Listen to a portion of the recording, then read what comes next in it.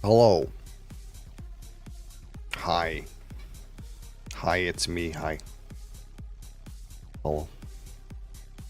Ah, but alas, it's not just me. It's me and Cat.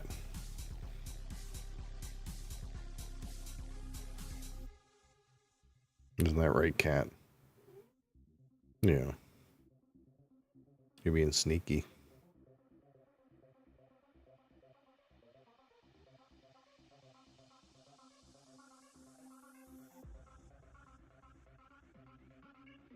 You're being sneaky. Boop.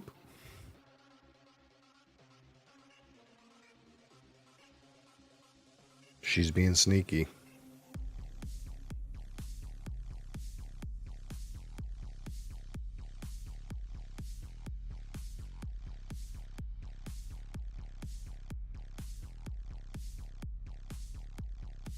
Are you coming? I'm not going to put you over there. Here's a tail. Oh, guess not. She's, sneaking away.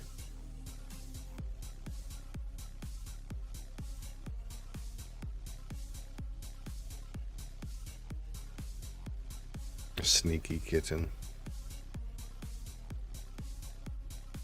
She looks like she's gonna go fuck some shit up over there. As is her wont to do.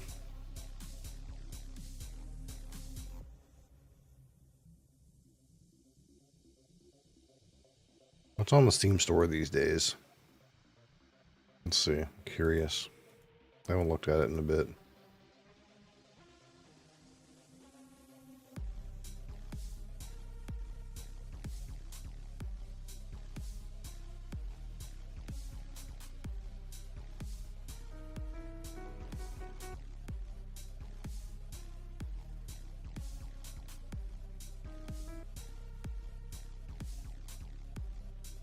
Piano.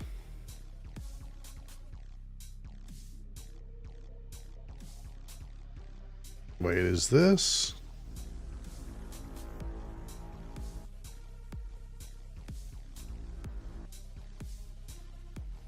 It sort of is.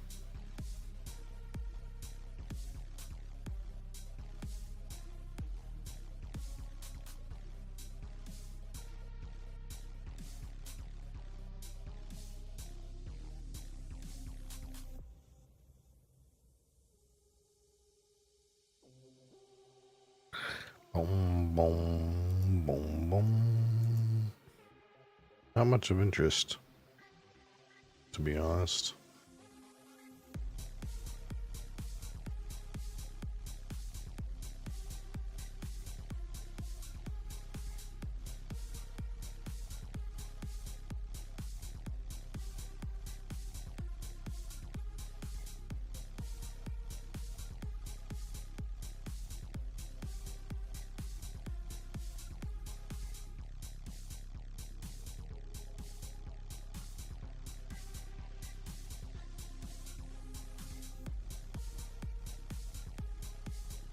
Well, today we have something interesting.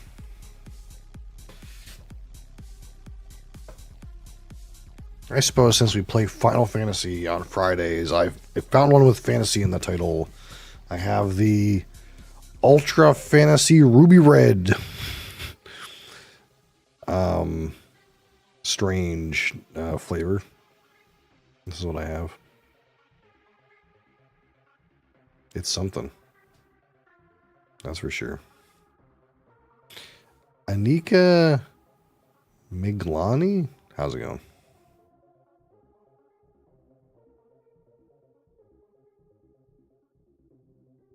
Oh, I missed the PoE news. Should I look at the PoE news?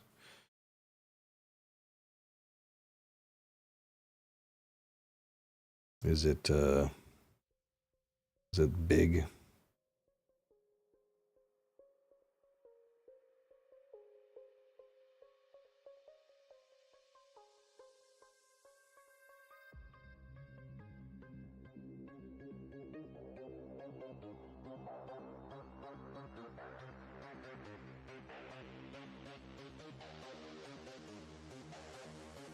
Is it big? Yeah, thanks for the follow, friend. Takika Fowl. I think that's close to right, but it's probably not. Thank you. Appreciate it. Yes, we're going to be having some Monster Ultra Fantasy Ruby Red here. Crassus. Get the coffee at Crassus. Do you also have some Ultra Fantasy Ruby Red? I did not watch. I watched nothing. I was trying to sleep amidst fucking blazing hot temperatures. Do you want spoilers? I can watch it today. At some point. I could watch it after this. How long is... wait. I'm not going to watch Q&A. How long is it?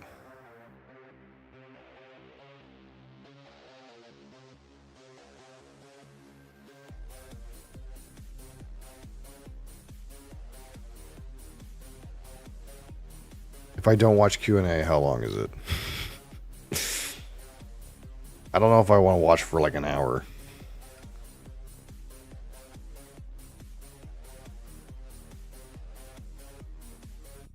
The trailer I clicked on said 2 minutes. It says content reveal is 42 minutes.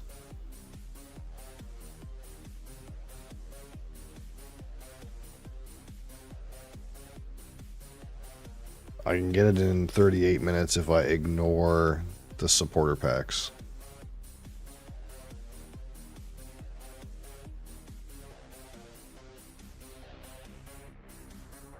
Maybe. Maybe we'll do it before Final Fantasy. Just to see.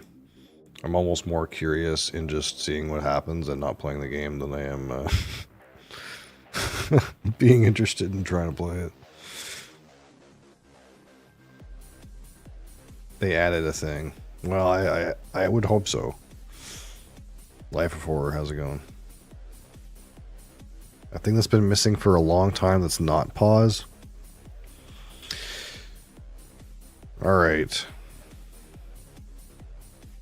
16 hour, I didn't sleep. I use when I work overtime. Yeah, I used to do 10-hour shifts on the regular, and it was better than working 5 days a week, but it's still a long work day. Caramel Java. Oh, my man's got some caramel Java. Don't drink the Master Monster, Ultra Fantasy Ruby Red. Why not? Is not healthy. I mean, I drink these every day, bud. This just is what it is. It is what it is.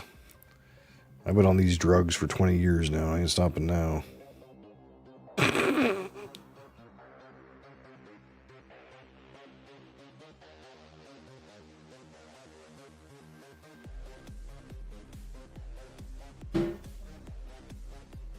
Yeah.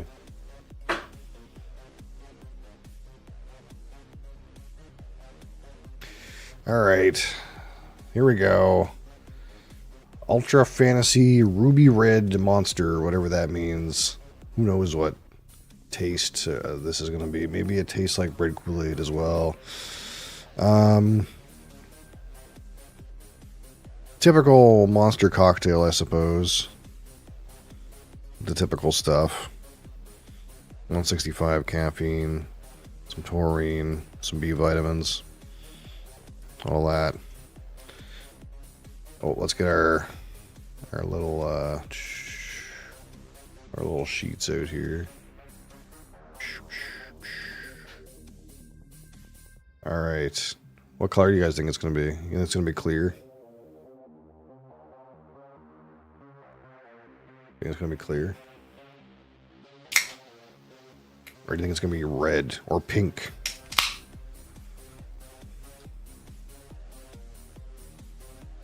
And it's fucking pink. Holy. Look at that. Boom. Straight up pink.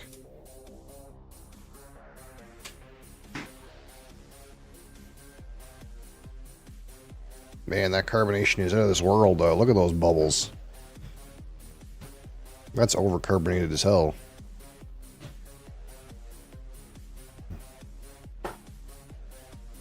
It's gonna taste like a fucking Perrier. Alright. So we're gonna rate this at a 100. 25 for aroma, 25 for palate, 25 for finish, 10 for texture, and 15 for my personal experience with this one Ultra Fantasy Ruby Red.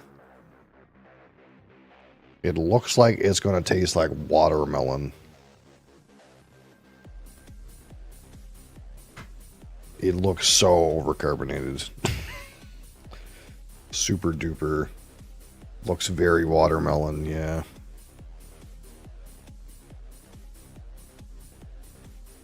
Smells like watermelon too. But not 100%. It's like somewhat watermelon, but it also kind of smells like pink lemonade, you know? Yeah, it's almost like a mix of watermelon and pink lemonade.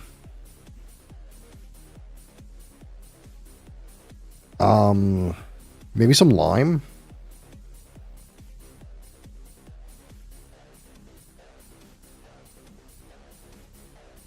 Man. Look, after having some of those inferior beverages, I'm starting to come around to the Monster, man. It seems like, really, that as soon as we analyze these things in a sophisticated manner, that Monster has a clear edge. Like, there's multiple notes. Wild concept. Yeah, it's like watermelon, but you can smell the lime too. Almost like you can smell the green part of the watermelon. It's like a lime part. There's a citrus for sure.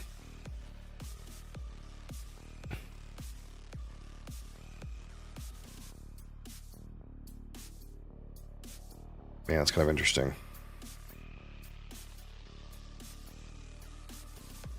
But if you also told me this was like pink lemonade, I feel like that's also not wrong. But it's definitely green. It's like the rind of the watermelon. That's like a lime kind of thing. All right, here we go.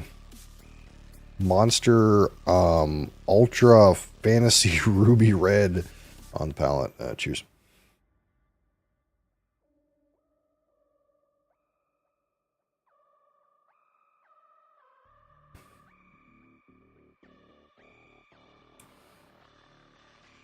Well, that's disappointing.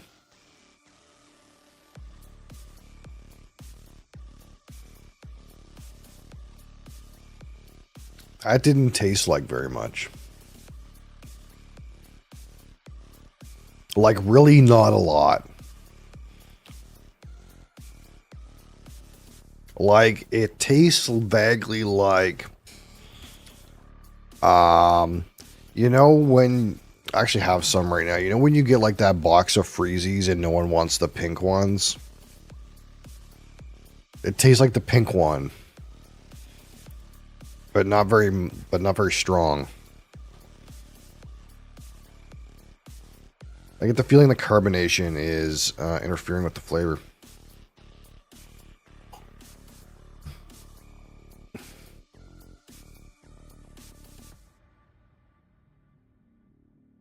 Okay, there's some watermelon to it. It's coming around a little bit. It's not very strong though. It's like weak pink freezy slight watermelon on the mid palate. Finish has some artificial sweetener chemical taste.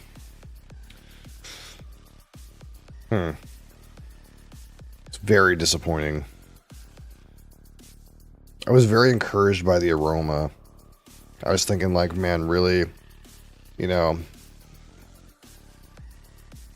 if the palate stands up to what I'm getting on the aroma, this could be pretty good. And it's just not there.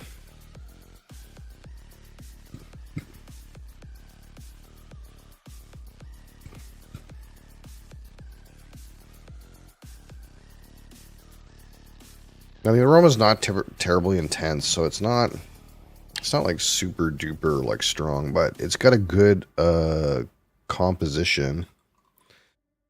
That being said, the palate is just fucking weak sauce, unfortunately. Oh, I love the aroma though. Kind of nice.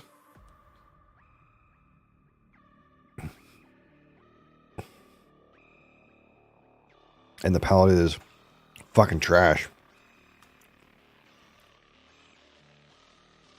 Upsetting, frankly. Alright, I'm going to focus on the finish here. I'll get a good glob here. Focus on the finish. It's definitely overcarbonated.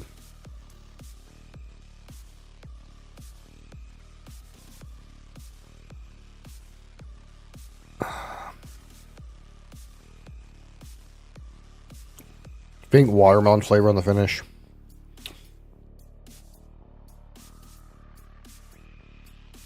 Into some of that artificial sweetener chemical flavor.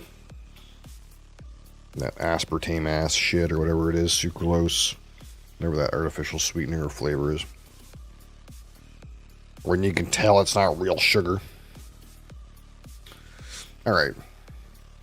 So at 25, let's ponder the aroma here.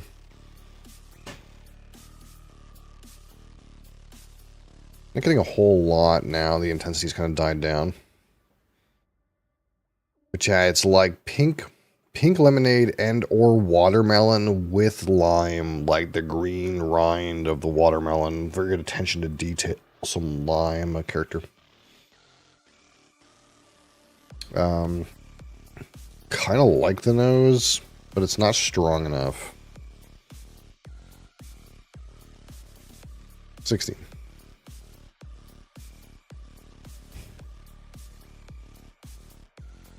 Alright. Now we'll focus on the palate, which again I think is dog.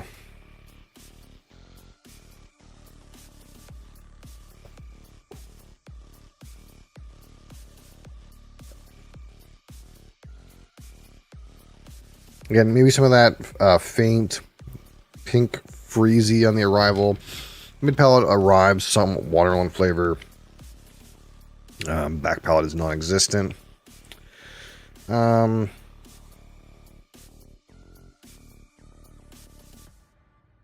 the palette 13.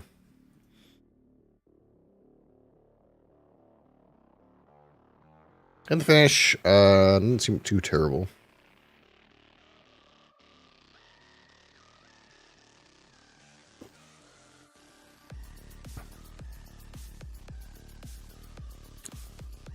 Again, faint watermelon, pink lemonade kind of vibe into artificial sweetener chemicals.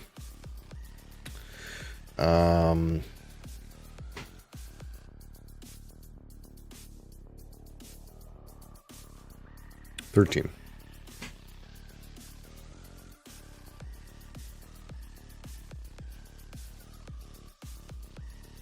All right.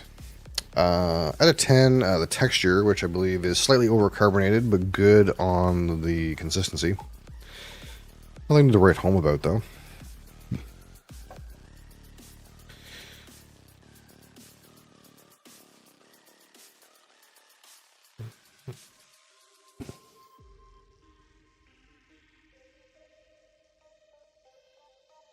Yeah, consistency is like, fair. The, way too much carbonation, though.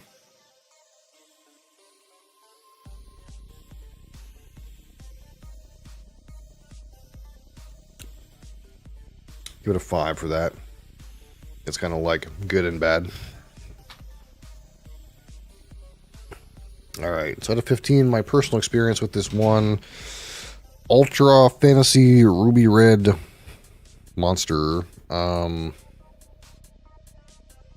I wish it tasted like it smelled.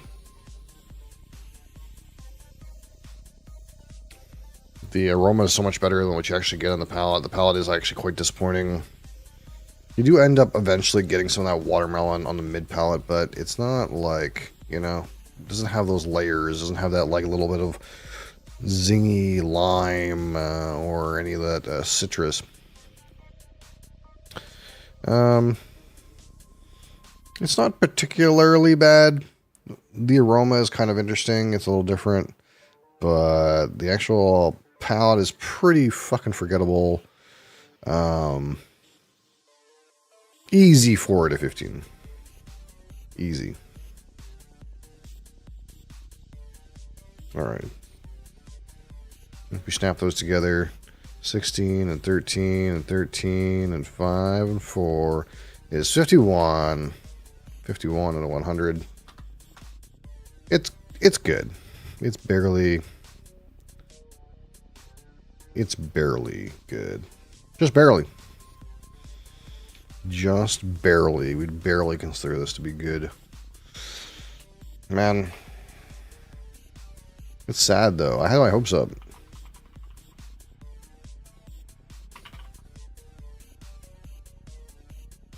They really should have just called this Monster Ultra Watermelon. But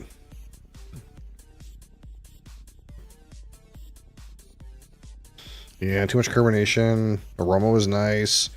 Palate was flat. Finish was about as expected.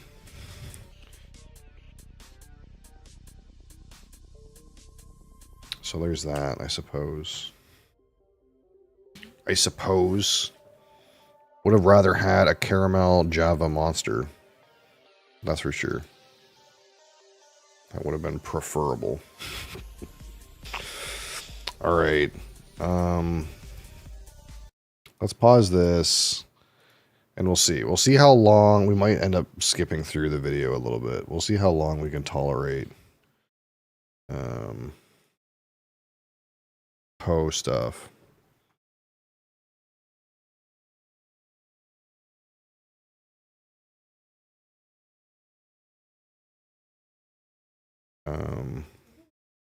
What is this now? What has this become? I guess it's become Poe.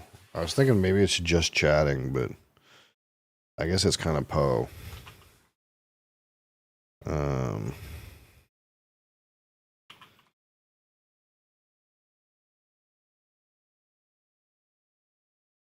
Maybe if I go on Poe 2, I'll get more viewers. Since that category's dead. Alright, what is this? You can search 1,000 worlds and still never truly discover who you are. Trust me. What is this? But now, I seek something more tangible.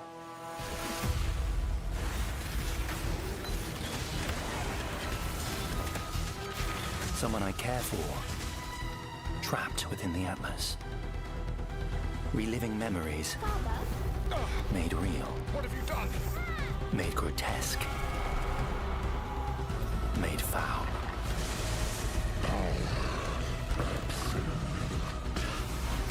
These manifestations must be destroyed. Their threads must be eradicated. I must have answers. We must find the originator. Must be destroyed. There's like mechanics I feel like I've seen before Their here though. threads must be eradicated.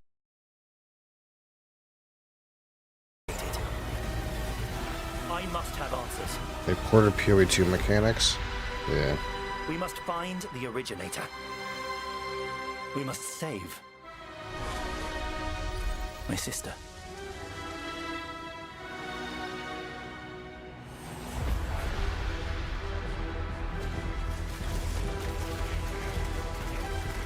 Her power is an illusion made real.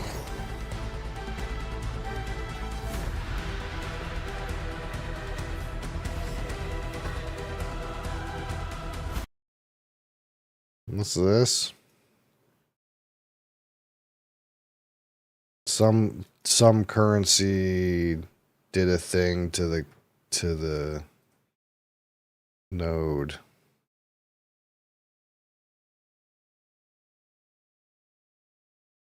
All non-exceptional. Okay.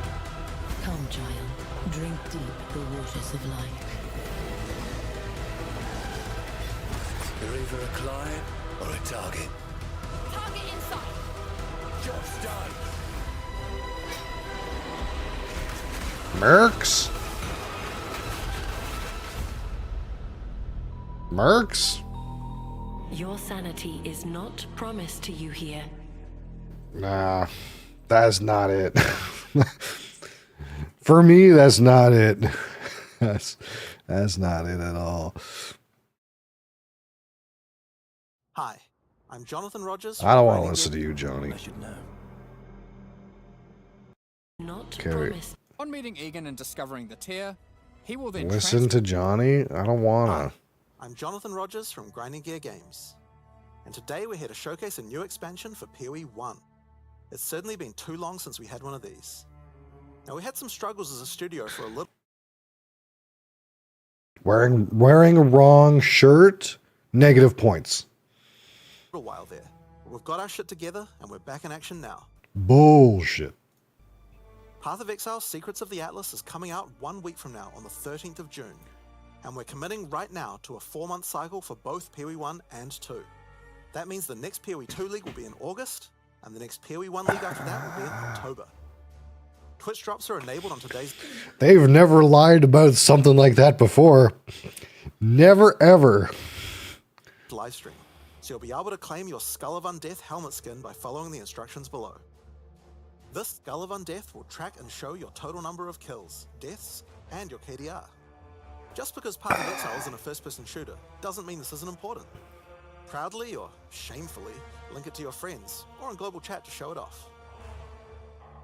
And with that, let's get to why you're here. Secrets of the Atlas. Yeah, I don't know.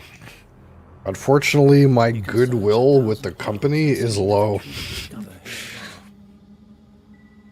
are. Trust me. I should know. But now, Okay, I already seen that shit. into the core game. Secrets of the Atlas, strange rifts have begun to appear across the Atlas. Zana has returned and appears to be trapped within. Partway through the Starting endgame, Elden you will Ring? meet No, it's Egan, Friday. an intelligent Fuck man of the matter with you? mysterious heritage.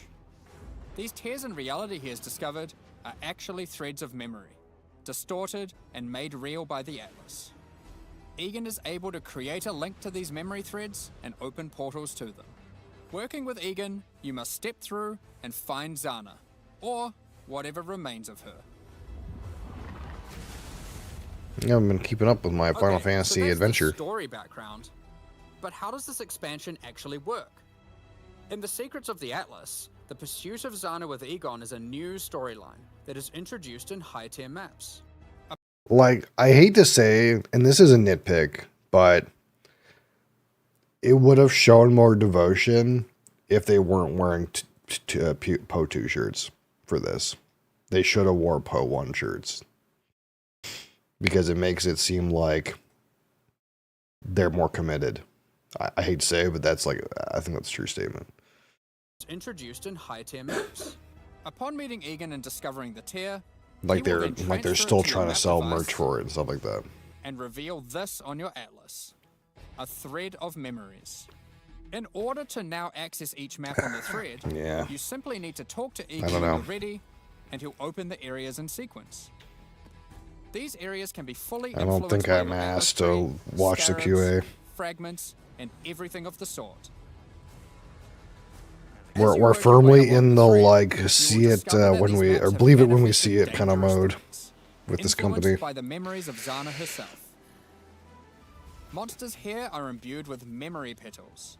Defeat them Memory to absorb this petals. power, which can be unleashed as a special ability during combat.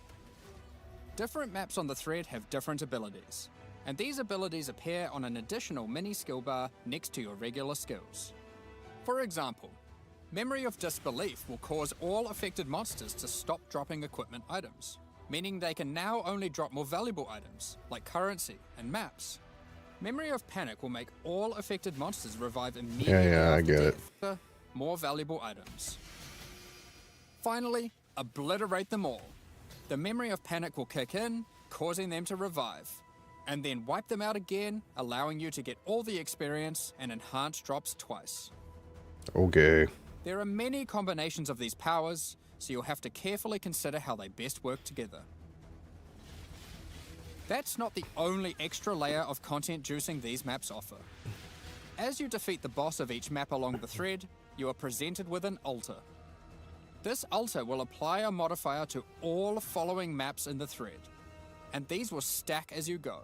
So the deeper you delve into a memory, the more mods you will have. This, combined with the special abilities, will allow for some of the most juice maps ever run in Path of Exile. Let's take a look at some of the altar mods. You are always presented with two choices and must pick one.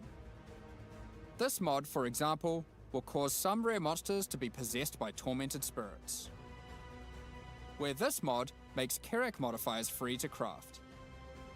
Both of these apply to all subsequent maps in the thread. The final map in each thread is a true challenge, with all the altar mods applied. A true display of skill. Boss. Each of these bosses are familiar. That's not a new Drawn boss. from Zana's memories and warped by the Atlas into something very different and terrifying. That's not In new. this map, you will fight the pinnacle boss, Sirius. Fueled by Zana's affectionate memories of him, That's his not enhanced new. abilities can prove to be a unique challenge. If you manage to defeat Sirius, or one of the other warped memory bosses, they will drop a map fragment, which Egan can use to delve deeper into the memory tears. With these, you can access a set of 3 new pinnacle bosses. In this arena, the Moment of Reverence, Zana is reliving a memory of her father, Valdo, giving a passionate speech in Oriath.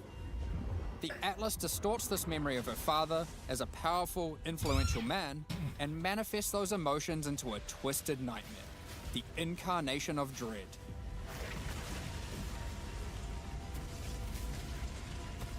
Another memory created is the incarnation of neglect and the incarnation of fear. Good luck, exiles. Of course, if you are brave and strong enough to defeat them, each of these new pinnacle bosses have new unique items befitting them. If you slay the incarnation of fear, you might be lucky enough to find the Star Caller, Starfall on a melee critical strike. a unique abyssal axe. They still have the problem in this game though, where like the fucking uniques have like limp dick ass damage, so no one wants to use them. We're gonna show this one because it's straight up badass. The Starcaller axe is a weapon that can harness the power of the stars themselves to deal immense damage. What makes it shine, however, is that on melee crit, it casts Starfall. a new Yeah, skill. well, I get With the right that, but build, you can carpet entire it's just something that areas they need to and wipe out fix. screens of enemies It's been as you like that rain for too down the long. elements upon them. that like unique weapons Another suck. item you may find, and this one is my favorite, is the Wine of the Prophet unique flask.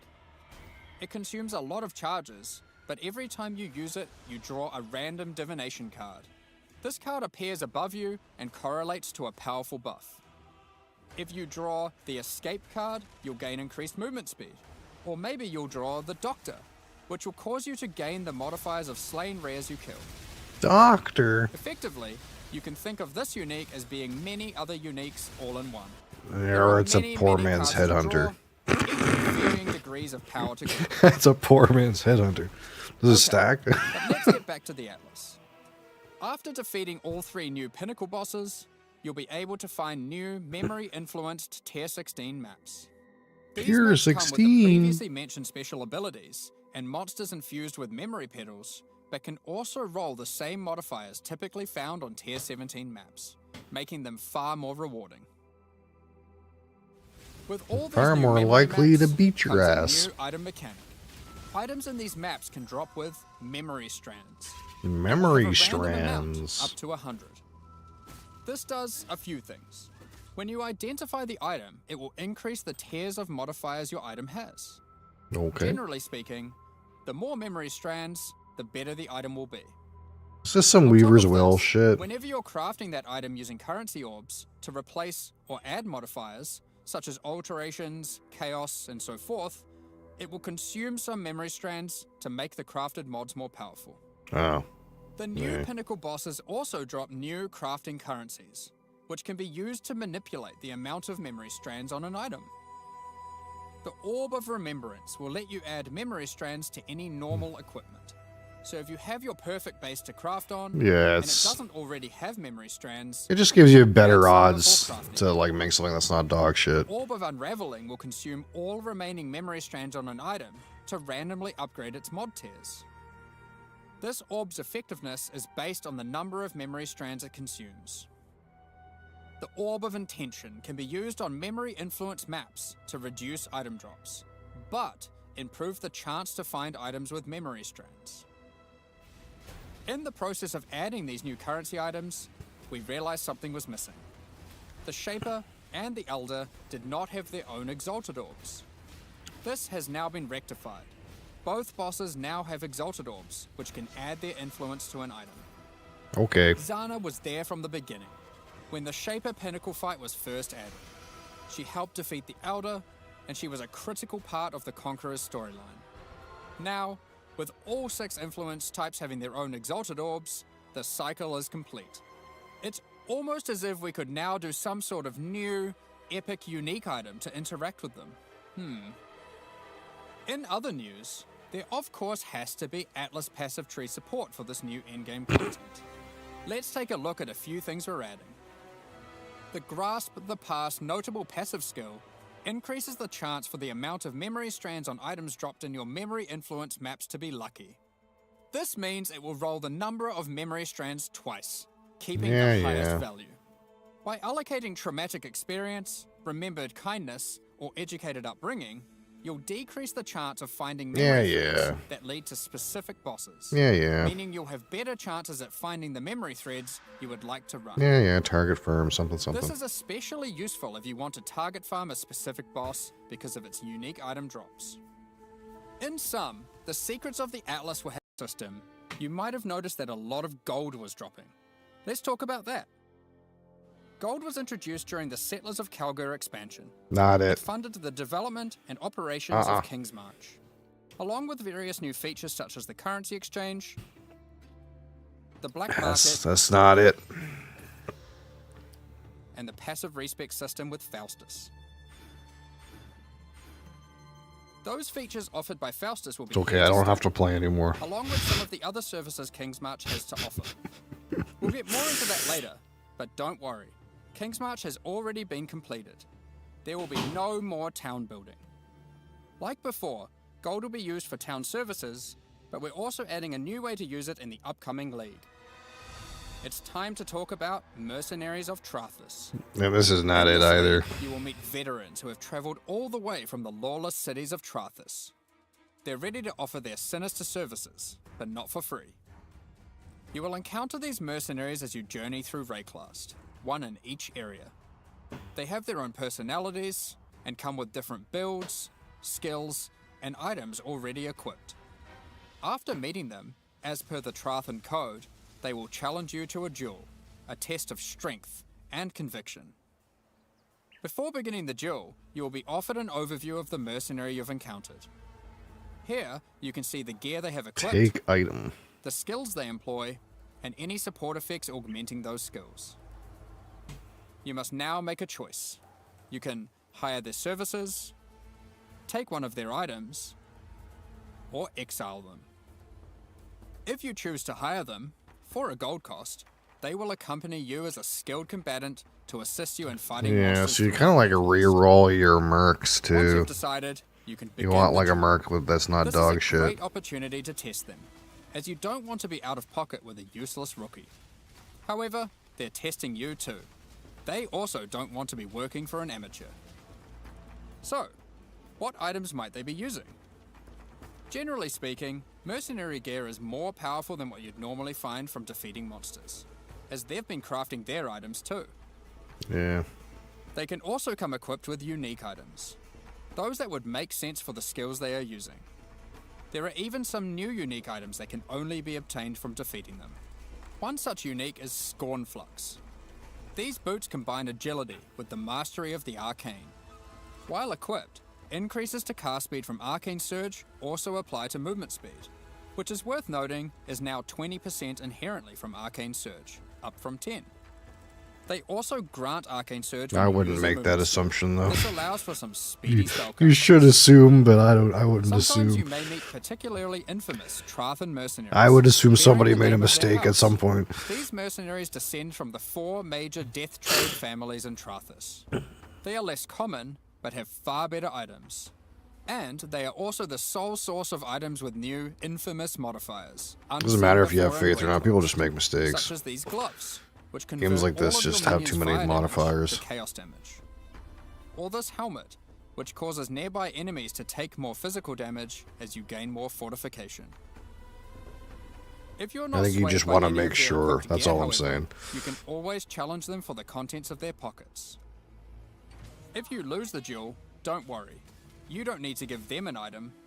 You aren't bound to Trathan tradition like they are. However, you are bound to Ray class tradition, so you'll just die.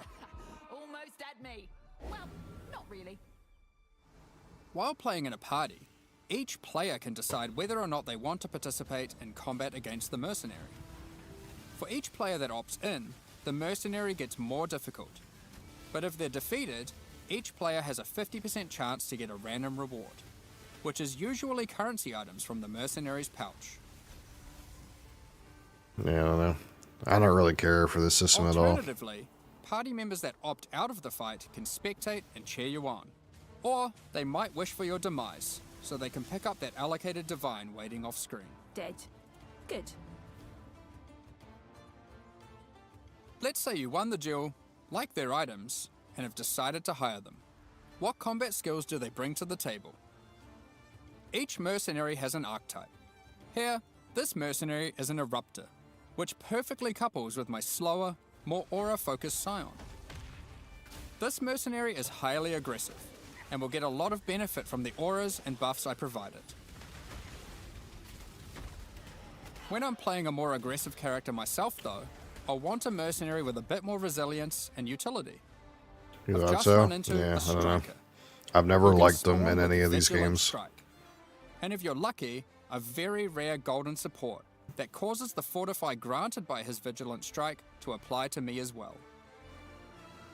He will also frequently use Enduring Cry, taunting enemies off of me, and operating as a tanky frontline while I blitz off damage from the back. Like, it's just one of those things where, like, I just don't Sometimes when you fight a mercenary, you may notice the I don't skills they're trust the using are different AI from normal. to like For really example, be like worth a this shit. sniper is using a Trathan version of Siege Ballista. If you're lucky, you will be able to select it as your reward when challenging them. Then defeat them. Like, I and can unlock the understand if it Trathan would be Gemas kind of cool if you could clause. just be like a support character and have You a can merc only that have actually one killed stuff, but I mercenary wouldn't accompanying you trust at a that time, but AI up to 3 to total in work, your right? service. The other two It's will basically wait patiently AG. Well, that's the until thing is AG is retarded. having varied options is useful, as there may be situations where you need specific backup, like a difficult boss fight.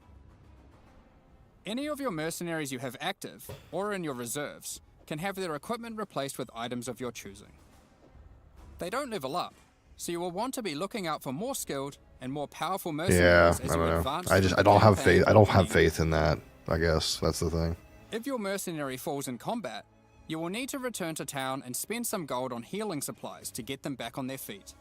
It's one of those things Then where it's like perhaps I don't. consider giving them some upgrades. I'll if see you it when think I it's believe it. I'll deserved. believe it when I see it. You know, I don't. I just feel like wanted it's to just not really going to work clarify, that well. Mercenaries do. It's not like one of those things lose you their would equipment when you would defeated. like it to work, but I don't know if it's really going to work. If your merc buddy consistently fails you, you can just dismiss them and find a new. You can play more anyways. Not at this resilient rate. ally. No, they've said a lot of things I don't care for. You walk your path, I'll walk. Doesn't work. They will buff it. The problem is if it's Earlier, I too mentioned good, then exile they can't buff it mercenaries. because then it's too good. If you keep running into a mercenary Right? That's archetype and you think it gets into that "Man, weird this area. guy stinks. The gear is trash and they have no auras. You can then choose to exile them. If you win the duel, they'll be forced to leave with their tail between their legs. It can very much be the kind of thing where it's not really good enough or it's too good. Now, alongside these new Trathan arrivals, we shouldn't forget about the recent Kalgurin ones too. As we mentioned earlier, the Settlers update introduced gold-based respecking of passive points. I don't even know anything about that They stuff. replace a passive tree mastery I node. don't even play that shit. For example, Runegraft of the Bound reduces bonuses gained from boots, but increases bonuses gained from gloves. He said boats. Runegraft of the River has a chance to recover your life to full if you reach low life. And the Runegraft of Time, which has a chance for your cooldown skills to instantly recover from their cooldown, which I will note includes cooldowns on your triggers, just in case you wanted to trigger even more spells. There are many other Runegrafts which cover a wide range of different builds and stats. Some are more common and others rarer. You can only use one of a given type at a time, but you can use them on any mastery on your passive tree, which can be particularly useful for off-class investment. Isla has continued to make modifications to the Recombinator. She has developed a new method of recombination that you may recognize from Path of Exile 2. For those unfamiliar, this method allows you to decide which modifiers on the two input items you want to try merge together, and it has a success chance you can see. This method can result in the item Mr. Beasties, how are you? However, it is a good option to use when trying to Hey, create Zay Zay. items with fewer mods to use as crafting projects. At this point, I don't know why there's two Given different the games. existing recombinating mechanic was They're very blending a powerful for lot of it top-end together. crafting, we didn't want to remove it. We have kept it, and you can now choose to use it the old way or the new way. By letting fate decide, it will combine too the bad, two items okay. randomly. There is no risk of destroying either item, but it will be less predictable. As Settlers is now a core mechanic, we've also added Atlas passive tree support. For example, if you wanted to Iridium gather more animation is Veridium basically what ore, it comes you down could to. take this node. Yes. Each ore has a I just don't. I don't get it. I just don't get it. similar node. Refiner's Bargain converts items dropped. Like, they went so far to make another game that they said was going to be in the other game. They said the games were going to be merged. Then they said the games weren't going to be merged. And then they basically just taken all the things that they were going to put in two and put them in one. And what was the point?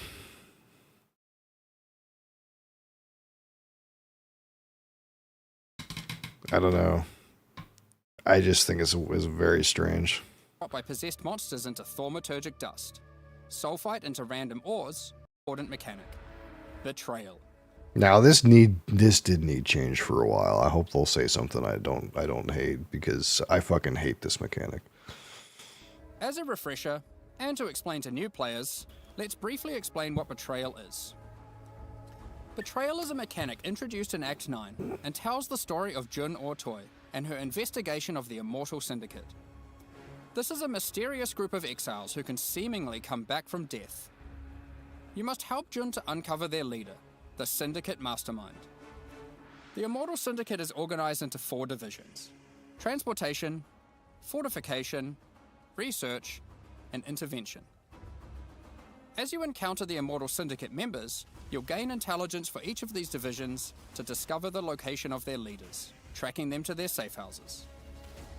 Defeating the division leaders at their safe houses will reward you with intelligence on the Syndicate Mastermind. In your journey to track down the Syndicate leader, you'll manipulate the members of the Immortal Syndicate to change divisions, form friendships and rivalries, and even banish them from the Syndicate for a time. What's the new part? Historically, after encountering and defeating the Syndicate Mastermind, the state of the Immortal Syndicate would reset, requiring you to start from the beginning of the investigation again. This has always been a difficult decision for players and can often feel bad. Yeah, it did feel bad and Fight the clunky. Mastermind for a chance at the special Clunky loot, ass design. or keep farming the safe houses that you've spent so long setting up. Well, in the Secrets of the Atlas expansion, we've split out the Mastermind to be completely separate from the core mechanic. Okay. The boss is now accessible through a new fragment, that has a chance to That's drop a- from the safe house leaders at high levels. That is a W. The Mastermind no longer resets the state of the Immortal Syndicate. You can now build your betrayal board to your liking, optimize it, do Mastermind fights, and reap the rewards without having to lose all your progress every time. The boss fight itself has also been improved, now with significantly fewer immunity phases and new rewards. By the way, if you're a new player to Path of Exile 1, don't worry about all this detail. This content is optional, and you can discover and engage with it at your own Optional. pace. Yeah, okay. The Mastermind still has a chance to drop a Veiled Orb, now renamed to Veiled Exalted Orb. Veiled Chaos Orbs are being re-added to other safe house leaders. In addition, the Mastermind now drops What's that? Are they melting?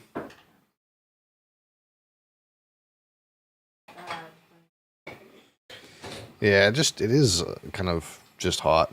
We're just on the top floor is the problem. the new All Flame Embers. All Flame Embers are map fragments that replace monster packs and in-game maps with different types of special monsters. These packs have unusual properties. All Flame compositions, Embers, yeah, or gotta rewards. get those back in For here. example, you might use the All Flame Ember of Kulamak, which replaces packs with syndicate monsters and their leaders, who revive. What's that? These right here. I started watching Violet Evergarden. Violet Evergarden? Yeah, I started watching it. Like 4 episodes in, but I had to look up the watch order because you have to do 4 episodes, then you have to go watch something like the OVA, and then you have to come back for episodes 5 or whatever. Do you hear that? That is one of my favorite animes all It's really time. good, but I feel like it's going to destroy me before it's over. You should be able to watch season 1, then do OVAs, then and movies. That's not what Google said. But you should be able to Google the order. I don't know, that's what he said. Okay, I'll just watch season 1 then, because I was going to start watching the OVA tonight. But He says he doesn't remember the order. I don't know.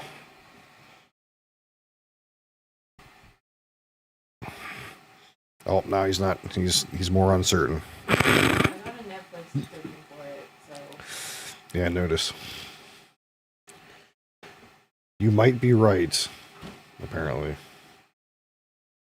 I'm going to look it up again before it starts. You maybe double check. This is the order to watch it in. The OVA isn't worth watching separate from the main series, but putting it between 4 and 5 adds so much to the story and fleshes out Violet's character arc, and I felt like the series did without it. So do what she says. Okay. Do what I said? Yeah, I guess. Okay. That's what I'll do, and that's my plans for tonight. Okay. Super cool. I watched anime on Friday Friday night. night anime. After the map boss has been slain. This might at first sound annoying due to backtracking, but these monsters when revived are far more intense and rewarding. It is our intention with All Flames to provide many different types that combine with other mechanics, multiplying with your existing modifiers in new and interesting ways. Another good example of this is the All Flame Ember of Propagation. When slain, special rare monsters added by this All Flame here will spread their modifiers to other rare monsters in the map. This can be useful when trying to create singular, very powerful, and very rewarding monsters. Something akin to meat sacks, which are making a reinvented comeback with this update too. Meat sacks. Oh, everyone loves meat sacks. Another is the All Flame Ember of Resplendence, which adds monsters that drop no items. But when you slay them, you get buff stacks of increased quantity and rarity to enhance the drops of all other monsters. All Flame Embers can be placed in your map device like scarabs, and used in conjunction with scarabs to further customize your maps. We're looking forward to seeing which combinations players find to enhance their maps. Perhaps you'll use all scarabs, all Fucking meat flames, sack. or maybe mix and match. It's up to you. It's up to you. The Mastermind's unique items have also been improved. The veiled modifiers generated on these items are now from a custom pool exclusive to those uniques. Bitterbind Point, for example, can now have various Spectre-specific outcomes. such as +1 additional Spectre. Aside from improved rewards from the Mastermind, all the safe house rewards have also been rebalanced. We've done a pass on the crafting sprees at the end of many safe houses. For those who aren't aware how these crafting sprees work, well, it's simple. There's a crafting bench with an item in it and a bunch of currency. There's a limited amount of time, and your only objective is to craft the best item possible. It seems like they added a lot more time. One of the Was it problems that always? the It was. crafting sprees Wasn't have always is that they long, often right? It was require like you to fucking have like specific items 20 on hand seconds. in order to best maximize your result. But how are you supposed to know that beforehand? It's more In than order to double solve time. this, Yeah. Most of the crafting sprees now offer pre-generated items. This has also allowed us to add much more powerful crafting options in each spree. Let's take a look at a few examples. Beachhead. In this spree, a randomly generated amulet or ring will be waiting for you. But you don't Test get to bring your crafting own skill item. or luck with this reflecting mist crafting spree, and see if you can create something worthy of Kalandra's praise. Womp womp. And in this spree, you will find a pre-generated unique item and a new kind of orb that resembles a Val orb, but not quite the same. Normally, you can only corrupt an item once, but uniques in this spree can be corrupted and re-corrupted as many times as there are orbs. This orb also allows you to get 2 corrupted implicits and has a Dump 'em much lower in. chance to brick the item. It can be a very useful tool for No, seeking you have to. specific It's like corrupted you. implicit outcomes. They made it Of course, harder if you to push make your a luck, to get a you good can one. still You just ruin have the item. now, instead of bringing your own item, you have There to are just also do more crafting safe sprees houses. where you still need to provide an item, but those items are generally more accessible and it occurs less frequently. This one allows you to bring your own normal rarity item, Oh, then just go ballistic with I a guess whole there's ton of one. scouring orbs and orbs of normal chance, rarity. hoping to get your ideal unique. For most sprees, the rank of the syndicate member increases the amount of currency provided, the quality of the pre-generated items, and the time allowed to craft your item. Aside from the crafting sprees, there are other new options too. If you love gambling for currency, how about you try opening Varici's Emperor's Luck chests? These work just like the Emperor's Luck divination card and provide full stacks of currency. If you're lucky enough, unlike me, you could end up with a whole lot of divines. Betrayal is a good source of veiled items. This does seem Veiled better. items have some important quality of life improvements in this expansion too. All of the crafting bench options normally granted by unveiling items are instead now moved to the core game. So you don't need to run Betrayal to unlock them. Yeah, this is big too. They are instead found at the entrances to boss rooms and in-game maps. On top of that, you know That thing was kind. That was kind of stupid, honestly. You can just right-click them, or the equivalent on gamepad, and select which veiled modifier. Or you the want to equivalent on gamepad. Overall, Da-dum-tsh. Betrayal is now much more streamlined and more rewarding. Happy interrogation.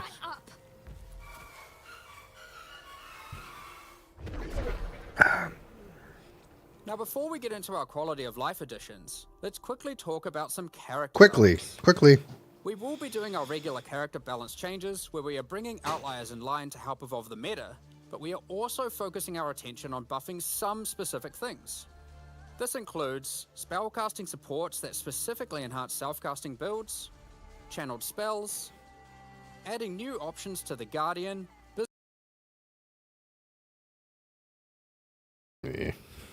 Berserker, Elementalist, Saboteur, and Champion Ascendancy classes, which includes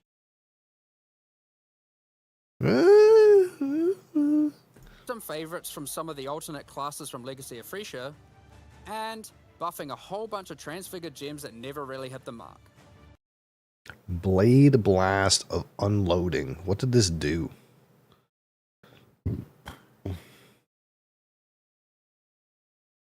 Oh.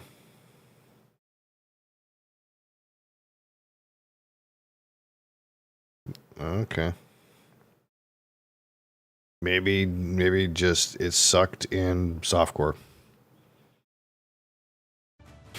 Combined with the new in-game crafting, improved betrayal crafting Shit in options, softcore. rune graphs for your passive Get it ability, out. new pinnacle unique items, new modifiers and Trathan gems from the mercenaries. Maybe and of course the they mercenaries are themselves to unaware. act as an extension Well, this just goes to what I was saying about the other stuff. Maybe they were unaware. to your character. It's safe to say there's a lot of new character options and builds to think about. Instead of delving into all of these in more detail, we figured we'd just let you absorb them through the patch notes so you can do it at your own pace. In the Secrets of the Atlas expansion, we've All right, also added I'm ready for lot a of few bangers in new here. features that we know you've all been asking for. A few bangers. A lot of these have already been posted, but let's take a look now in case you missed any. You can now pause the game at any time by pressing escape to open the menu. Yep, big W. Or by opening any full screen interface, like the passive tree. Yep, W. You'll also be paused if any lag is detected or if you disconnect. It's worth noting that in certain Pinnacle arenas, a debuff will be applied to you that prevents you from pausing. Oh, weird. We're also making a change to how you use currency items on strongboxes and monsters imprisoned in essences. Based on the currency in your inventory and the state of the strongbox, these buttons will appear.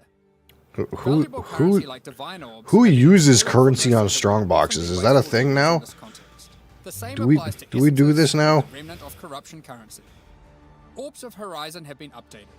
They can now reroll Oh, the a Elder T-17 and Conqueror thing. Guardian Oh, I maps. see. Doing so will reroll the base map and the Guardian of that map. The map device now has a small additional inventory. This is particularly useful if you're rolling many maps to run in sequence, or if you want to use varying amounts of scarabs or other map fragments. What? No, you're supposed to just hoard it all in your During breach inventory and encounters, loot all only the like splinters will be 3 automatically cubes worth of collected and items in the dropped at whole end of run. the breach. On gamepads, we have separated the targeting of monsters and non-monsters, so you are able to target them independently. This removes a bunch of frustration when you are trying to interact with objects in the world and monsters are nearby. You no longer have to kill all of them first. Vendor windows will now remember your last search. This is remembered until you log out and is remembered Breach on a splinter per NPC change? basis. I The think amount of so. characters you can type in the search field has also been increased.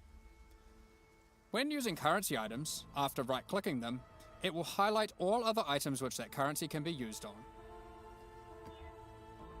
There are many other quality of life improvements, so keep an eye on the patch notes after this livestream concludes. Alongside the launch of Secrets of the Atlas, we are hosting a competitive event where players will race to be the first to kill the new Pinnacle bosses. Okay. The event will take place in the hardcore, solo self-found, Mercenaries of Okay. Travis League. We have some interesting prizes in store for the winners. Keep an eye on the news in the lead up to launch. Interesting. That means it's we're not going to let them make their own items again. Fuck that. For more details about how the event will work and what its prizes are. Next up, we're going to be talking about our new League supporter packs. Today, we're launching 2 new series of supporter packs, the Frisian Magistrate and Crypt Keeper packs. Each tier contains the pack's full face value in points, Oh, I alongside know. several exclusive microtransactions. As always, the microtransactions in these packs are purely cosmetic and do not affect Except your when they're character's not. power or progression in any way. The Frisian Magistrate series of supporter packs contains 6 exclusive microtransactions. The Frisian Magistrate character effect will bind your character in thorny vines and roses. You can select which parts of the character you want to have covered. Either your entire body, your lower body, or your upper body. As you approach waypoints, it will emit leaves and golden petals towards it.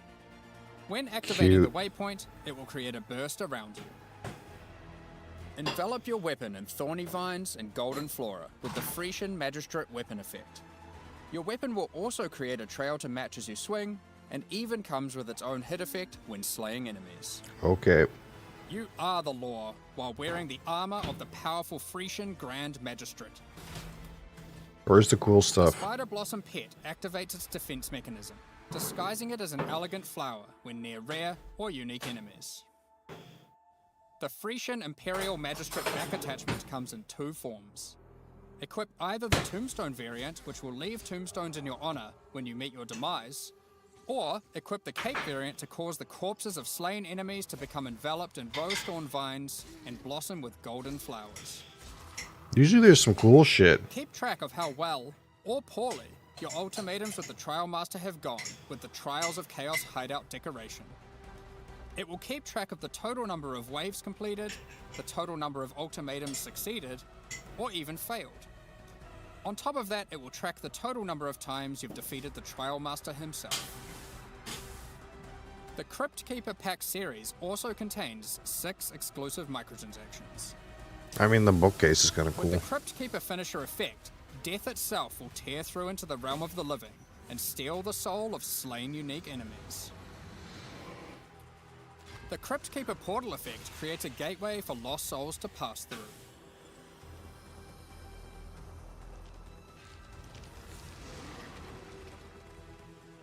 I kind of expected them to True come up with Master of something the better. Undead by wearing the hallowed Crypt Keeper armor set. It comes with a more armored helmet variant. It's surprising. and a creepy You'd think mask they'd be with a special banking, hook. trying to bank on us, you know? Looking to have some fun during idle time in your hideout? The Burrow Okay. Bash hideout operation will test your reactions. What the fuck is Try to that? whack as many devourers as possible in the shortest time. Okay, there we go. Set new records. There we go. What the fuck is that? Equip yourself with the Ghostly Dead as you ride the line between the living and the dead with the Sacred Crypt Keeper back attachment. The Sacred Archives map device resembles a magical library with the works of scholars that come to life when you open a map. This map device tracks how many of each core league you've completed in in-game maps. Yeah, this one's kind of cool too. These packs are now available for purchase on both PC and console, and will remain so during Path of Exile, Mercenaries of Trathus. Additionally, any microtransactions from the supporter packs will be Wait. made available for you. Is the Mercs core or is the Mercs just this league?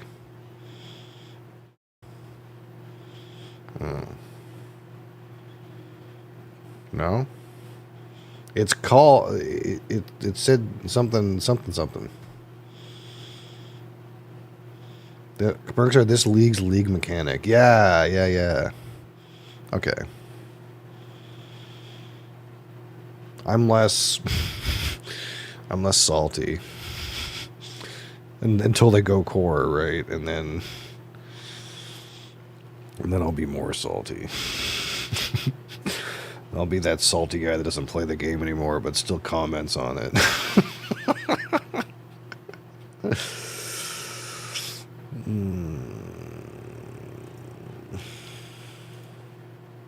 Okay.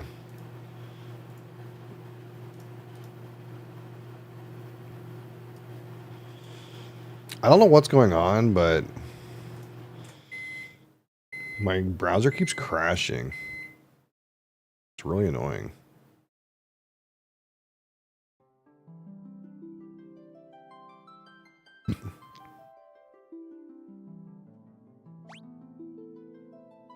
Tell her Made in Abyss was not a real recommendation. I don't know, you'll have to tell her that, I think.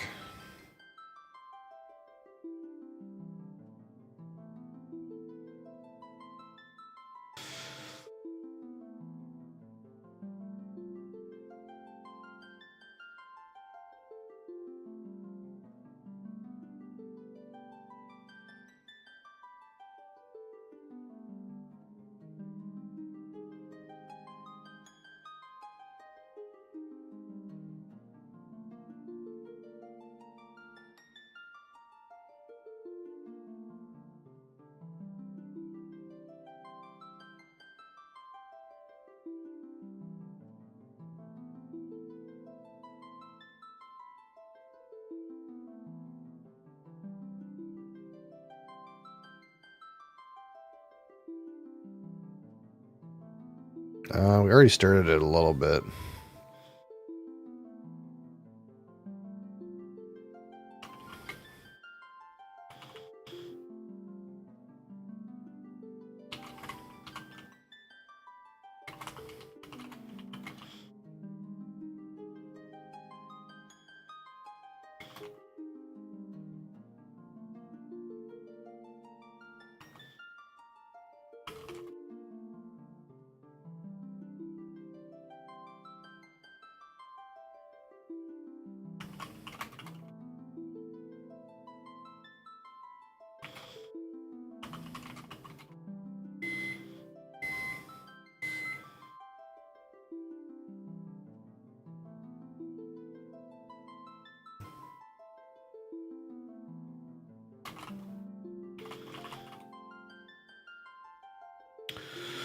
Um.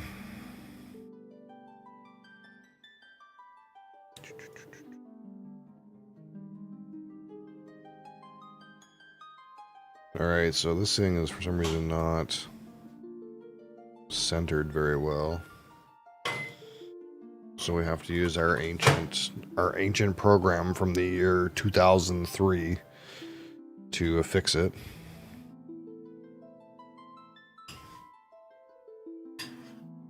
This random man programmed some app from like 20 years ago, and I still use it to fix stuff like this.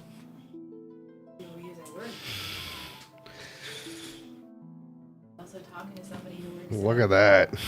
Talking to someone who works at Service New Brunswick at the conference. You should hear what the government is using. I'll tell you right now, we're ahead of the government.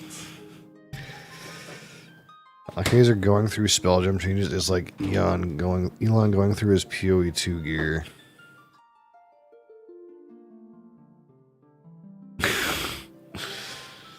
I'm not sure exactly what that means, but I know about the Elon thing.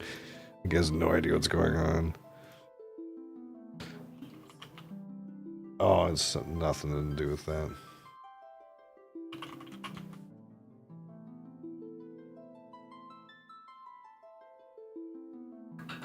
Oh, you mean spells as in they're not melee attacks. I think I get what you're saying.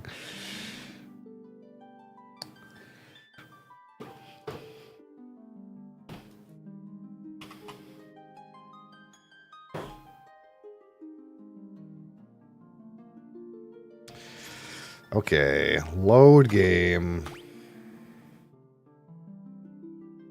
Our party leader is Nilo.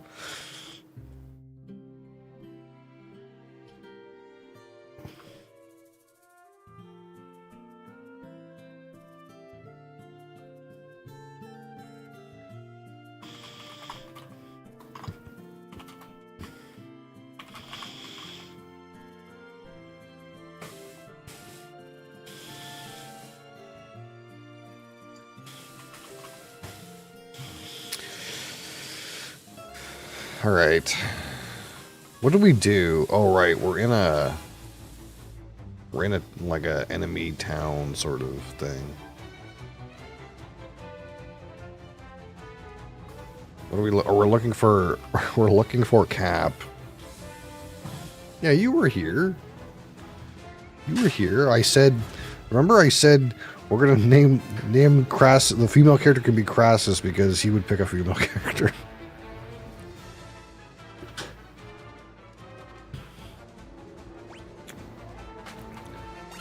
I think I just have attacks. Oh, I have cure. Oh, the hotkeys are slightly different.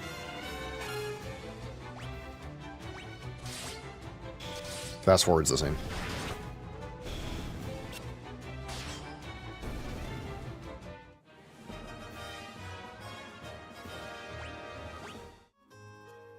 Okay, so what is it we were doing?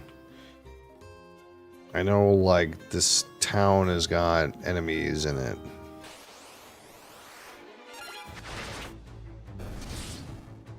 I'm gonna stay away from the bad men.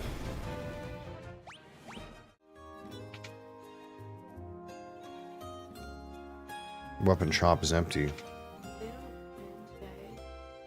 They just walk on. Yeah. No up. Me. Wrote 150 bucks. Me. Thanks for cutting the boards to the perfect size for us 2 days ago. Yep.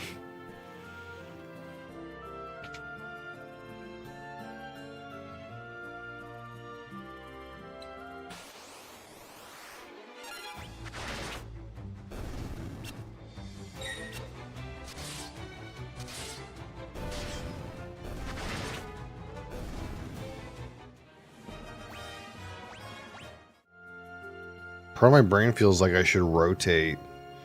I should rotate the gears, you know? Because, like, for some reason, Nilo can't level up his two-handed weapons anymore, or his like, swords anymore. Maybe I should, like, give him a shield so he can level up his shields. I don't know how it works, but... Status. See, like, his swords is maxed out, but his other ones are at 1. Is that the kind of game we're playing here? Like, you're maxed out on bow. But Bee's Knees has 2 different items, so they're leveling up slower. Leveling weapon skills, yeah. That's the innovation, apparently, in this version of the game. Like, maybe I should take his item off and he can punch and level up his punching. I don't know. Or I could just, like, lock them into these weapons forever. Or if I find a good item, maybe, like, it's the kind of thing where, like, hey, you know, your guy's shit, you're gonna go, like, level up his fucking weapon skill in the fucking weeds for a little bit, so we can use his new item. I don't know. I can't be fucked to micromanage the weapons, I think, if I'm being honest.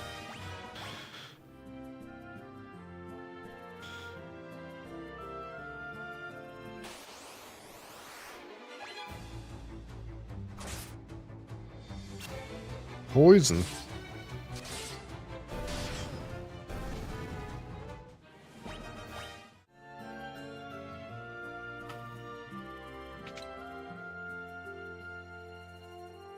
Somebody in here? Nope.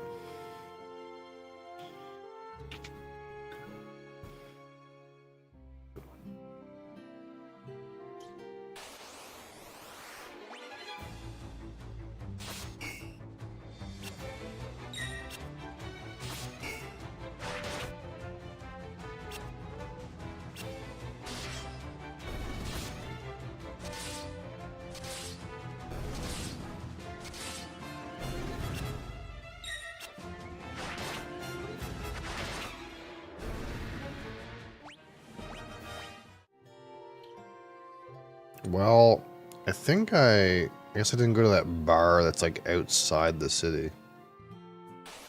Oh, that's what a guy said, I think I remember right. They said, well, oh yeah, the barkeeper is still there serving the Imperial troops or something like that.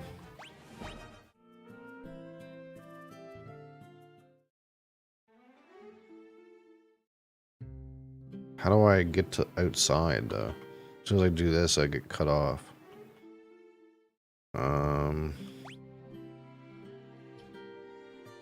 Do I have to go through this gate all the way around?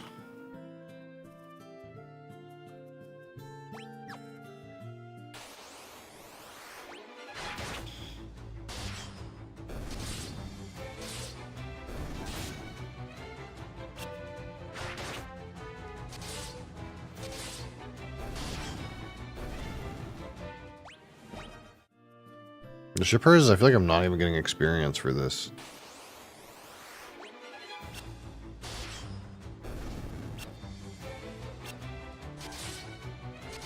Getting money, but... Oh no, we're leveling up. Just kidding.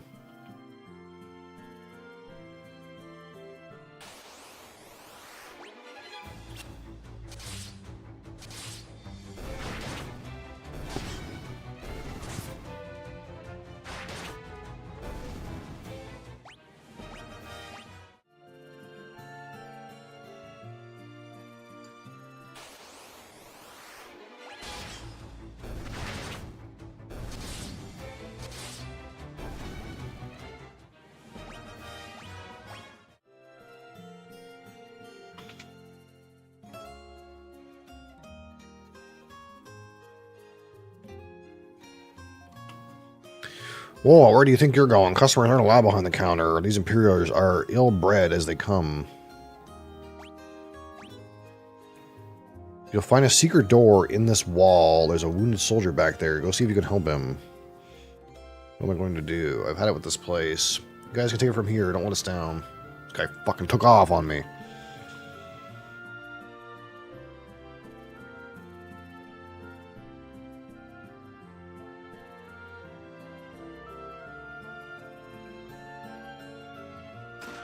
Potion. Potion. Potion. Are you going to turn me over to the Empire? At least have the decency to kill me first. I don't want them to take me alive. My name is Scott. Hi, Scott. Prince Scott? We were told you fell in battle. Okay. Oh, he's dying. I'm afraid I must ask you a favor. Something you must tell my brother Gordon. Scott and Gordon. Tell him I know he has great strength. He must learn to have more faith in himself. I also have a message for the king. Tell him the reason Finn fell so quickly is that Count Borgen betrayed us.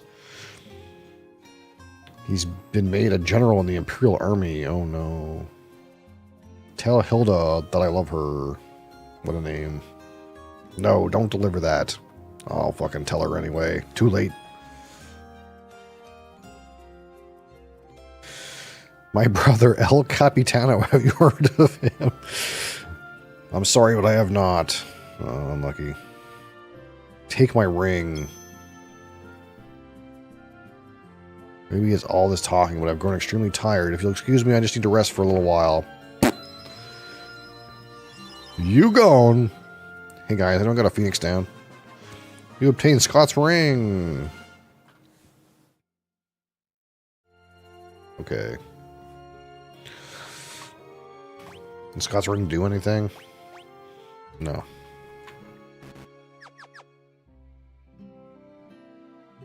In the other game, I could use escape, but in this game, I have to use backspace.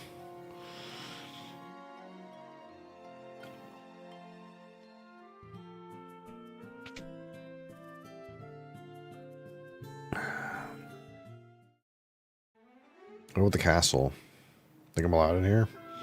Absolutely fucking not. No, like, ulterior way in, eh?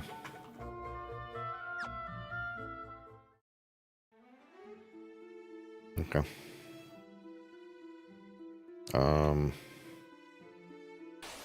How did I get here?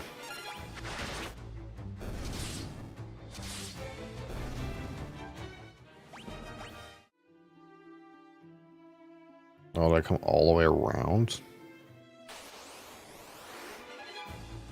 We're gonna need some heals. 0! Miss! Miss!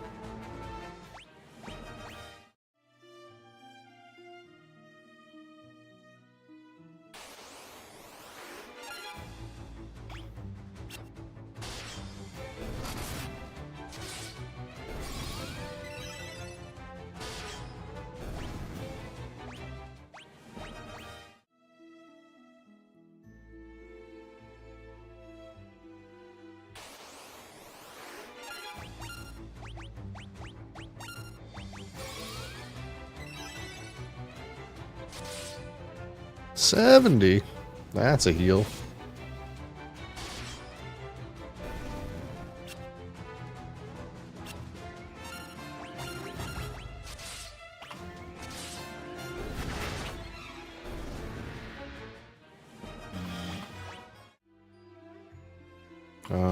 Here's a bridge.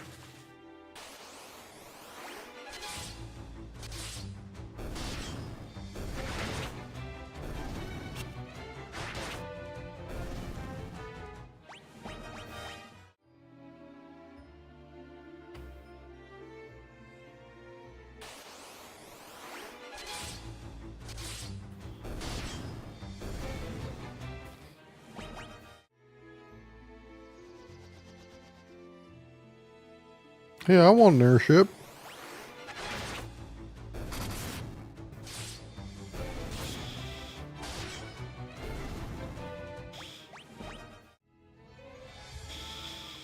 Alright. Where are we supposed to go from here?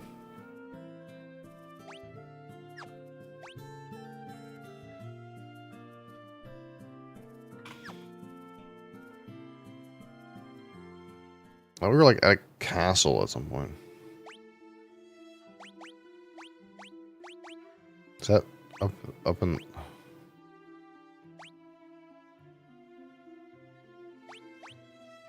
Oh, is it there? Is it there I'm supposed to go?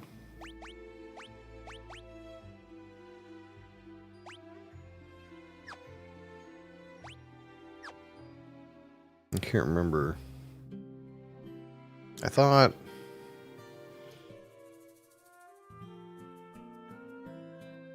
My name is Gordon. Oh, we found Gordon.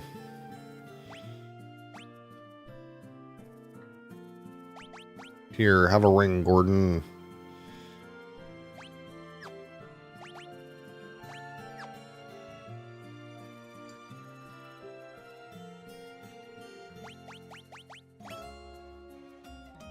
I don't understand.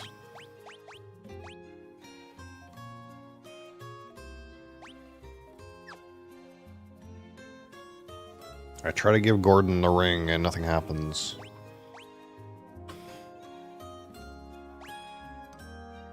I just had a chicken chimichanga for breakfast. Rip the rest of my day. Why? Why does that impact your day? I understood you were going to be on the toilet anyways.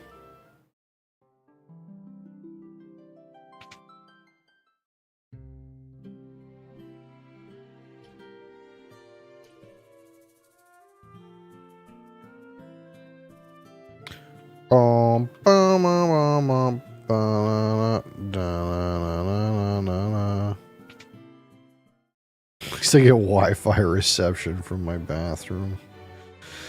Classic.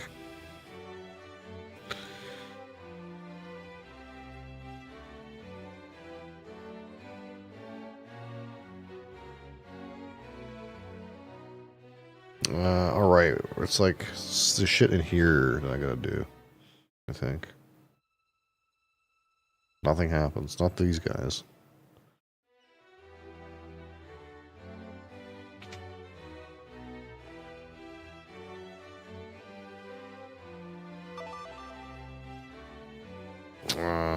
What if I give you this?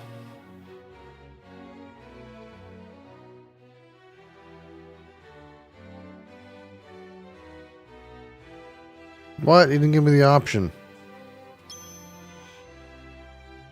Keep it.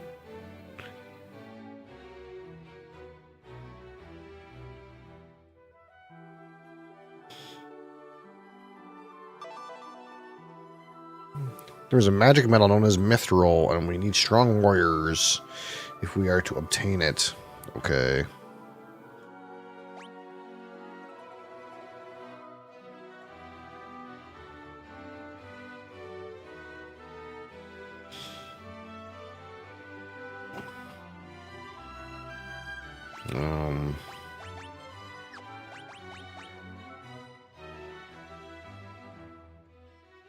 That's the stuff I already...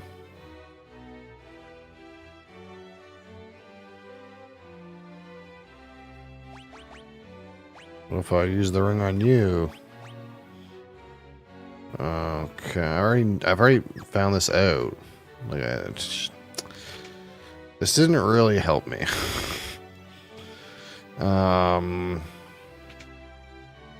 Is there someone else I'm supposed to talk to?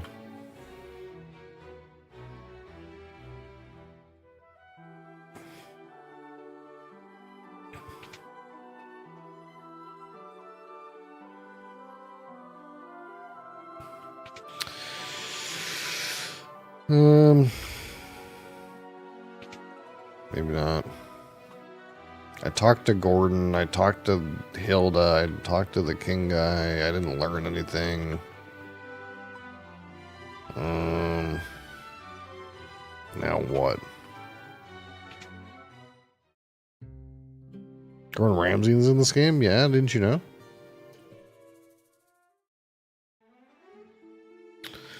Well, I don't know what to do. I officially run out of leads here. All I know is El Capitano is in the castle. Milo's sword leveled up. Great job, Milo.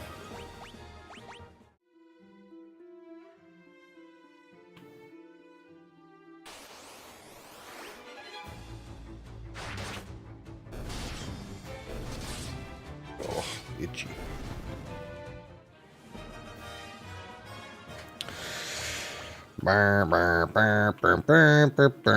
Anything here?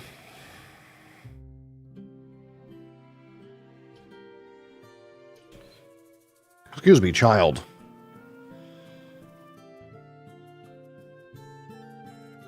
Hello, old man.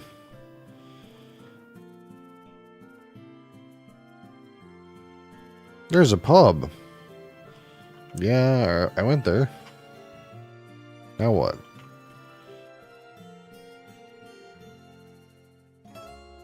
Okay.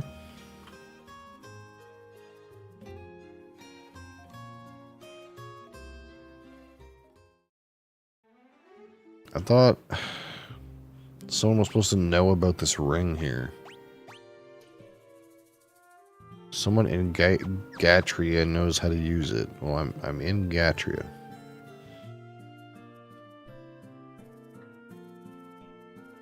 I talk to you, I talk to you, I talk to you. Nothing here.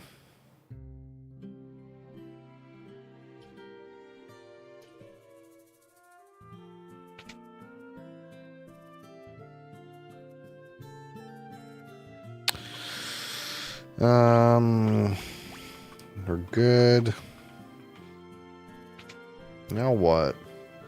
Where's the person who knows how to use it? Are they inside the inn?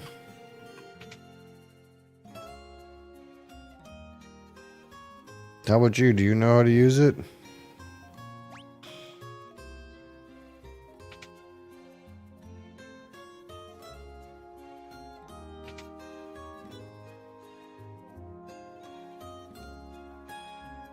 I don't understand.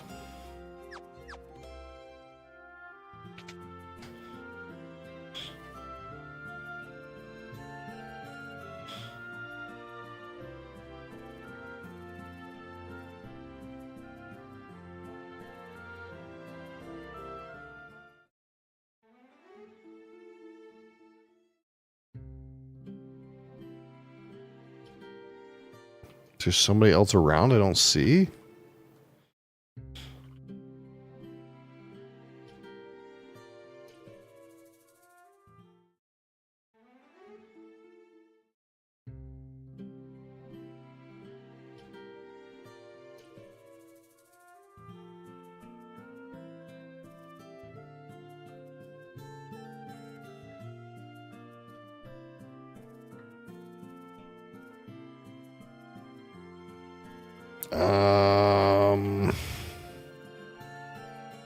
Kind of stumped.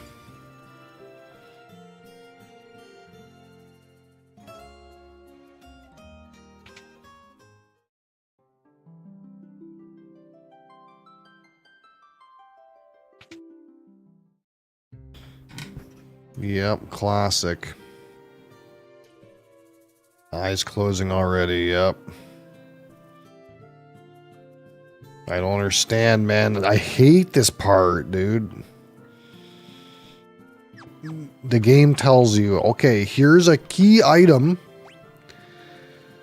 Go to this city and find the person it's related to. Okay, I'll do that. So here I am. I've talked to this person. Nothing happened. I talked to this person. Nothing happened. I talked to this person. Nothing happened.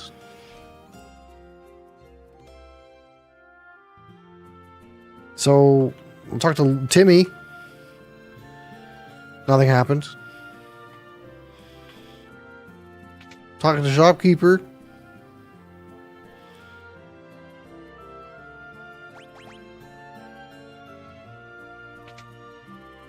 Click the wells.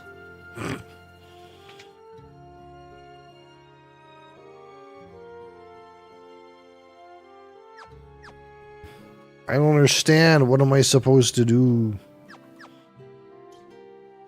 I have a key. I have a ring. It told me to come here, and like it's happening. Maybe someone is hiding in the wells. Nope. Is it someone out in the outskirts? Is it the weapon shopkeeper? What I do for you? No.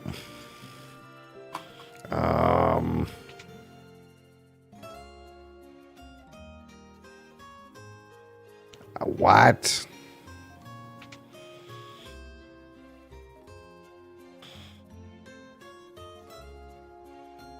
I don't get it.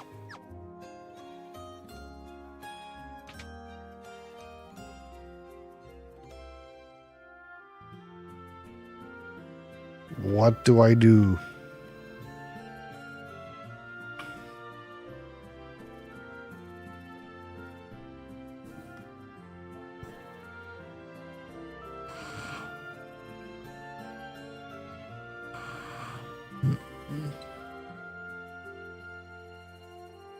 Anyone in the wilderness? Yeah, I was trying to go up and around there, but it just takes me outside, man.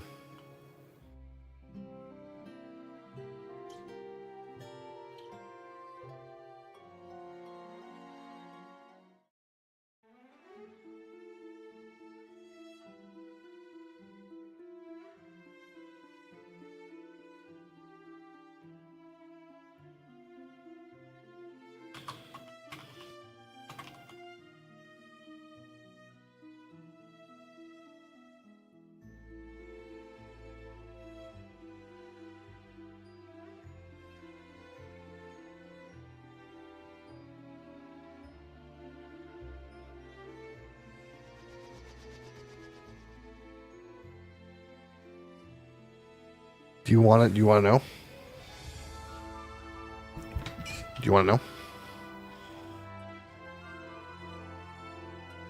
Do you want to know?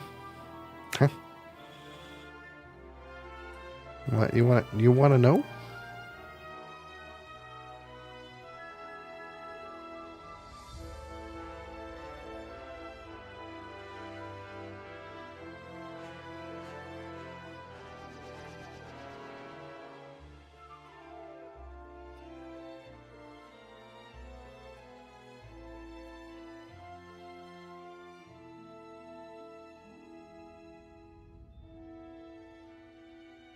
Do you want to know?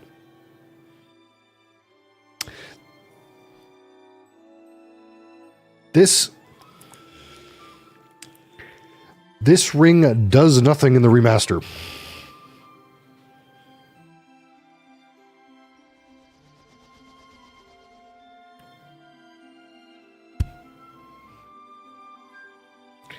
In the original game, it teaches you how to use the map.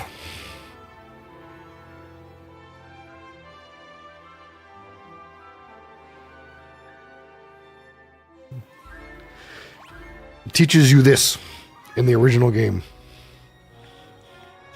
But the item is still in the game. So it doesn't do anything. And I wouldn't have known that.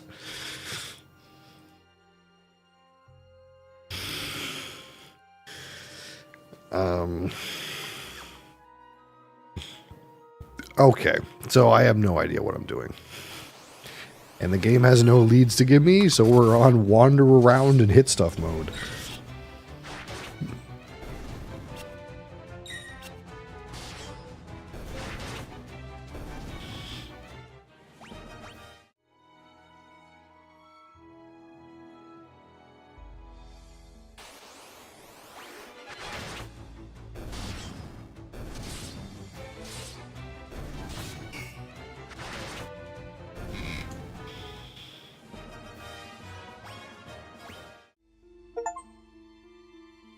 Nice, I defeated 100 monsters.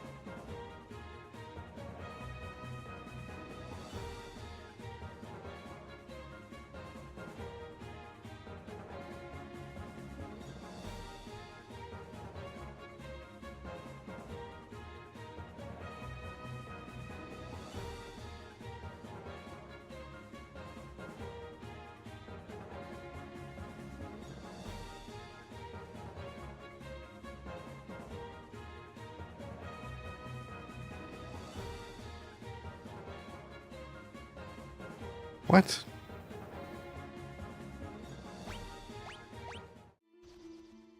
Stupid.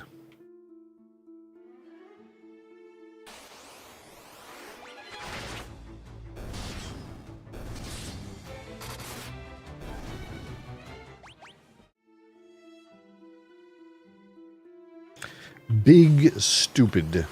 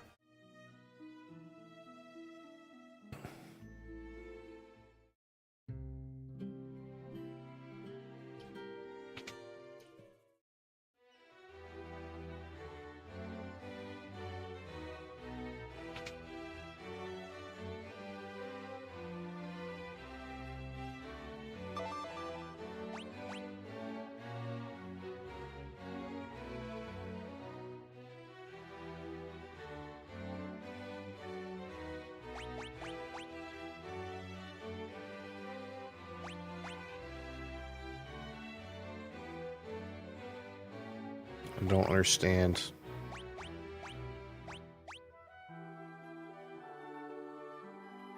What the hell?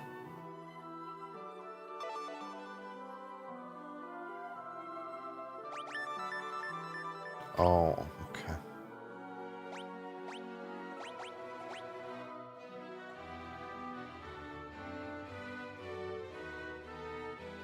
I have charged Joseph, a man living in Salamand, with the task of finding a source of mithril.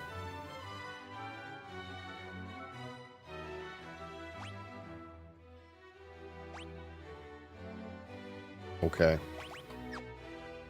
This, like, learn ask system is kind of weird.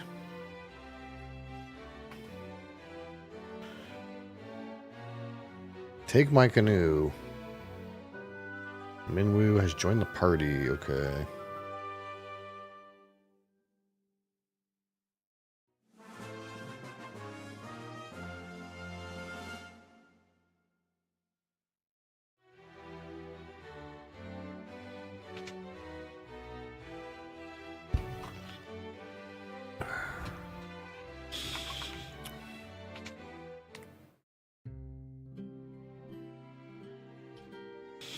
Where the fuck do I go? Paloom? Where the fuck is that?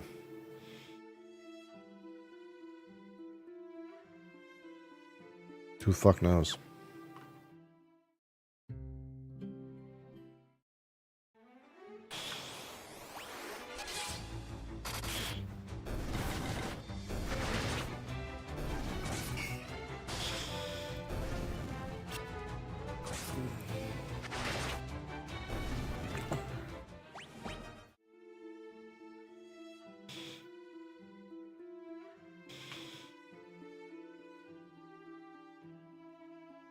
Maybe it's across the way. Ah, here we go.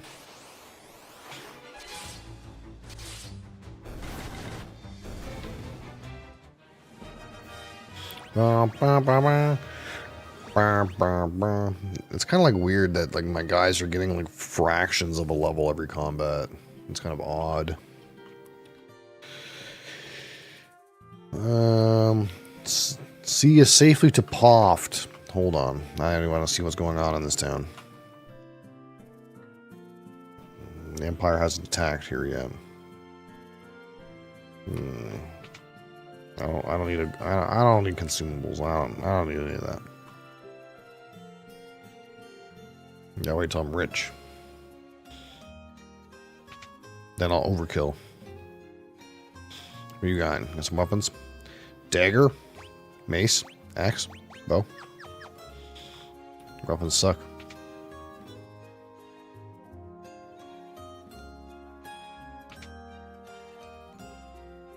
What do you got? Bronze shield. Bronze helm. Curse. Bronze gloves. Do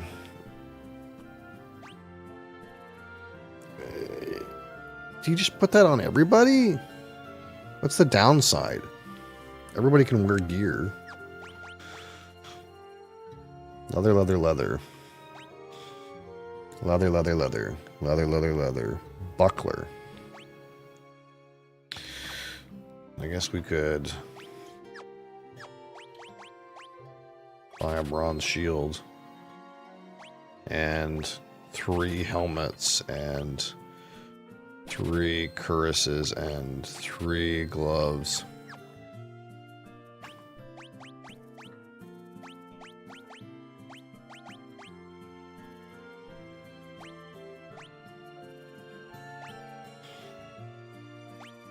I don't see any downside.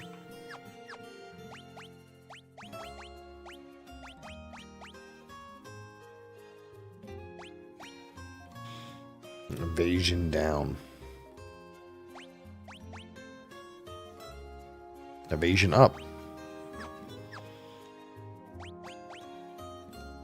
No rhyme or reason.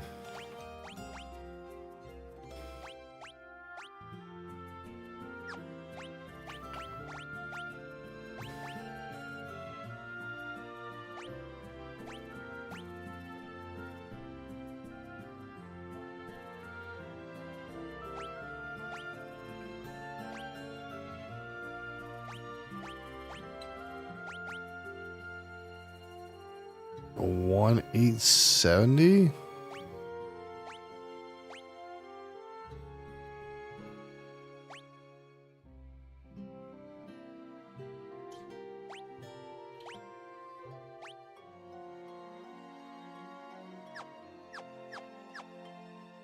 Confused.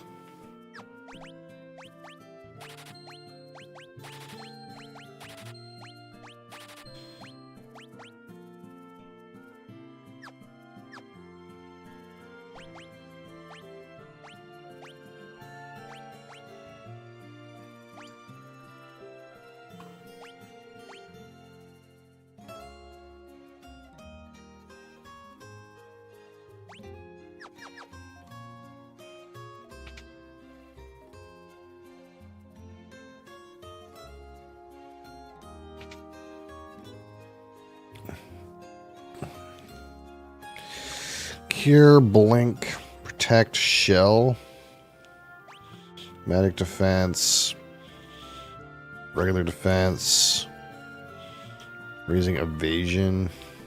I think I need that right now.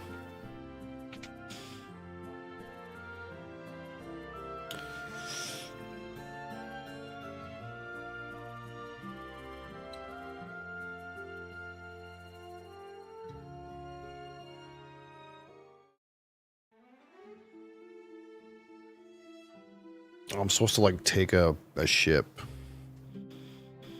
Can I talk to everybody? For the most part.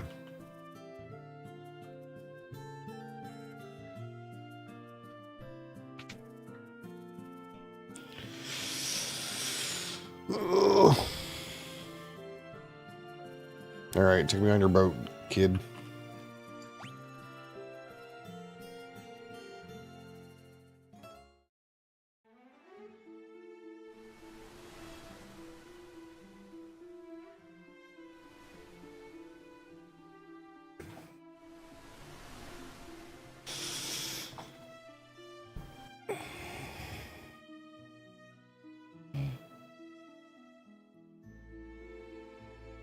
Let's get some friggin' ice water, man. It is starting to be piping hot in here.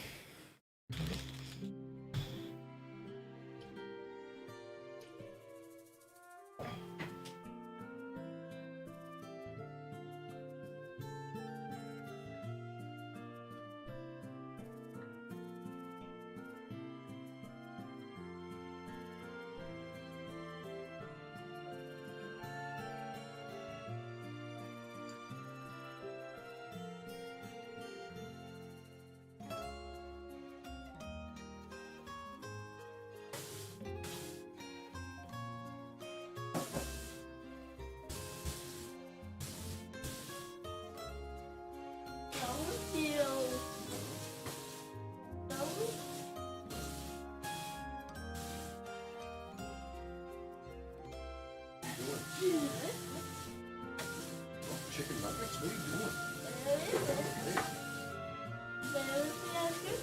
Just take it. It's right in front of you.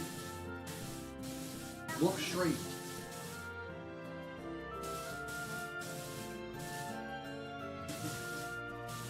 Take it. Oh, freak. Get away.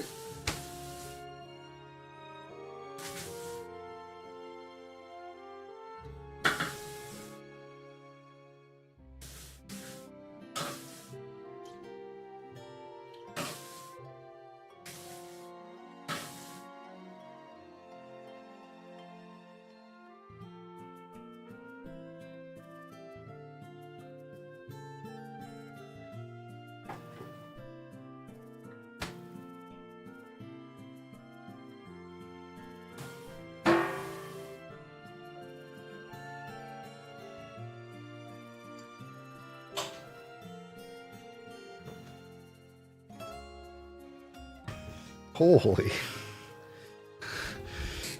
Yeah, he was looking for the last ice cream sandwich in the freezer, and it was like right in front of him. And he's like, where is it? You know what's bad? When you open the freezer and it looks like you just opened the door of your starship to like Hoth. And it's like, and there's like fucking fog coming out of it and everything. You know, you know it's fucking bad.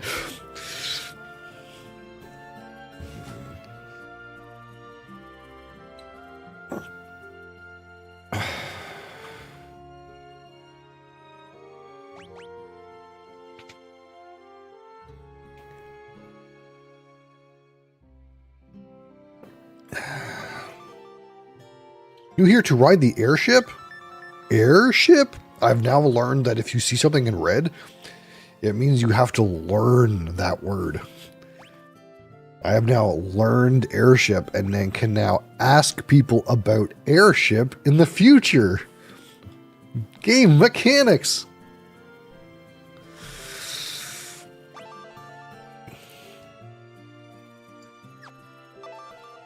What if I ask him about Mithril? He has no idea what to think of that. What if I ask him about Wild Rose? He has no idea what to think about that. Wait, is that Sid? It's Sid. Of course it's Sid with the airship. Of course. Of course it's Sid.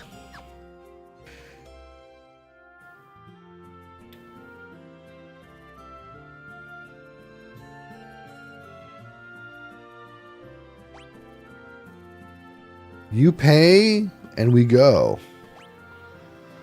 Name your price, instant transport.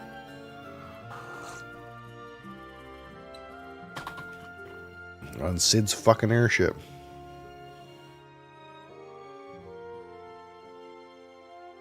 These guys all say the same thing. I can't talk to this guy without going behind the bar. And he says the same thing as everybody else. Fucking copy pasta. They're all the same person. Dun dun dun.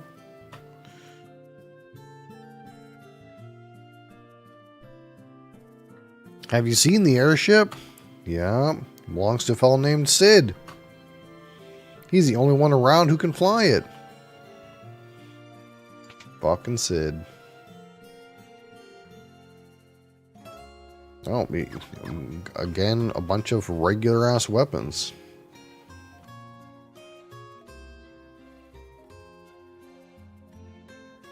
You'd be looking for Sid? No, I'm not looking for Sid.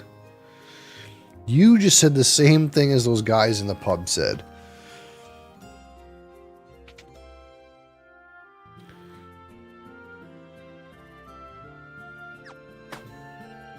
You have the same items.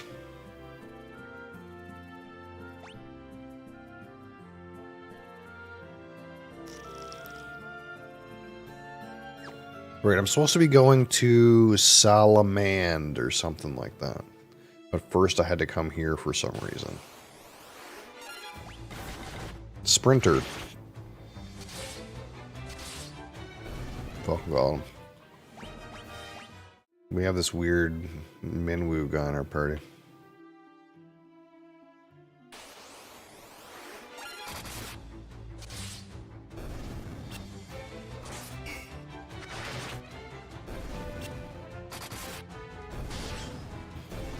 I guess we could have used Sid to, like, go to the city I'm looking for instead of wandering around aimlessly.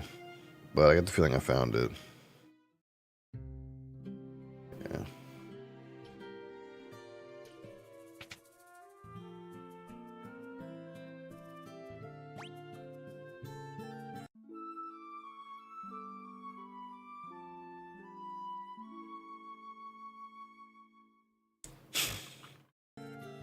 Alright. Think they got anything new at this shop? Mace, long sword. Battle axe, longbow.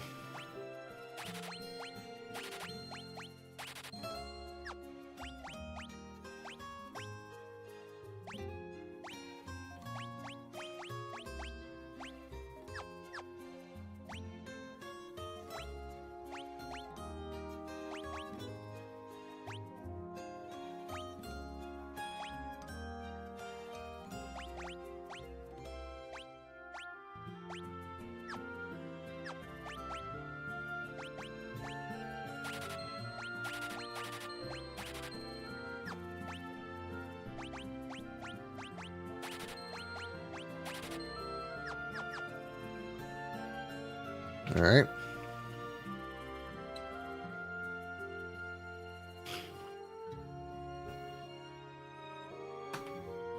That's where everyone's mining. It's mithril. Help some people down there. Okay. I love Joseph, but I know that if I'm around, I would just get in his way. Wow.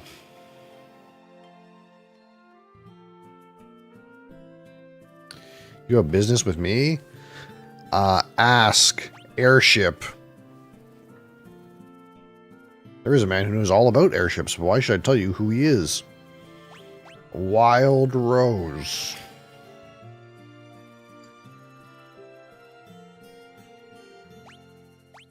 Mithril. Using primitive words to try to get information from this bald man.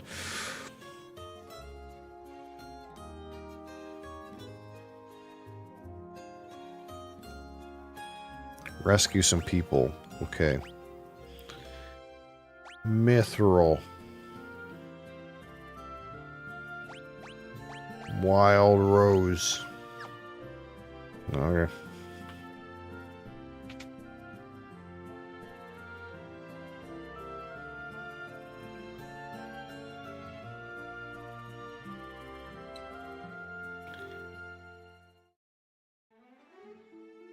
I gotta save some people down here somewhere. That's what I learned. Down here somewheres.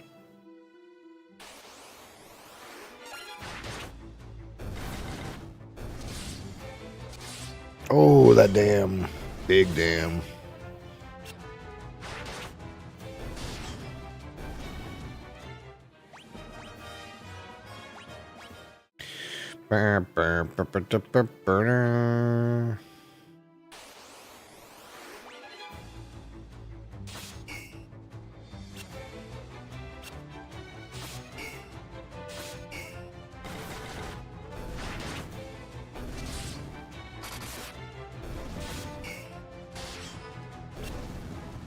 I need you to log in on Friday and fight mercs in campaign so I know if they're safe.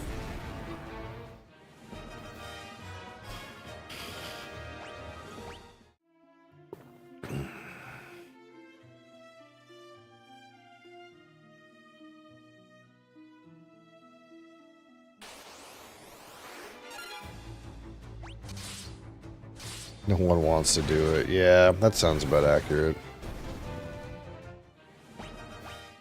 It's probably one of those things where, like, some of them are probably fine, but some of them probably have some kind of, like, skill gem, support gem, gear combination that just does something stupid and kills you.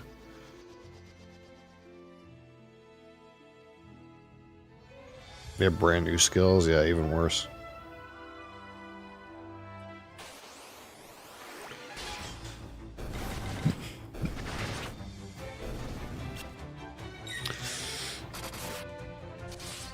The only way I would log into that game, I think, is not on hardcore.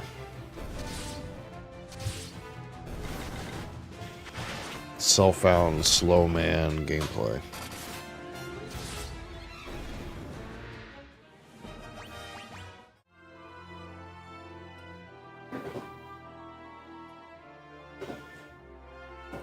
Yeah, SCSSF, yeah. Yeah, software trade is not real. No, absolutely not. I want trade to be real, but at the same time I don't want to die. So it's an impasse. I don't have the time to die these days.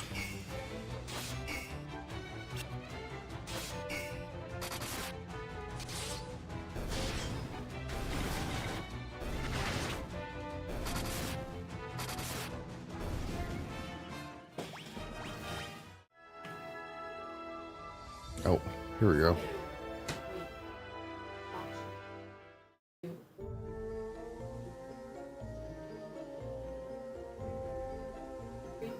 Yeah. I agree. Soldier. On guard, soldier.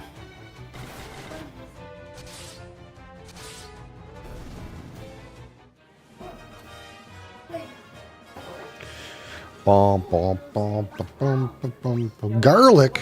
Software development is, it always works unless someone's watching.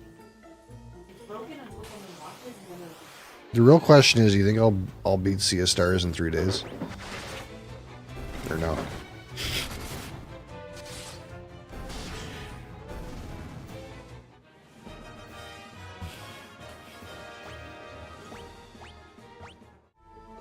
Surely not DLC.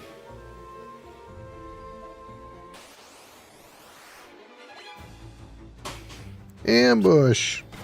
It's a balloon. It's dead. 200 gil. I remember this game. We run around in the dungeon and collect all the chests. And then we have way too much money.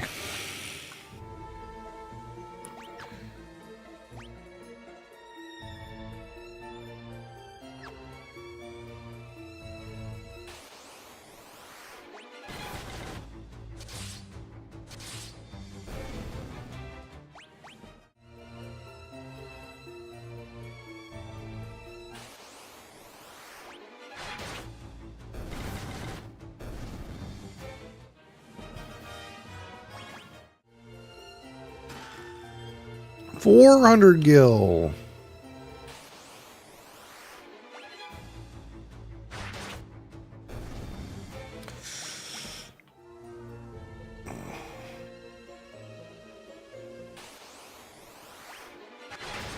Sasquatch.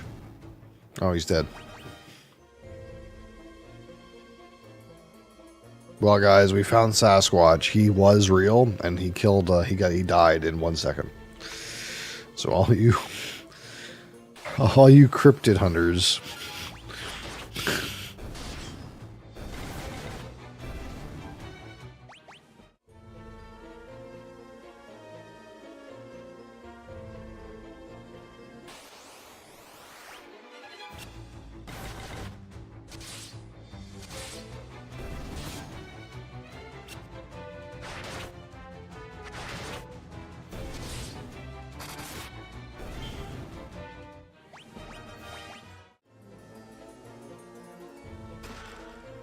Eye drops. Oh, more Sasquatches.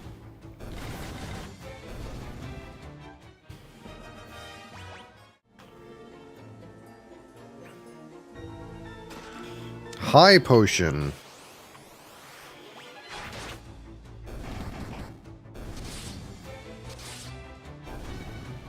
Yeah, I think we're like killing stuff too fast. I think I'm gonna have to switch Bee's Knees up in the turn order so he gets to level up some. Kind of a weird thing.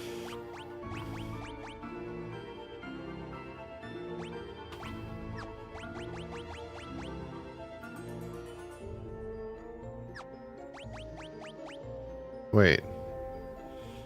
I can't like move him up? Where? I can only just put him forward or backwards? It's fucking weird.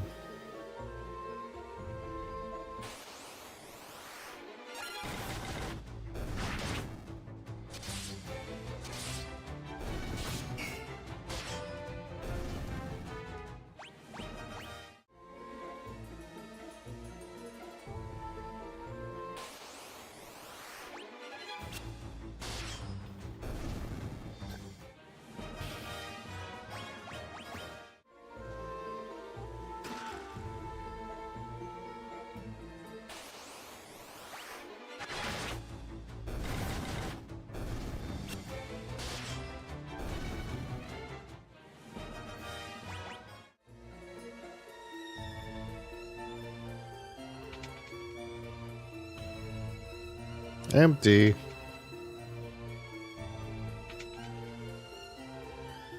Empty.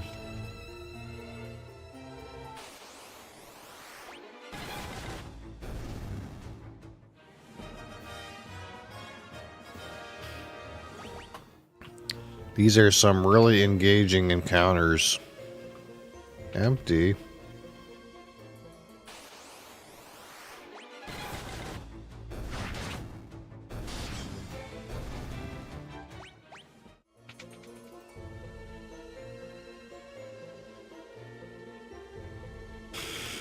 I said to skip the first couple games.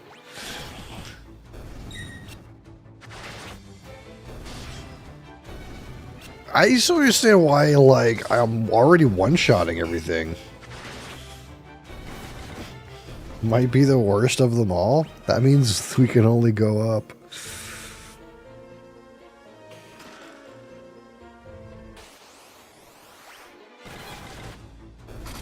Let's see, let's Google this question. Worst Final Fantasy.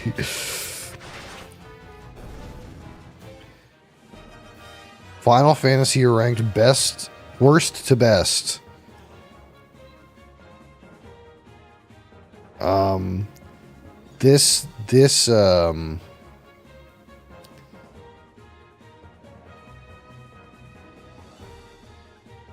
confused.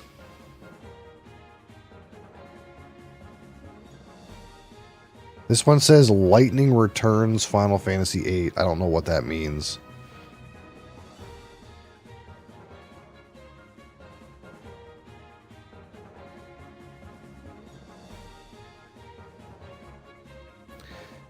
It says Final Fantasy VIII, the third game.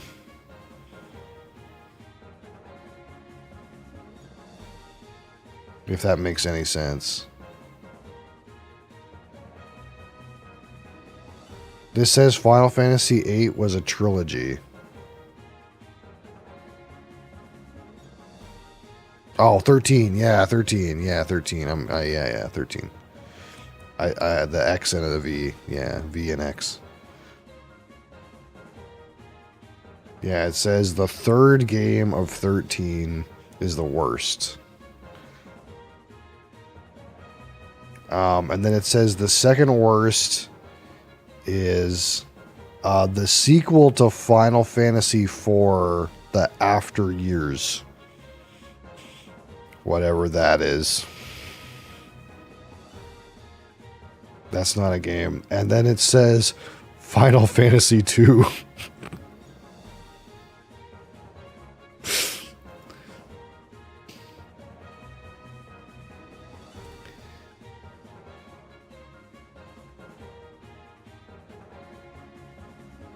Final Fantasy II usually appears near the bottom of these series rankings, and for good reason. It's not that it's an awful game, it's just kind of broken. After the first game turned into a surprise hit, Square greenlit the sequel as quickly as possible, without much of a plan beyond cashing in on the success of the first game. Slightly better story than the original, but the team also decided that abilities should be upgraded based on how often you use them in battle as opposed to using experience points. Yeah, we're finding that out right now.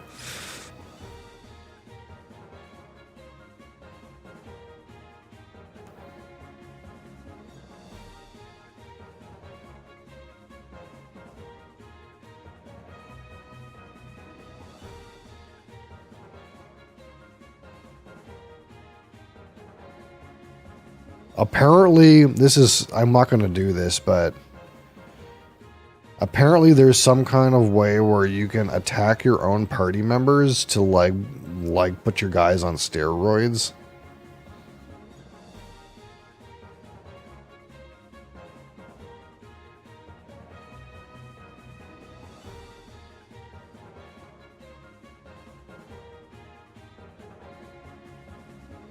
Yeah. Nice. Okay, we're not going to do that, but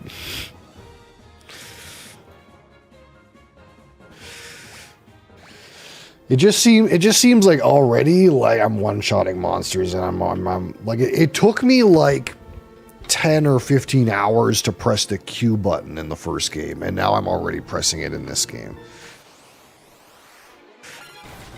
Because you get matched with these goblos and you one-shot him with like a shitty damage skill. Like Nilo does like 160 damage over 2 swings, and 20 damage one-shots these goblins.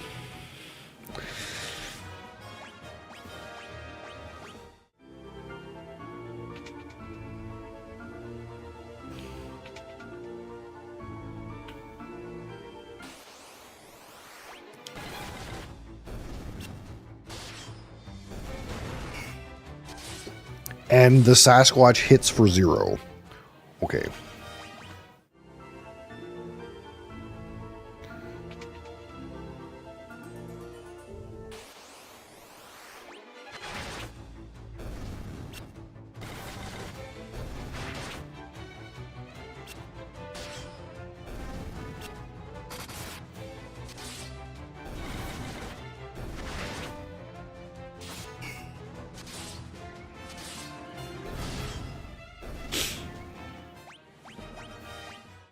At this point,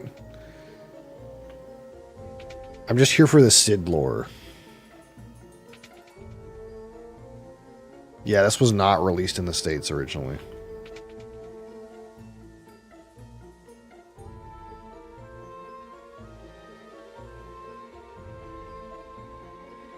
Help us, please, help us.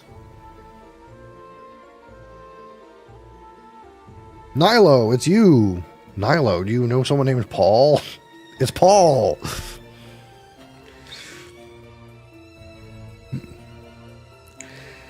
This is Joseph's daughter, Nellie. I think that dastardly Borgen's been holding her hostage to threaten Joseph. Princess Hilda told you to bring back some mithril, right?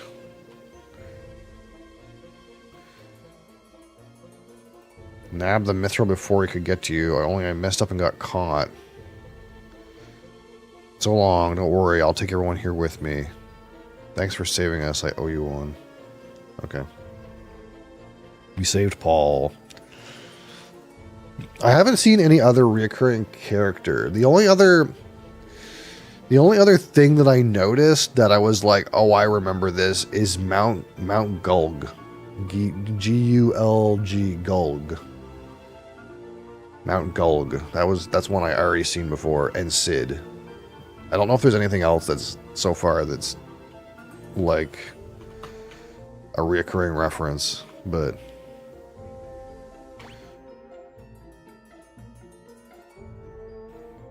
Sid's been in both games. Or Sid was in the first game too.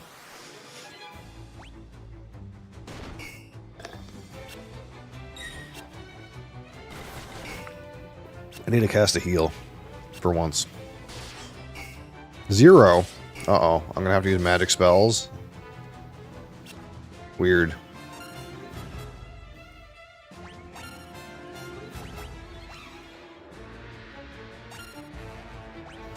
Do you have a magic spell? Oh, you have all kinds of spells. All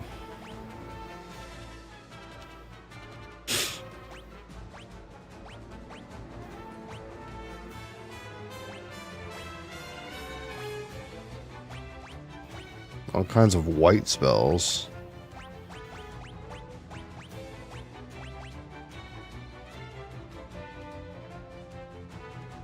I don't know if I can hit. I don't know if I can attack these things. They don't take any damage.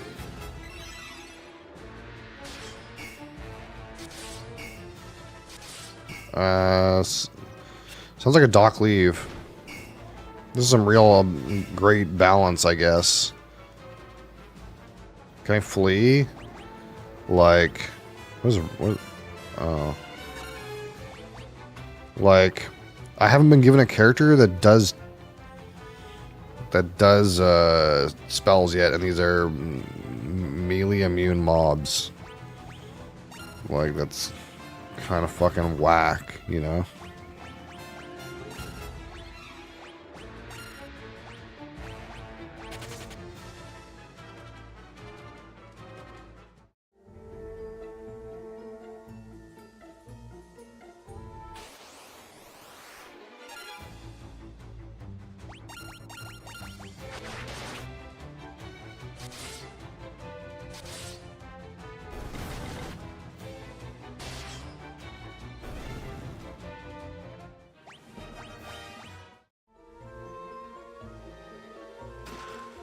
Fire Tome, there we go. I see. He wants to be a wizard. I think Cap was supposed to be our wizard.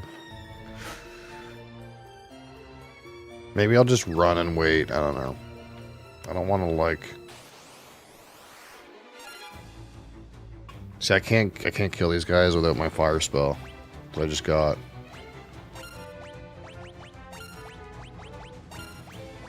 But I can just run away.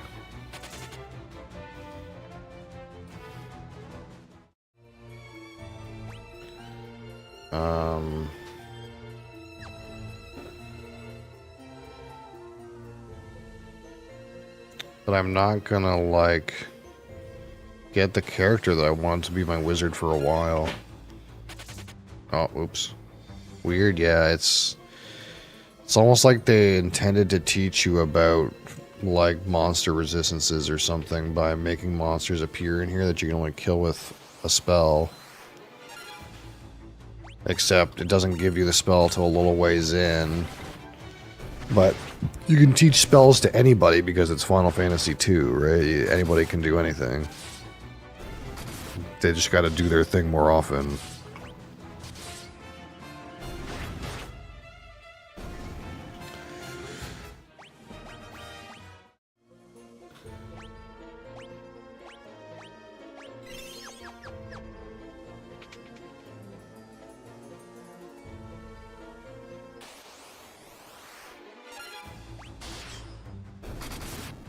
But I kind of wanted, like, my last guy to be the wizard. Because, like, the Nilo character is an all-round stats, seems like. The girl character has, like, healer stats. And, like, the Bee's Knees character has, like, tank stats.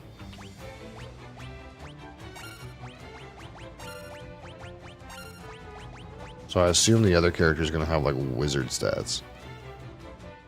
Maybe that's a bad assumption to make. But... oh my god.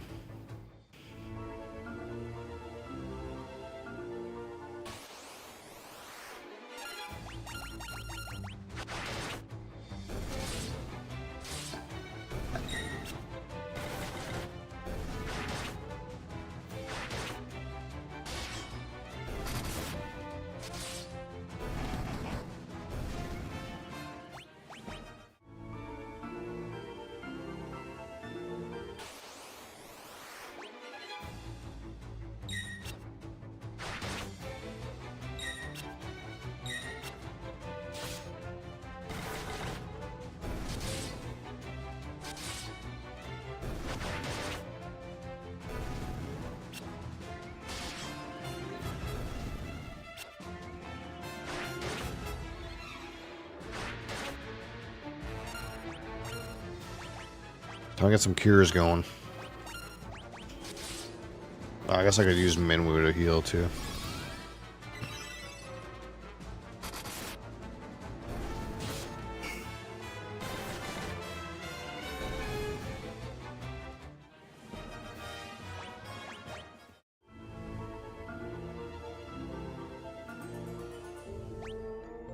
Let's see. Chest and 3 doors. I was kind of assuming I would get something if I went deeper.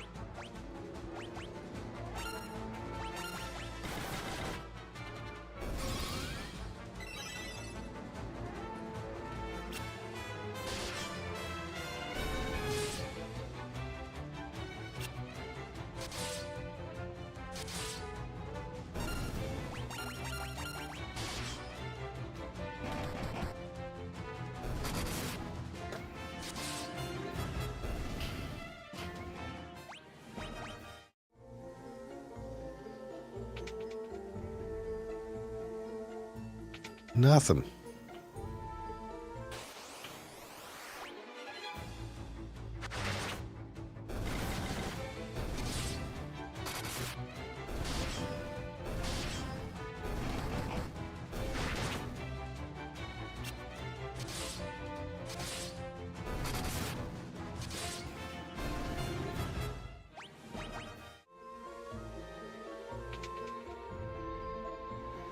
Ooh. Heh, rebels, never thought I'd have to deal with your kind down here. Well, if you think you're getting mithril, you'd be right. My mithril blade straight through your heart. Wow. Time to fight. Sergeant. He's got strange music.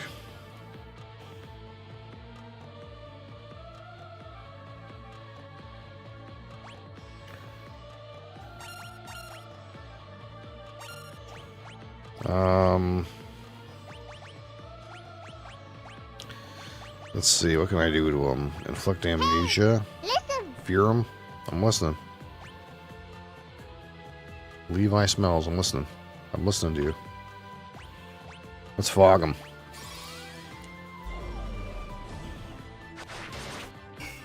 Zero.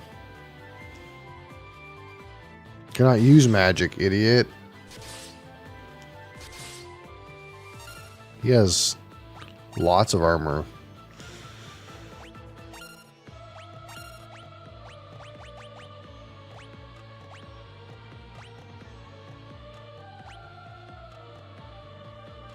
Strikes fear in the target's heart.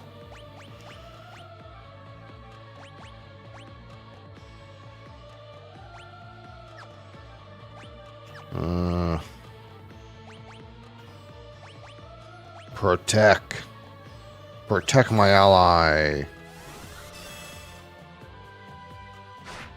What's good? Apparently not Final Fantasy II.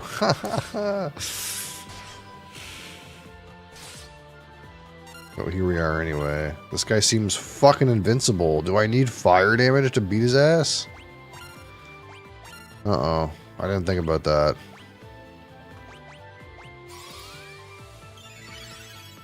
Okay, cure for 1,000. He's also kind of not doing anything. This is the most ridiculous encounter. If I'm being honest.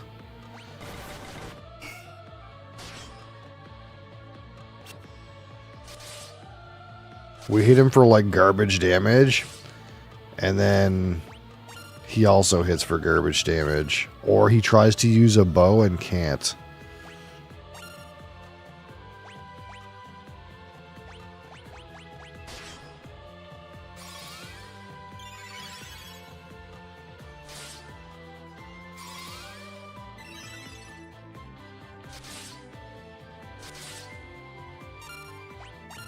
How much health does this thing have?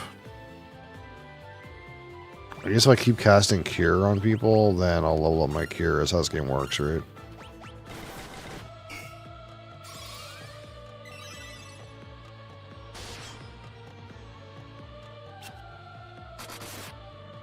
$27, $15. Big.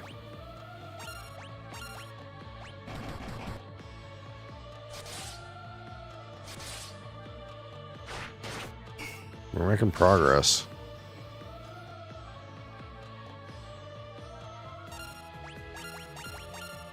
I don't know what Bow 3 does, but he can't use it for some reason. I think it's because like I fogged him, but I'm not sure. How much health do you think this guy has? We're doing like literal the poopiest amount of damage.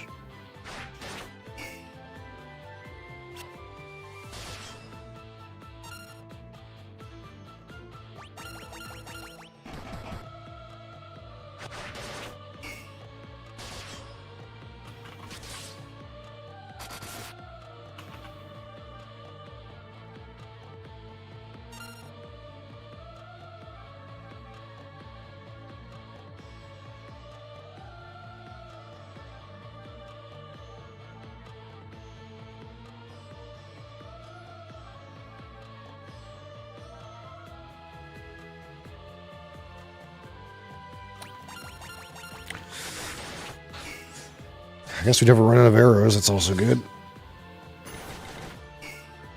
We're doing some big zeros.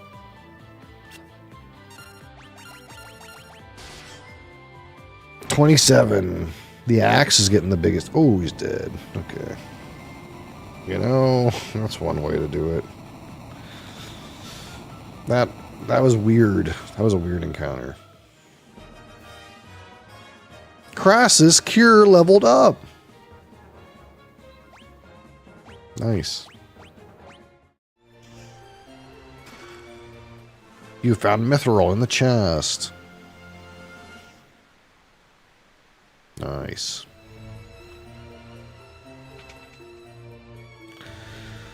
Now, how do we get the heck out of here, Mr. Wizard? Cross the bridge and up the stairs?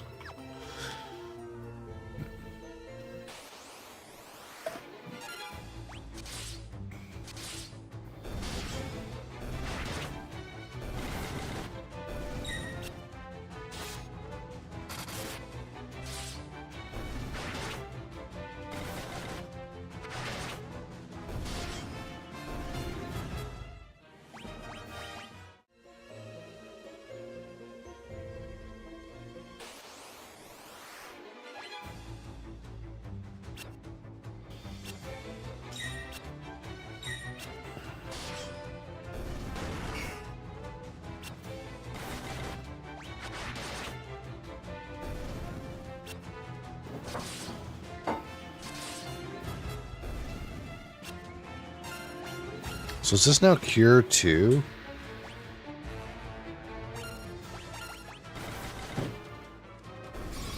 Yep. Nice.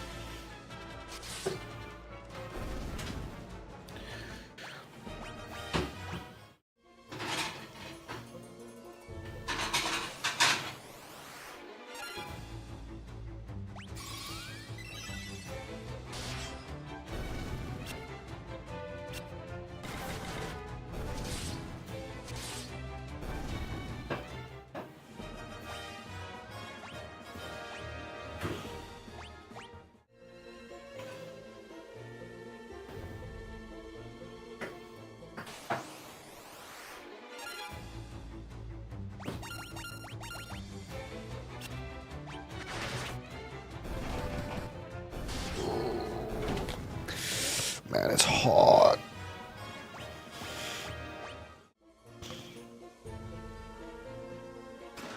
Monsters. Land turtle. Oh! Out of cures.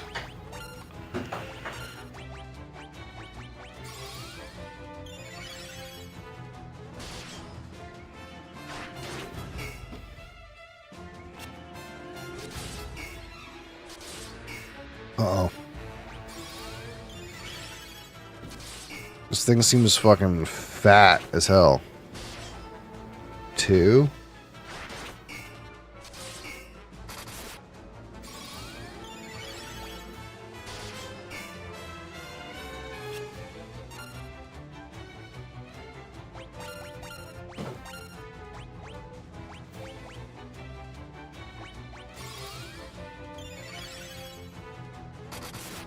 Ooh, 20. How much health does this thing have?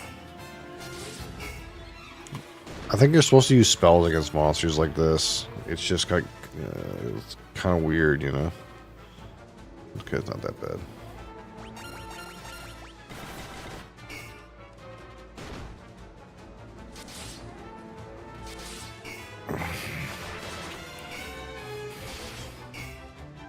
I like doing no damage.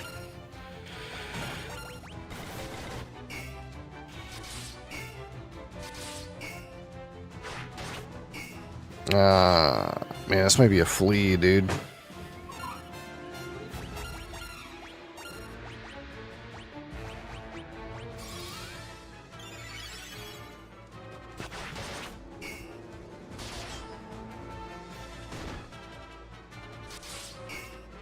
This guy just doesn't take any damage. I need a spell, man. I'm about to find a random Japanese man to 1v1.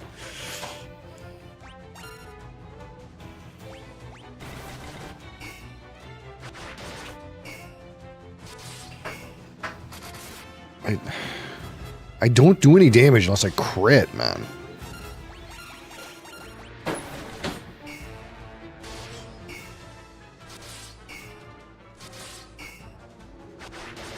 But wait, does this mean we're like power leveling our abilities though? Because we're just using them over and over again and it's doing 0 damage, but we're using them? Is this power leveling?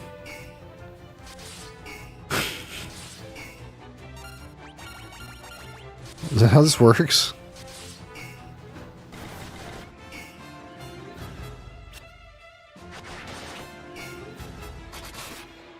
Ooh, 20 damage, got him.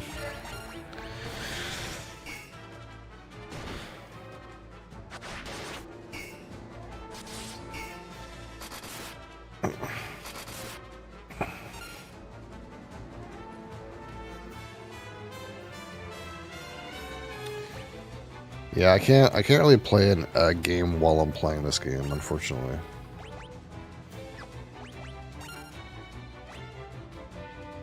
I can start a game when I end stream though.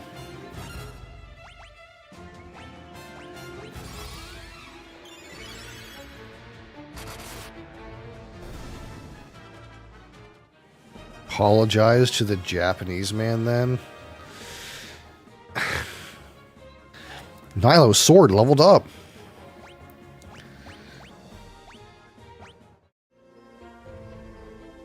Teleport tome. Apparently, I've already completed 10% of the bestiary. Okay.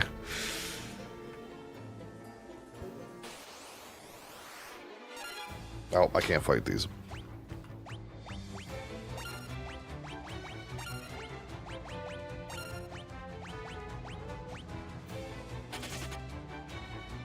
I mean, to be fair, like, I haven't beat you a single time yet anyway. I mean, you know.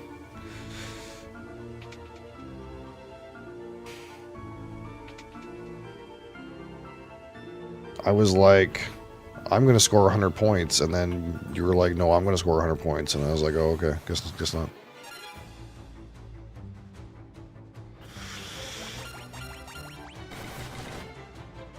Don't worry, I'll get some tips. I'll get some tips from the best.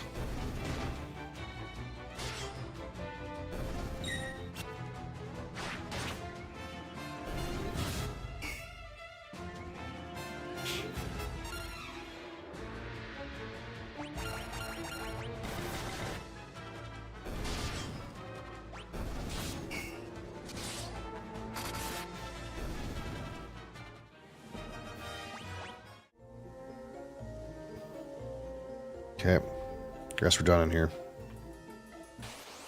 I guess this is the time I would teach my character to teleport and teleports out of here. That's what we're supposed to do, probably.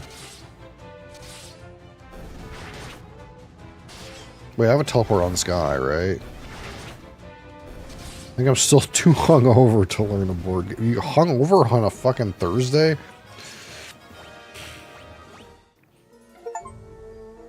I've defeated 300 monsters. Go me. National Day. Okay, whatever that means. Get me the hell out of here. Teleport.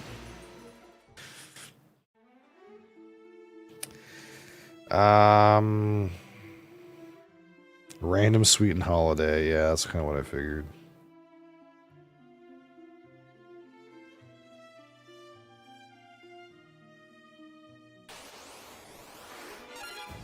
Upcoming departure. Where are you going, though?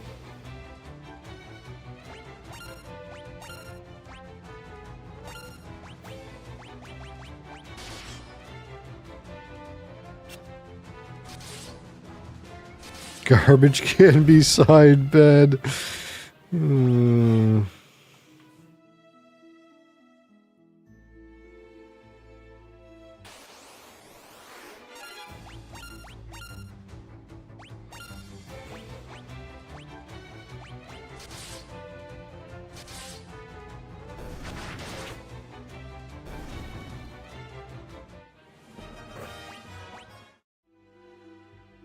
Yeah, but my plan is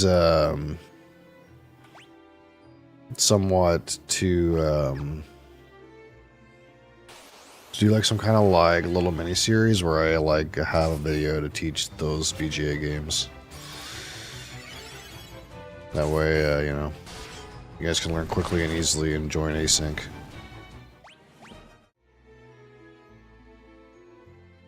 You're moving to Poland. Where we elected Polish Trump. Yeah, I heard that.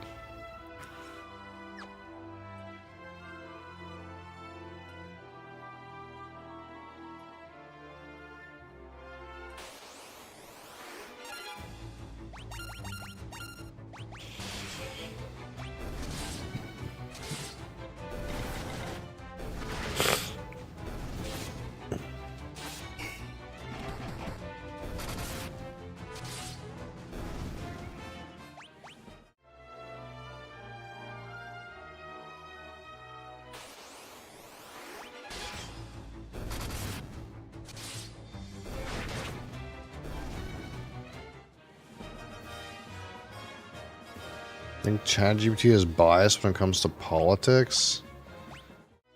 It's probably weird.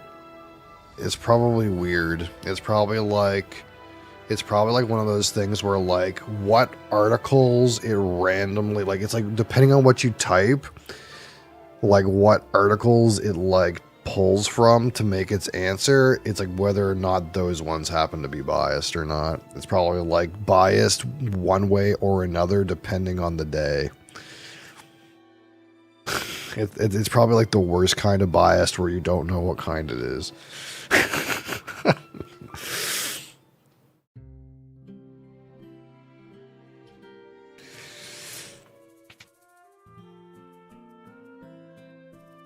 Or it'll be like both. It'll be like right leaning in one paragraph and left leaning in the next paragraph, and then like split sentences.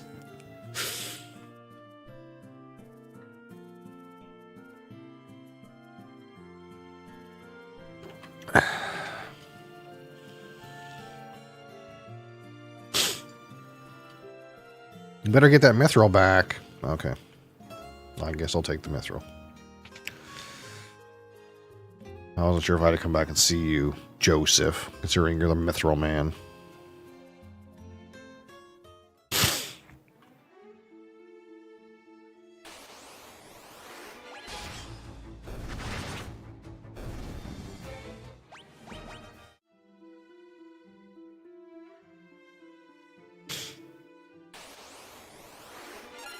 Yeah, I'd like to play any of those games if you guys ever are into them.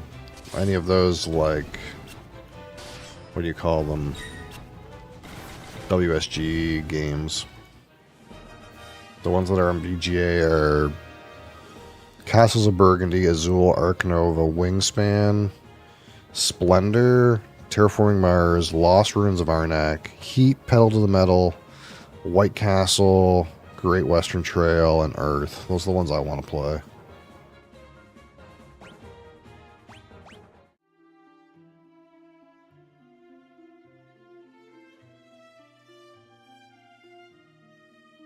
You have 1 week.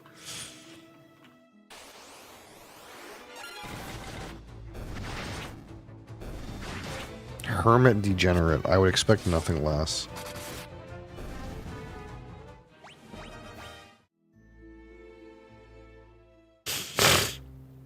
So we could take the boat and fly and go all the way back, or we could talk to Sid and say, "Hey Sid, can we go to Altair, $700? One saves us money." I think we want to like fight more things though. Isn't that how this game works? We want to like go fight more shitty monsters. Meal prep 10 days worth. Died on day 5. Depressed.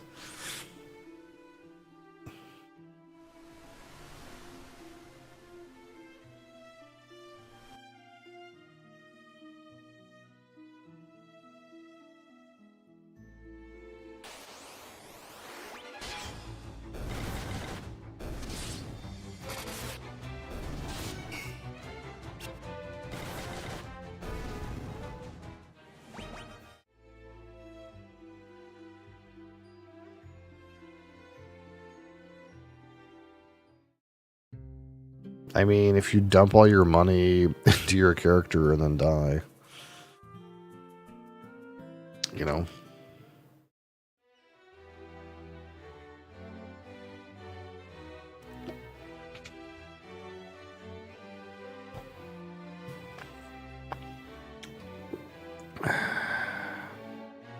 The Empire also suffered heavy losses. They're building the Dreadnought to help compensate for those losses. Okay. Key items, canoe. Key items, mithril. You found the mithril. Now we'll be able to fight the Empire on equal footing. That was easy. Please take the mithril to Tobul, the town blacksmith. Okay. Ask airship.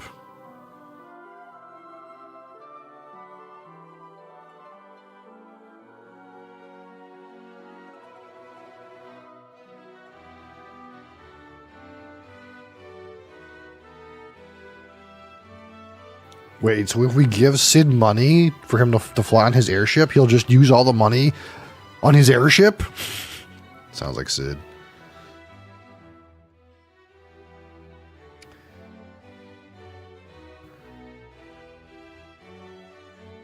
Journey to reach Reddit to stop showing me trash. It's now making me go through all the store service hubs.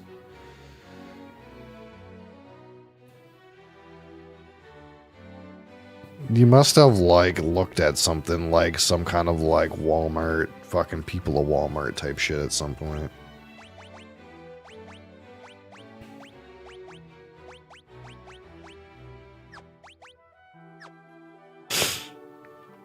Our Walmart employees.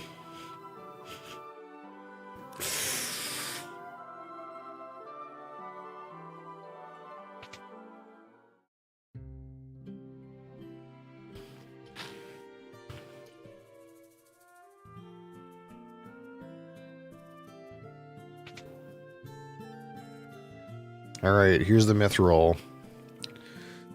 What could you want with me? I'm just an old man. What about canoe? Nothing, eh? What about Mithril?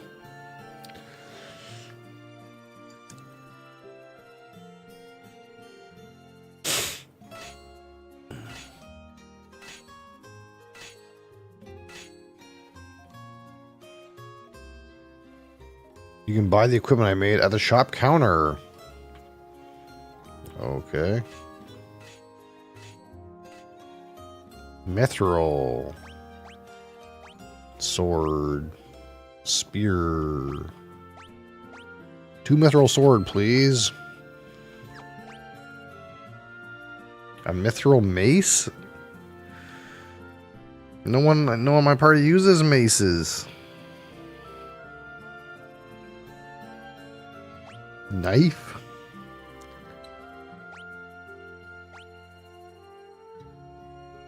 We have a dual-wield sword. Wait, what if we... Hold on. What if I go like... Can I go like dual-wield sword spear? Is that a thing? Is that a thing? Right hand, sword, left hand, spear. Badass.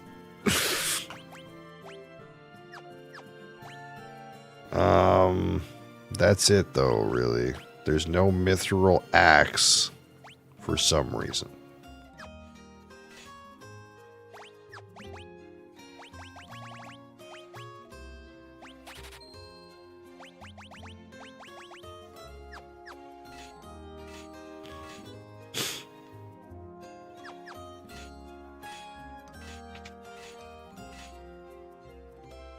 You think there's some mithril stuff in here now?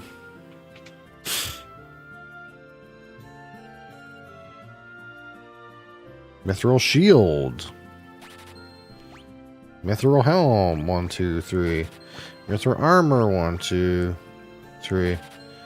Now we're broke. 1, 2, 3.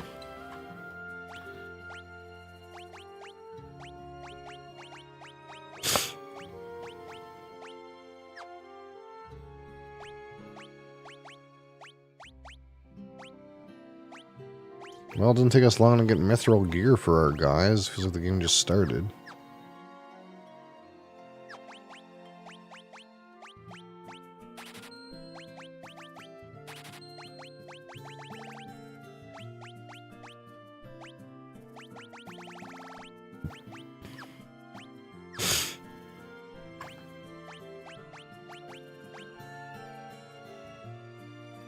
No money.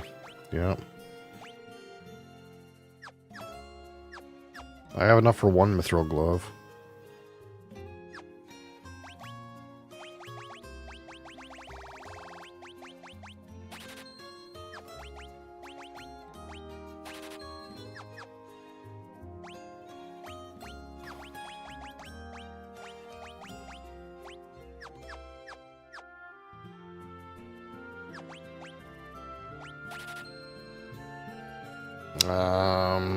I would need a grand.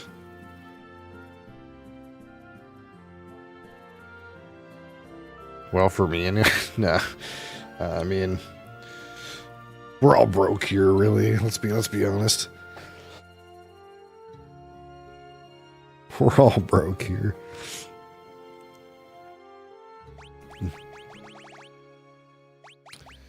There's no way I can make a grand out of this, right?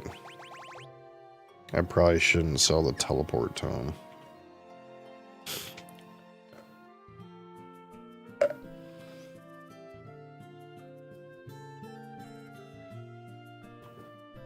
So now I go fight them? I go fight the guys? Is that what I do? With my mithril items? Even though really only Nilo has mithril items?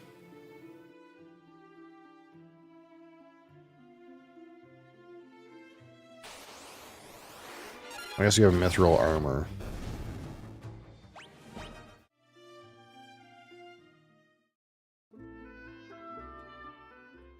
Can't get into the castle still. Rebel curs. Murder his ass. 0. 0. 0. 0. Okay. Excuse me, sir. I didn't mean to bother you. Turned out I can't fight you even with mithril armor. See you later.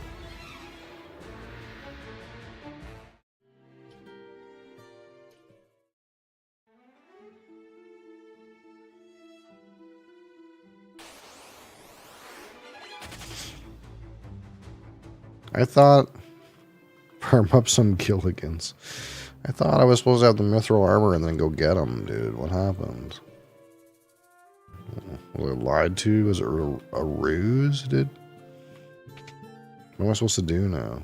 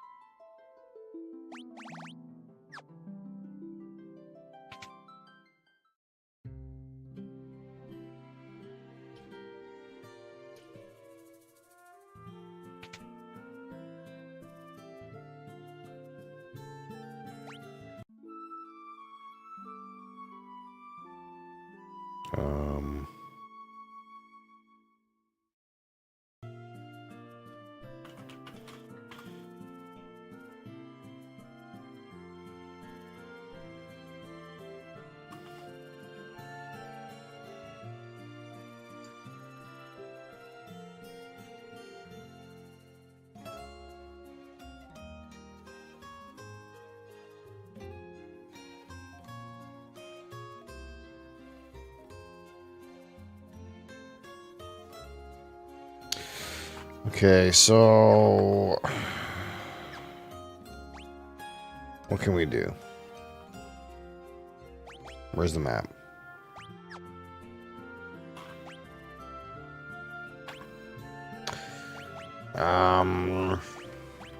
We can't go here, we get owned.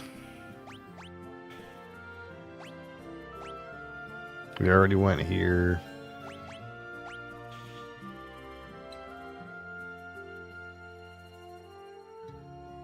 I guess we can go to the Dreadnought, right? That sounds more dangerous, but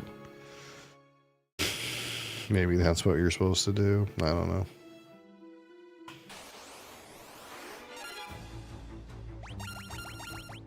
Clearly attacking those guards in front of the castle is not it.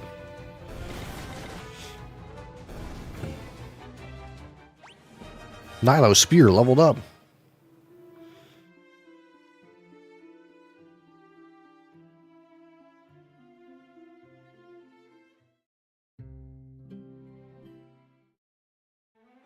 I'm broke. I can't afford a good airship. I gotta just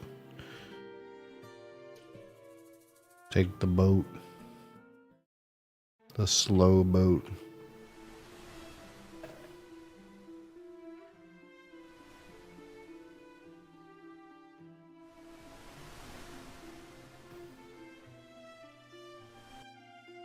Alright, where do I go? From here. Soldier.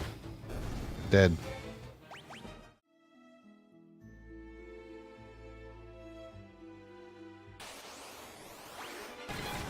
Many goblins.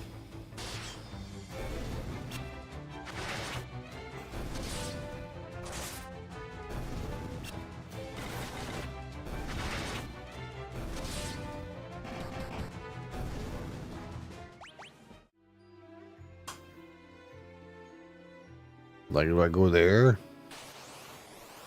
Seems like more dangerous.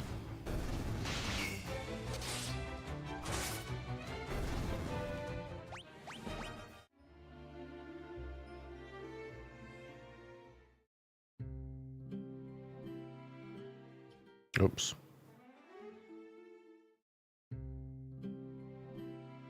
You'll need a pass to board the Dreadnought. A pass?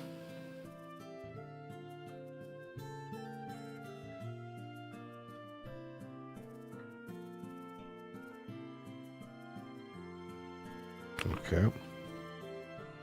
What's this? Back to work. Work, I say. If we finish even one day sooner, my glory will be exponentially greater. Okay. I can just work like slaves.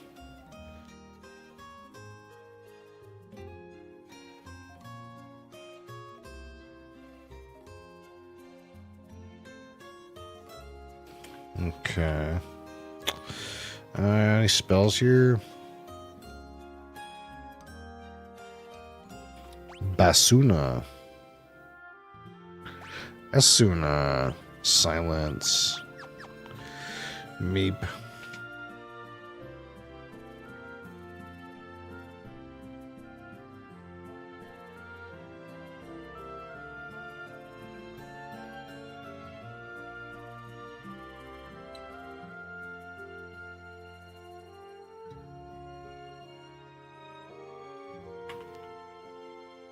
Sleepy.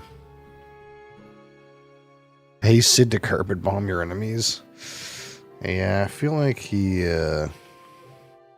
doesn't want to do that. Oh my god.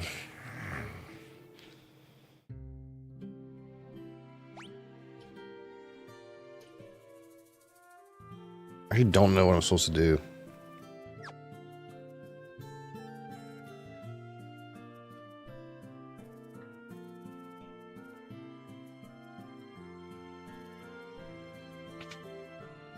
Yeah, for some J-Dams.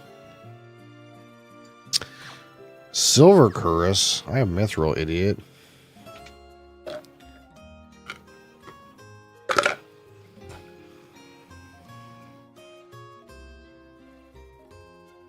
What do we do here? Anything? Am I in the wrong place? Who knows?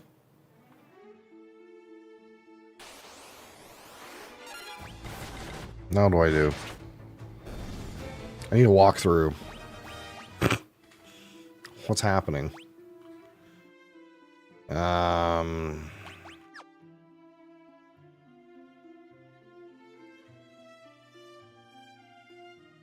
do I get to the Dreadnought?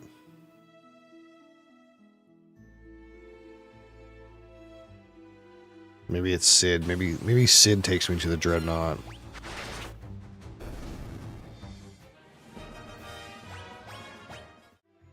Wonder if you have to go where the airship pass takes you and then come back. I don't know.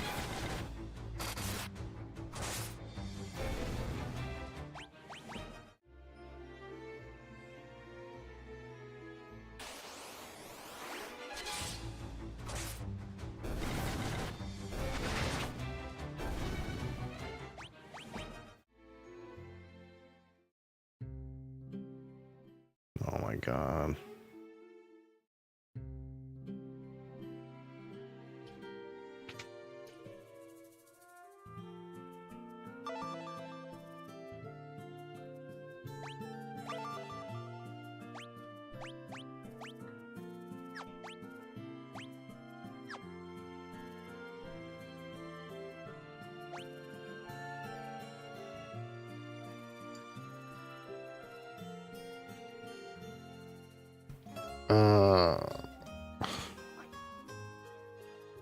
I feel like if I buy this, it's just gonna take me there.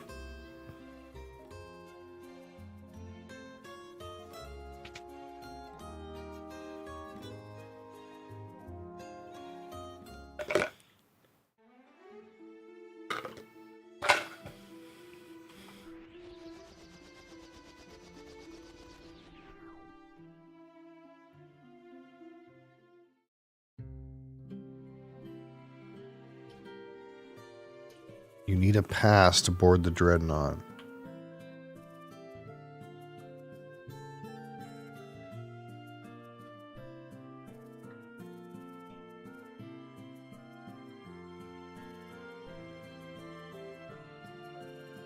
Oh, wait, what's that down there? Right, this was blocked by that guy, and I was like, hey, what the heck's going on over here?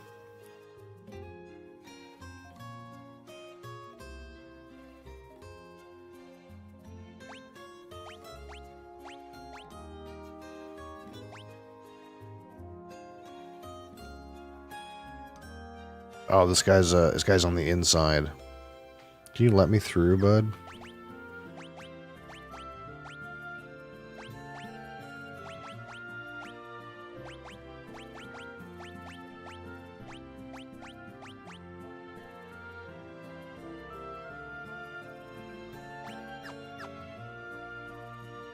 Can I get through? Let me in, buddy. What's happening? I don't know what to do.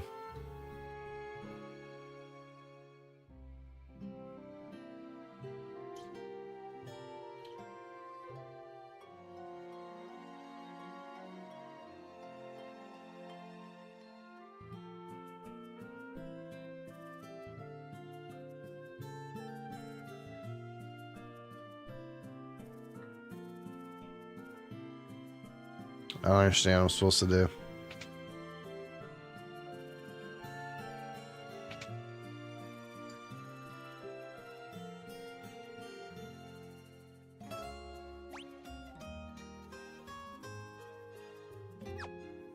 Am I even in the right place? I have no idea.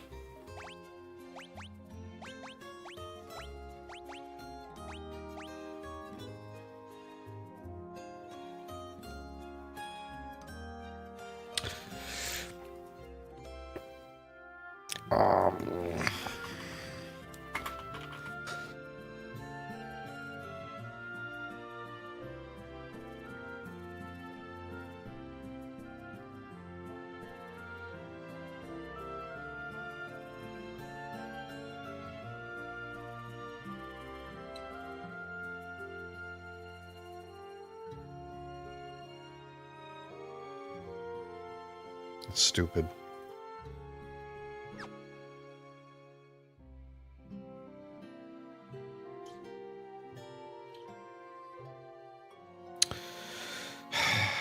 This game is worse than the first one in that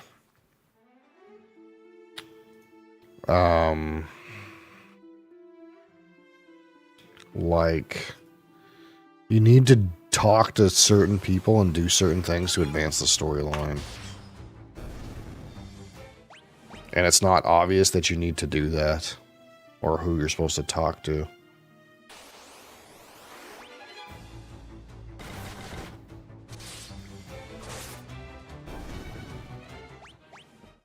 I'm at the right place doing the right thing. I just didn't talk to the right person first.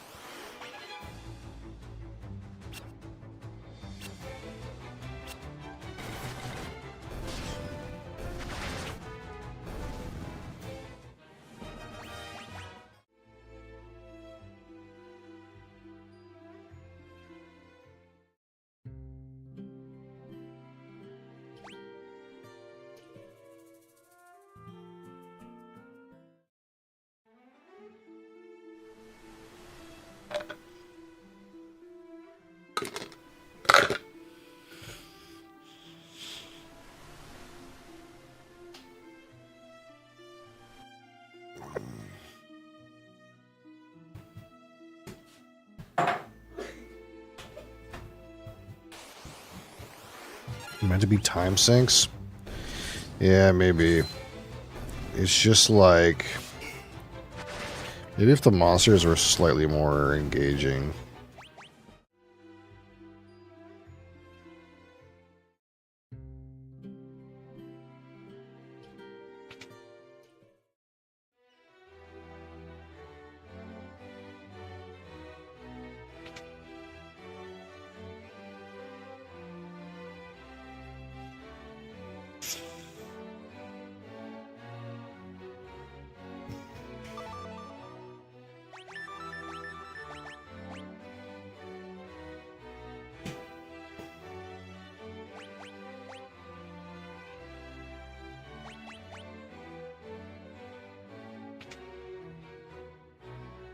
Yeah, since I didn't do that, that guy that's supposed to let me in that stairway doesn't let me in that stairway.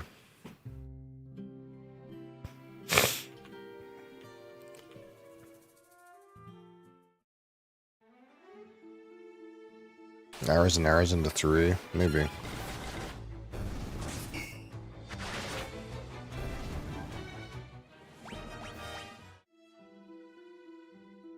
I thought, I can't remember how they went, how the American titles went. I thought it was like 3 behind.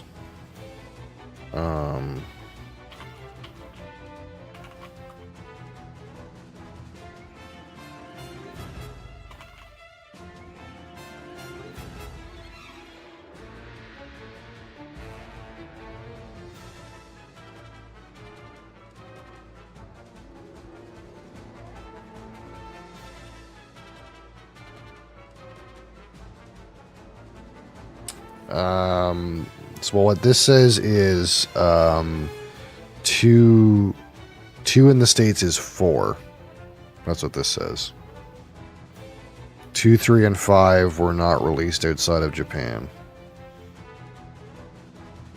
And it says, 4 is 2 outside of Japan, and 6 is 3 outside of Japan. So, in that logic, it would be 4 would be the one that you played a lot.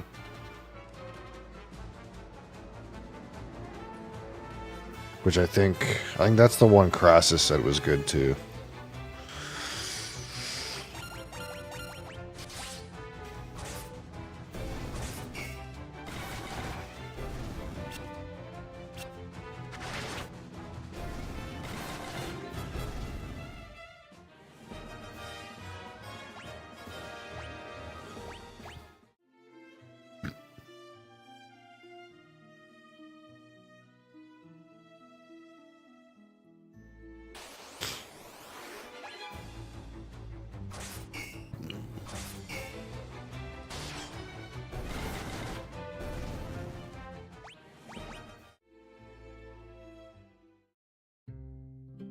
Oh my fuck. The thing that drives me nuts is when you like pace to the right to enter a city, but then it faces you the opposite like direction. And then you get all confused like which, and then you automatically leave the city in 1 second.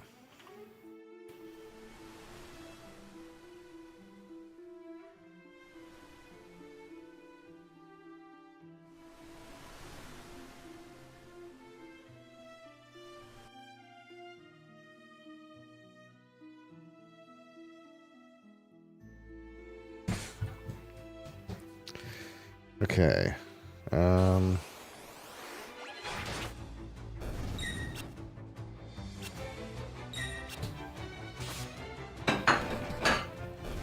Yeah, we were looking this up earlier. I don't know. I don't know if you were here, but like,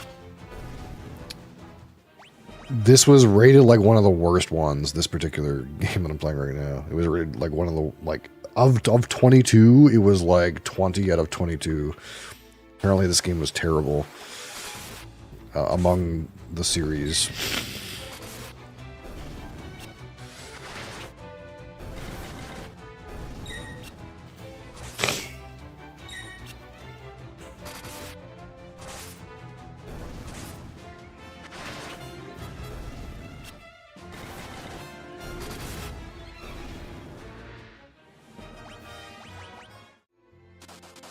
I'm like fucking poisoned or some shit.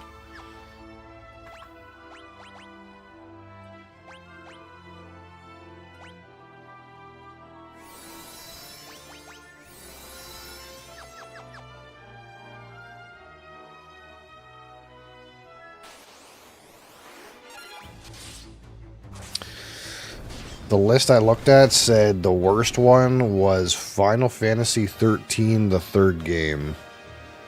And the second worst one was the sequel to Final Fantasy IV called The After Years or something like that. And then it was this one.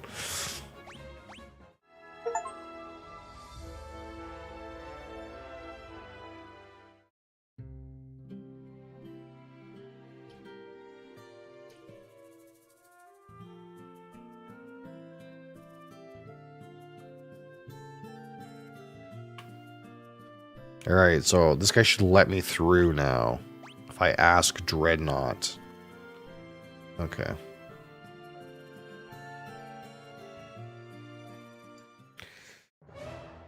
And it told me that thing about the past. Like, it was like a complete red herring. My first MMO was what?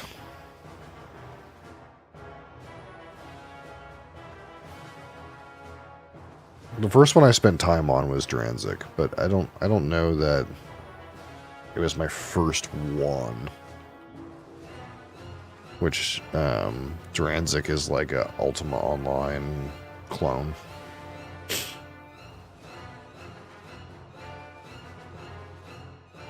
The story was god awful, turbo cringy. Was that the one I played some of? I played some of some. Yeah. I think I played some of that one. Is that the one with Blitzball in it? Which one has Blitzball in it? Blitzball.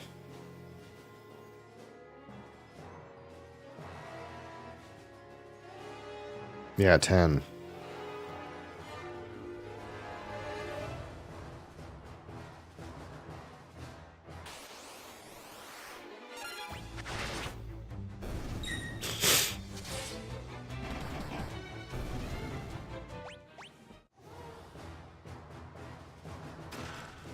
Longsword, great, outdated items.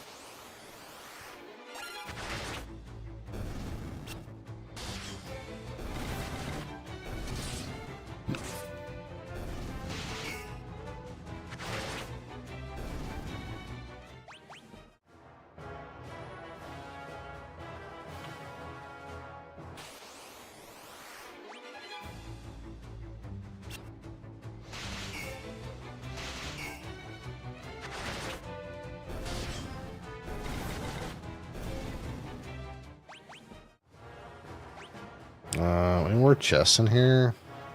Just the one that's on the way.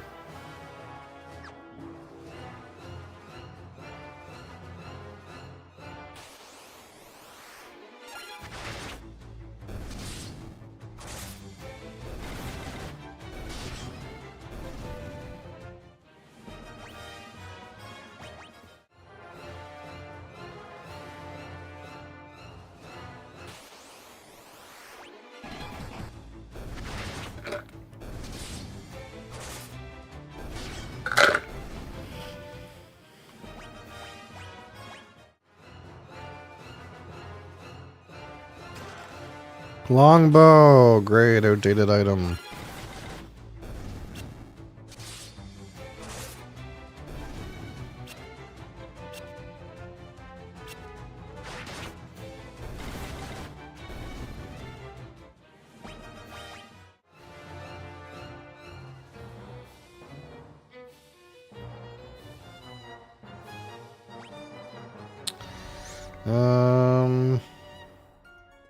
Nowhere to go, actually. Just one way to go.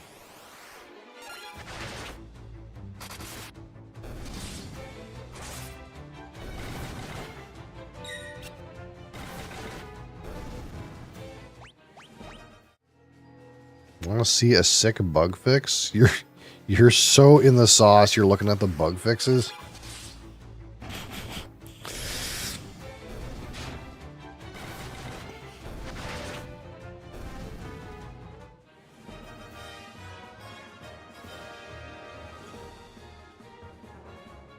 More than skill, ascendancy passive skills causing a lucky blocks to be rerolled and a... What the fuck?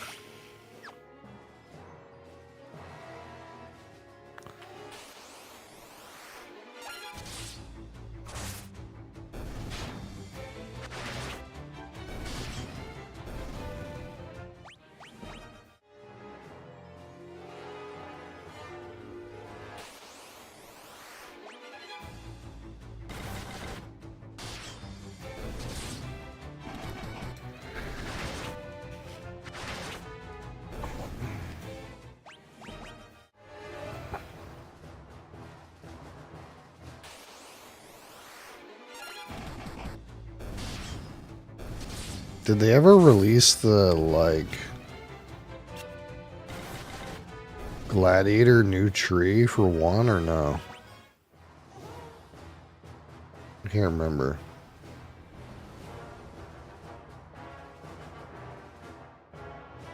I wasn't sure if that was 1 or 2. They get blended together.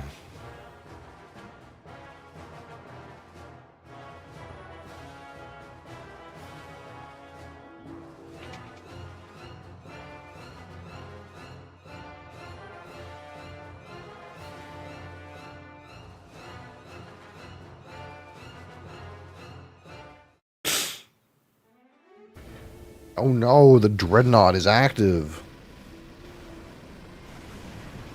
There it goes.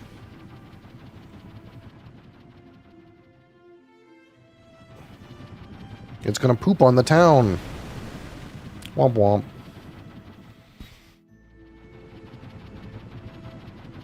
Uh-oh.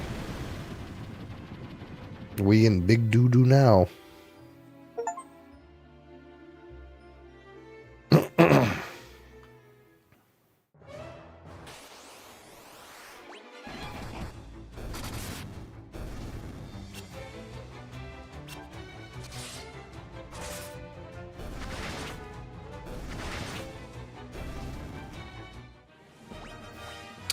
That mob just missed an ability called Self-Destruct. I'm not sure how that works, but...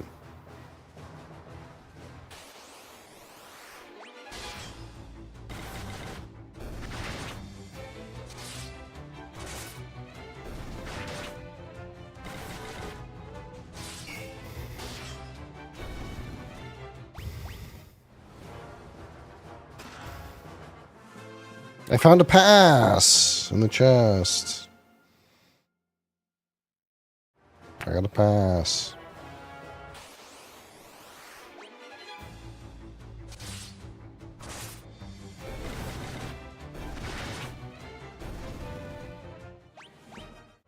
What does this do? Leave? Yes. Oh, I see. Well, where did the Dreadnought go?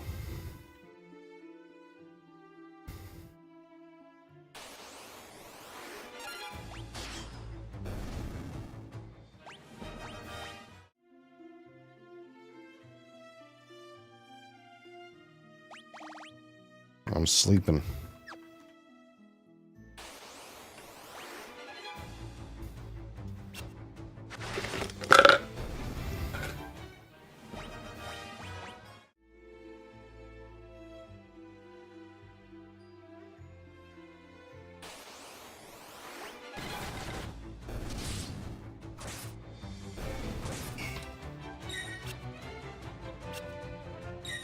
Miss! Miss! Miss! Miss! Miss!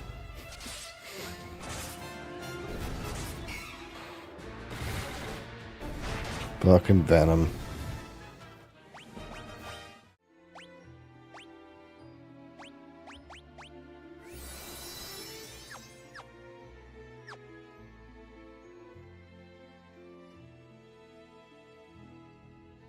Well, it's a good thing we're about done with this segment.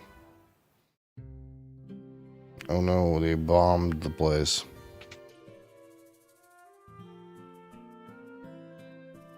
Sid's still here, selling his air services.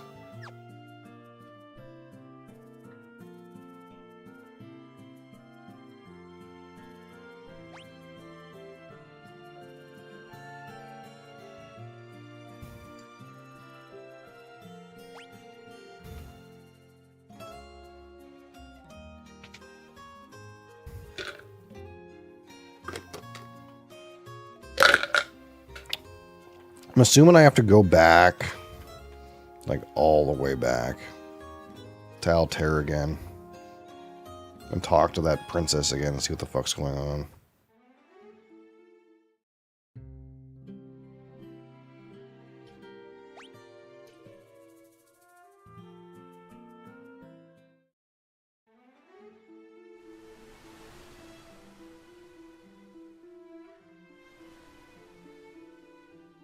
Because I think that city got bombed too.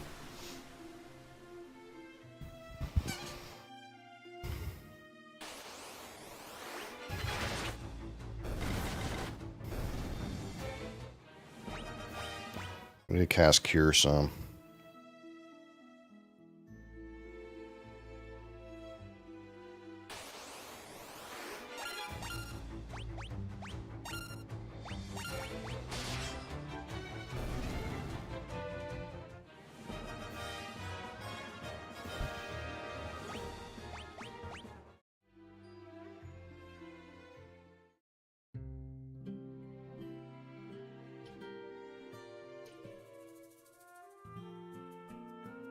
Alright. Let's have a chat and we'll save the game.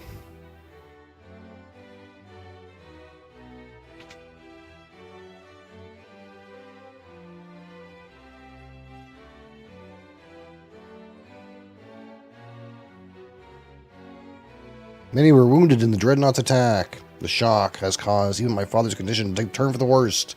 I hate that my father has to see this. He knows. He knows his death is near. Is there nothing you can do, Minwu? All those who live must someday die. It is our fate. Bucking Minwu.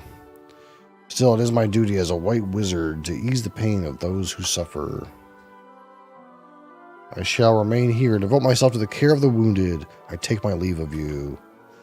The fate of the world rests on you, Nilo. Waste no time in destroying the Dreadnought. Yes. Now what?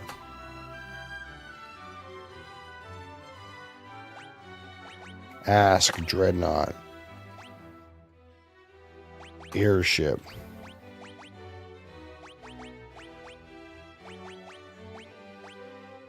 Learn. Ask Dreadnought. What am I supposed to do?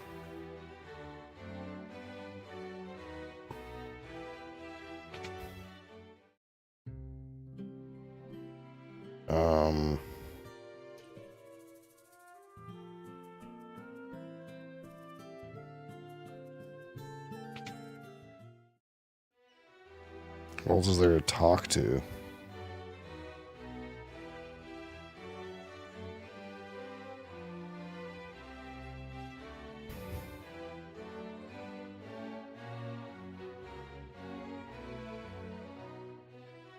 Well, time for a save, I think. I don't know what's going on, and we'll sort it out next week.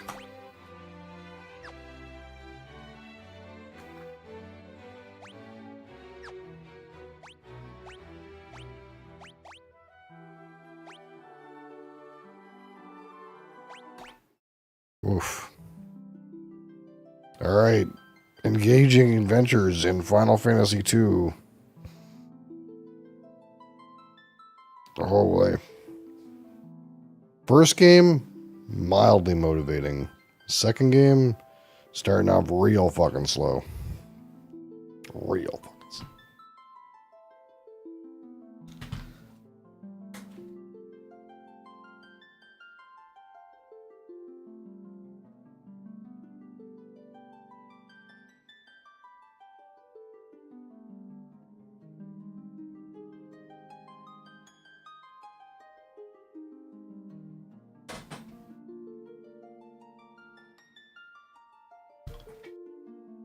Gonna be the hardest one to get through. Yeah.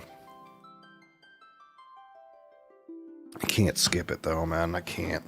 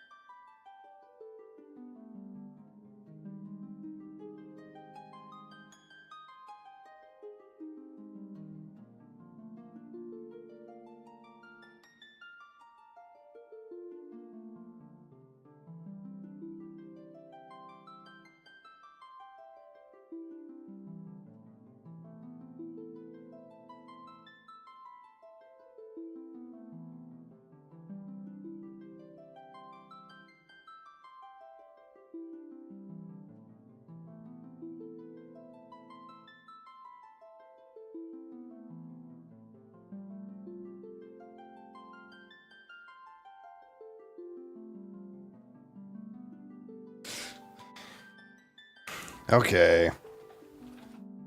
Enough of this for right now.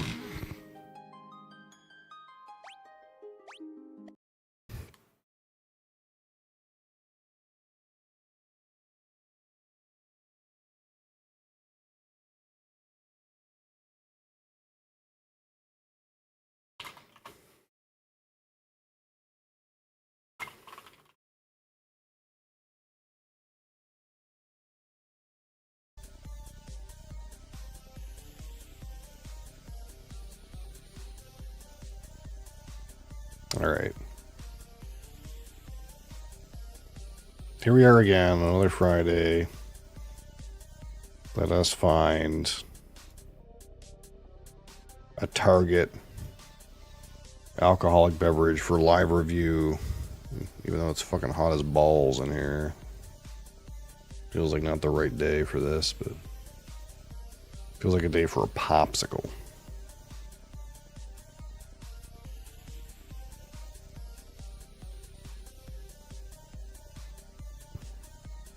Okay, we're not going to review that.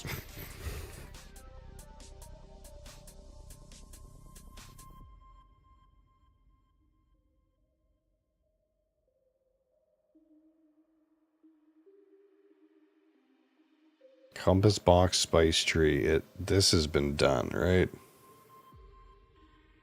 Yeah, there's no way it hasn't been done. There's still some left, but there's no way. That was one of the bottles that was in the priority pile.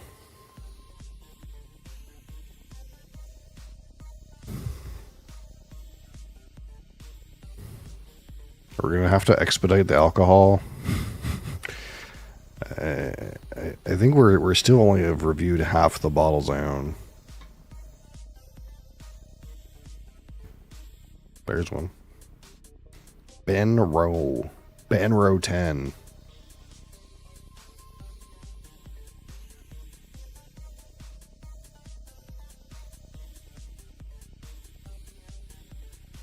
That's one to do.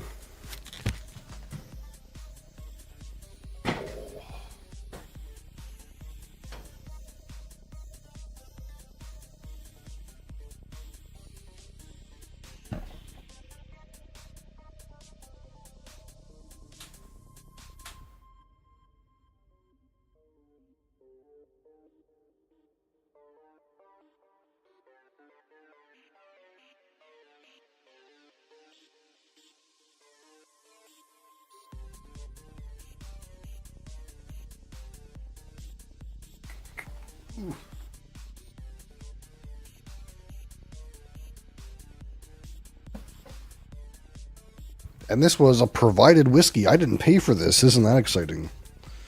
This bottle was provided by a fellow named Fred Wretched. That's his Twitch username.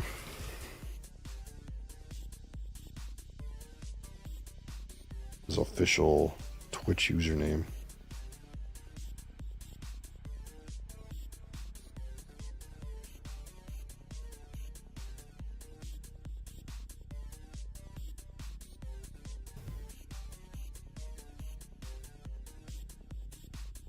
What am I missing? Alright, the bottle note. The bottle notes. Let's get out the bottle notes. Benro 10.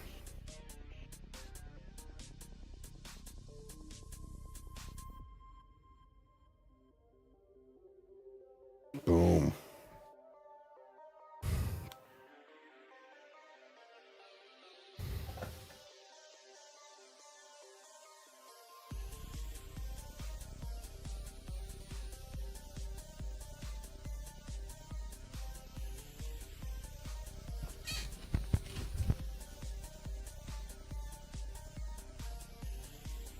Man, there's still like some like moisture on this from the condensation that was on the Monster this morning.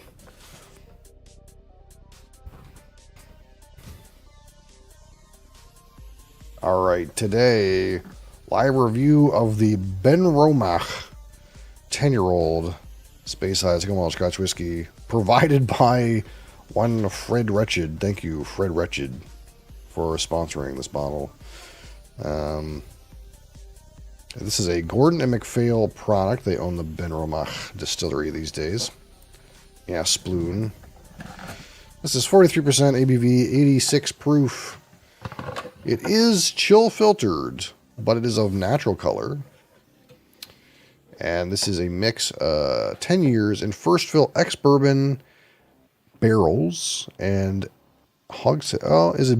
Actually, I think this is first fill ex-bourbon and ex-sherry hogsheads. I think it's not bourbon barrels and sherry hogsheads. I think it's actually all hogsheads, bourbon and sherry hogsheads. I think that's what that's written there. First fill ex-bourbon and ex-sherry hogsheads. I'm assuming that's right. And this is lightly smoky. This is about 10 to 15 ppm kind of smoky. So there's a smoky whiff on this, but it's not super peated. It's just lightly dabbled, lightly peated, if you will. And what's the thing we always say about Benromach, which is interesting, is the distillery is run by two people. One of them, I'm assuming, is this Keith Cruikshank, who is the distillery manager. He's one person. We'd like to know who the other person is. They were not important enough to put on the bottle. Two-man operation. We got one. The other guy, who knows? Maybe he's the hired hand. Anyway, yeah. This distillery run by literally two guys. And again, we will rate this out of 100. 25 for aroma, 25 for palate, 25 for finish, 10 for texture, and 15 for my personal experience. This fine single malt Speyside Scotch whiskey.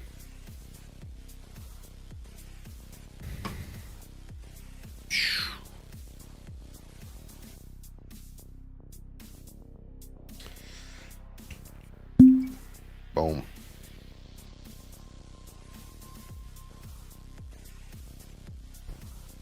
Excellent. We've actually gotten through this a little bit, to be honest. This one must actually be good, because I have bottles that are like a year older than this that have the same amount of liquid as them. We've been enjoying this Benromach. That, or I think it's a good compare target too. It's just that subtle smoke has got some interesting A/B comparison potential. And this is natural color here. Natural color, 10 years, mix of bourbon and sherry first fill hogsheads. Au naturel. So pretty nice actually for 10-year natural color. But again, there are small sherry barrels in this. Again, we're not talking about a big sherry butt. We're talking about a first fill sherry hogshead. Naturally, it's a seasoned sherry hogshead probably. But, you know, a small sherry hogshead gives you some real color on this guy in only 10 years.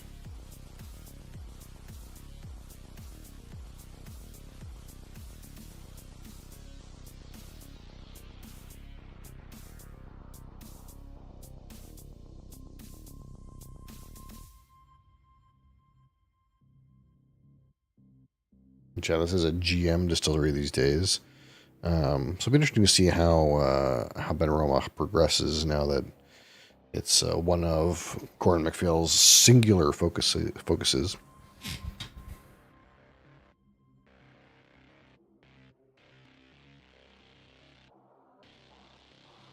Yeah, so right on the nose there's a good like sense of smoke, but there's also like a luscious orchard fruit, and there's a sherry influence as well. You kind of get some of that like slightly nutty, dried raisin kind of character alongside like a more full like apple pear kind of fruit. And there's just a slight whiff of smoke, like there's a campfire over there kind of idea.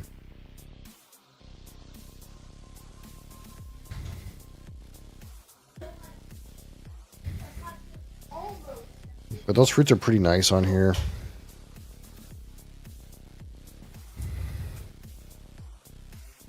Getting some good strong elements. That being said, nothing super duper surprising. And lacking immediately is any kind of like malty note. Or like inherent like sweet notes. But again, this is an entirely first fill maturation. So as a result, that barrel impact is at the maximum for this age statement. Especially using smaller than normal sherry barrels. Again, we're not using a sherry butt. It's a sherry hogshead, which for those of you keeping track of at home, a sherry hogshead is basically just slightly bigger than a barrel, rather than like twice the size of a barrel.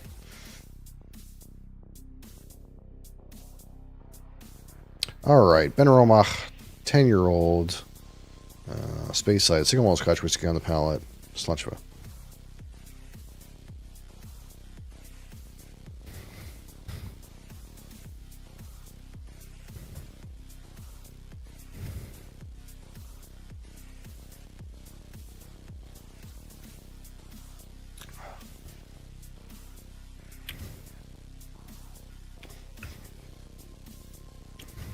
Good smoky notes on the palate.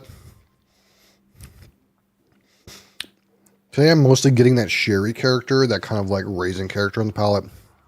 Into like a bit of spiciness on the back palate. And finish today is mostly that darker spices into like chocolate with a smoke component. That like unsweetened chocolate on the finish.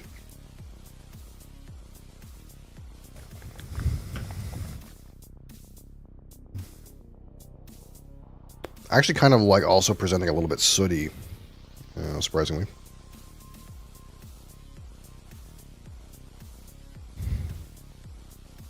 I'm not quite getting that malty note, and it's not guaranteed, but it's almost surprising. Like even in like very aggressive, like sherry bomby whiskeys, sometimes you can get in there and get that malt note or that underlying like honey kind of sweetness. And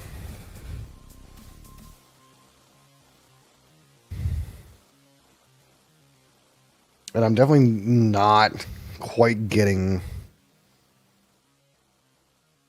much more than that like nice orchard fruit, some dried raisin component, maybe some like fresh berries. Like I don't hate blackberry here. There's something like about the combination of like the like lighter fruity components and like the sherry components that kind of feels slightly less dried, but not quite like, you know, strawberries and blueberries, but like that's, you know, I don't hate blackberry as a note here. It's not that sweet though. It's like almost like a tart blackberry. Bye King M.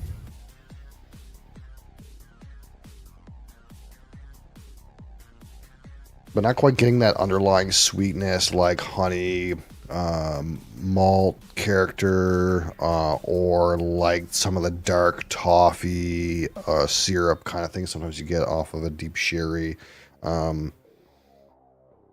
Also, like absent for me today is like maybe like a bourbon vanilla or this kind of thing. It's not quite there for me today. At least not yet.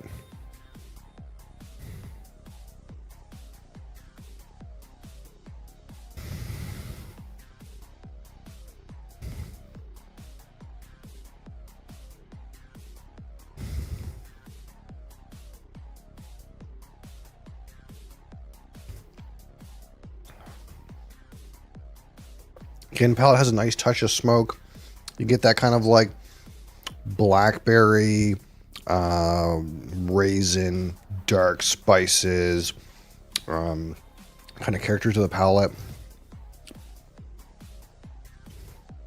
And then you kind of get into the finish with some of that, again, slight smokiness, A little bit sooty. That unsweetened chocolate on the back end. Finish is like medium. Like fair. It's like a fair.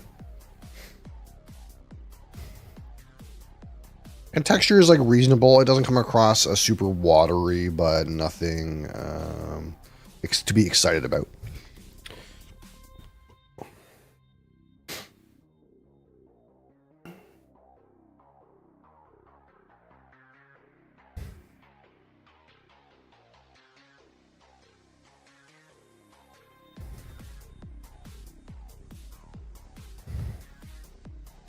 Yeah, I don't know.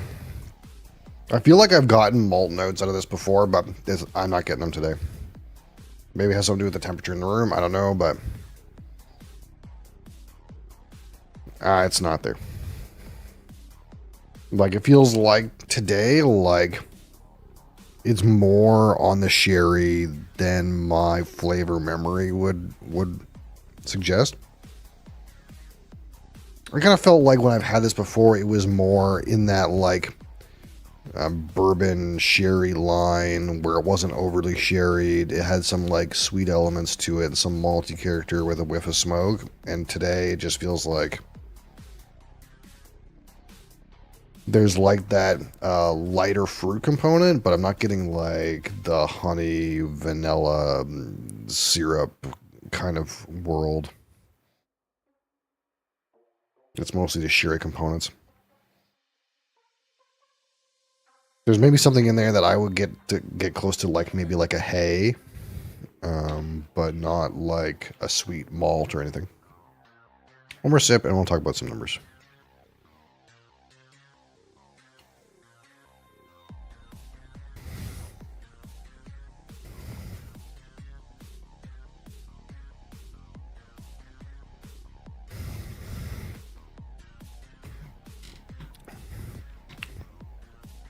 It's not bad. I'm just missing that sweet part.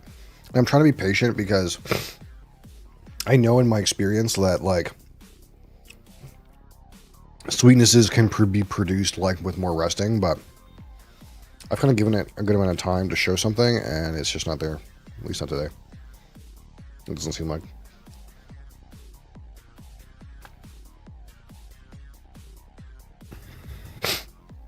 One glass. Everyone knows the rules. Right.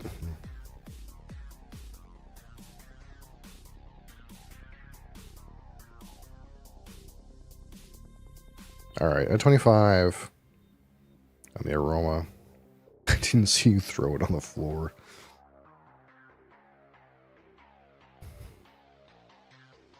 There's no honey note today.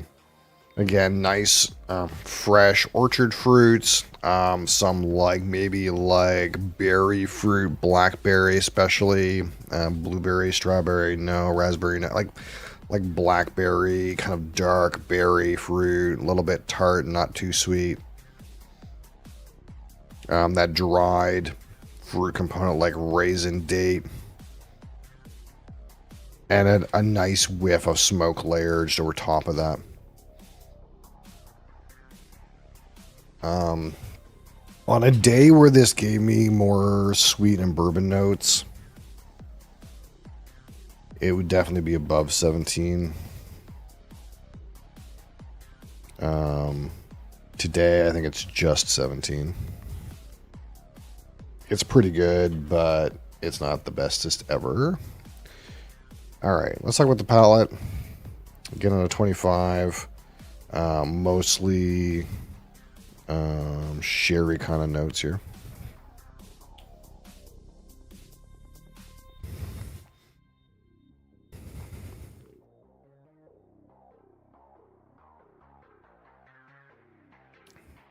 That smoke really adds something. Not as intense of a flavor as I would prefer. 15.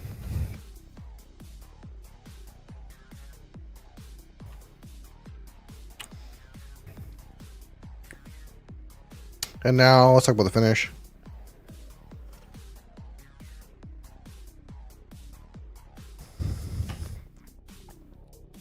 Which is again, mostly on that kind of like smoke, chocolate, kind of like dark and sooty notes.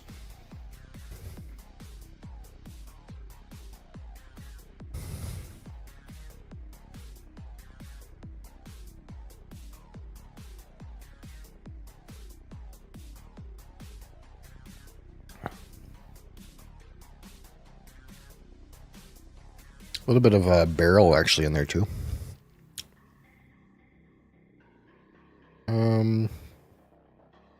Again, medium, good.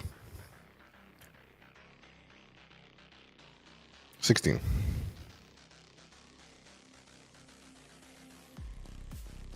And on a 10, the texture, which again, it actually seems pretty good on the texture relatively, but again, it's nothing to be super excited about.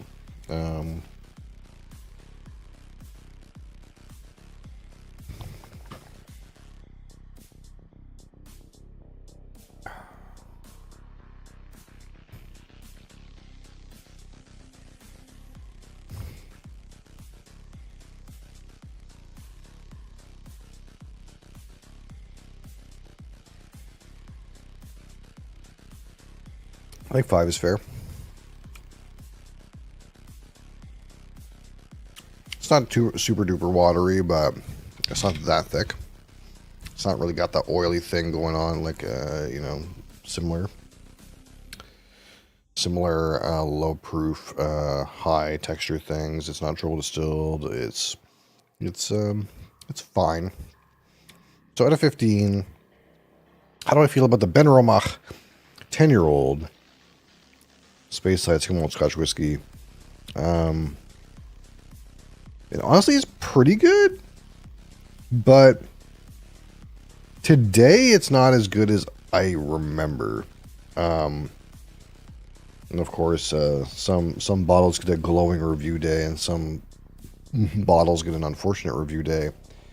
And I don't know if it's like because it's just hot in here today, or this is something that happens at this fill level of the bottle, or what the deal is. But I remember getting more ex-bourbon characteristics out of this whiskey. More kind of like sweetnesses, some more like rich sweetnesses, and like, you know, like maybe like slight vanilla, slight syrup, kind of thing. And it's not hitting for me today. There is some nice fruity characteristics, and the sherry is like mostly dominant. But it kind of feels like a little bit lesser dimensional than I remember. That being said, it's still pretty good. I like the light smoke character. There's just enough smoke that you really can, you know, feel the impact of the peat, but it definitely gives way for lots of other notes to be present. You're not fighting through smoke to get those other flavors. They're the main player, and you kind of like detect the smoke around them. So that's kind of nice. But nothing wowing me about this one. Really missing some ex-bourbon flavors for me today to be truly delicious. I think it's pretty good, but it's not wowing me today. It's like fine. Like, it's not forgettable, but it's like maybe a 6.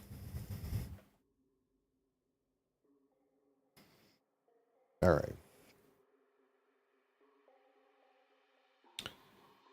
So this one, Benromach 10-year-old, 17 and 15 and 16 and 5 and 6 is 59 out of 100.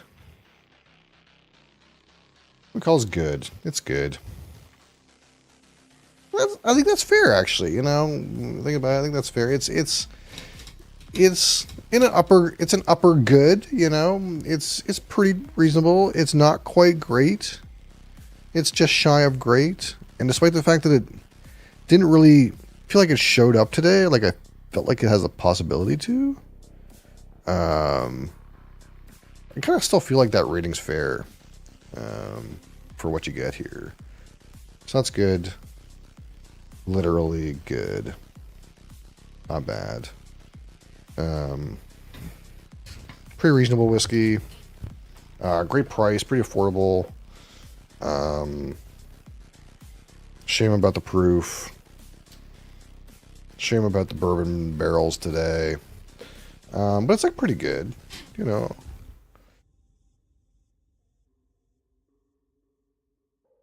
Pretty good. It's missing just a little bit to really be on that next level, you know. And some of what I've heard about Benroma is like the 10 is pretty good, but the 15 is where it's at. Like that's what I've heard is the, you know, the 15, that's really the good expression, the best expression that they give you. So we'll have to try the 15 at some point. Thank you for choosing Benroma. Well, I didn't choose it, but I'm glad it was chosen. It's still pretty good. Like, again, like it's kind of nice to have a whiskey that doesn't overwhelm you with the peat complex, but still has those elements. And this is obviously a great distillery for that option. It's kind of similar to Springbank in that way. And some people I think, kind of equate Benroma as like a poor man's Springbank. It's a Springbank that you can get. But it doesn't quite have, again, I never had like a Springbank proper, but I imagine it doesn't really have the same funk. I got owned. You got owned. So you're saying a Japanese man owned you. You got owned. It was a Chinaman. That's what you get. You don't mess with the people's, what is it, the Chinese People's Party or whatever it's called. You don't fucking mess with them. They'll get you. A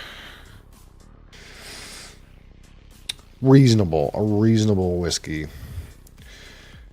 Benroma 10-year-old. Boom. That was a pretty succinct review, actually. I'm getting better. I think I'm getting better at, like, getting these out, like, lower than 20 minutes. How long was that before I make that comment?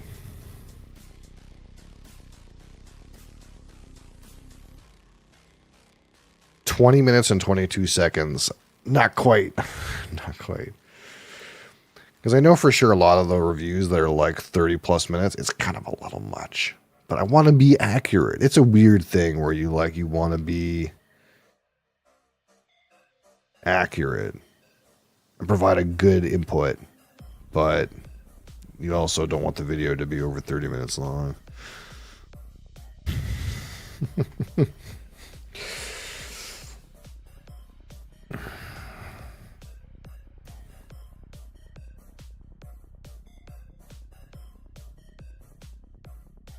But I guess it also depends sometimes on like how much chatter there happens to be. If there's random chatter, I'll answer chat in the middle of a recording. But there wasn't much chatter today.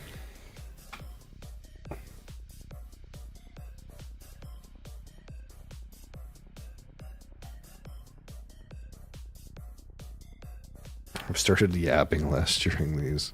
I don't mind. You can yap. Off topic. Again, ultimately it's a live experience. I want it to be a live experience. I'm not trying to do like a fucking edited review. I'm just never going to compete on that level. I want to do a live review, and I want hopefully someone to see those live reviews and be like, I want to be here live. Be the other lads in here to ask good questions, yeah. Are you saying you're incapable of asking good questions about single malt Scotch whiskey? Is that the issue?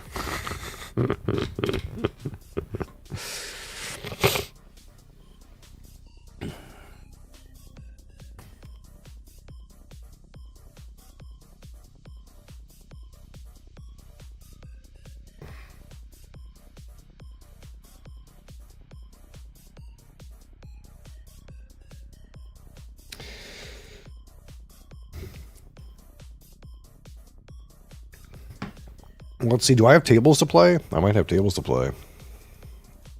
Let's see if I have tables to play.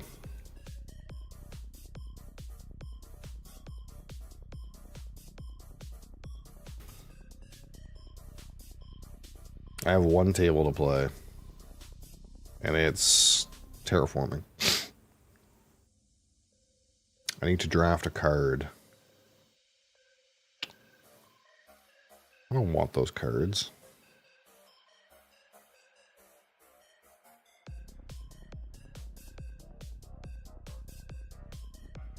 I'll take the most powerful card.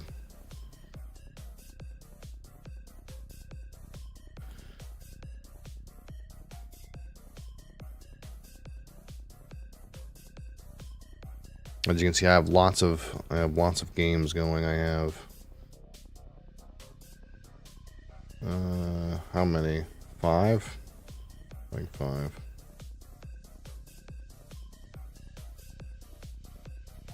And all I'm learning about the White Castle is I suck at this game. I'm pretty sure I suck.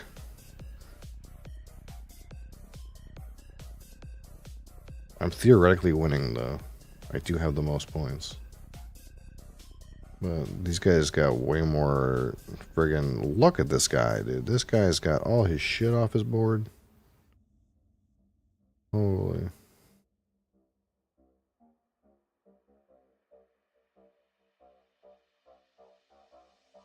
What the heckin' dog is that? It's called the White Castle. It's one of the games. That looks insane. What if I told you... What if I told you you only get 9 turns for the whole game?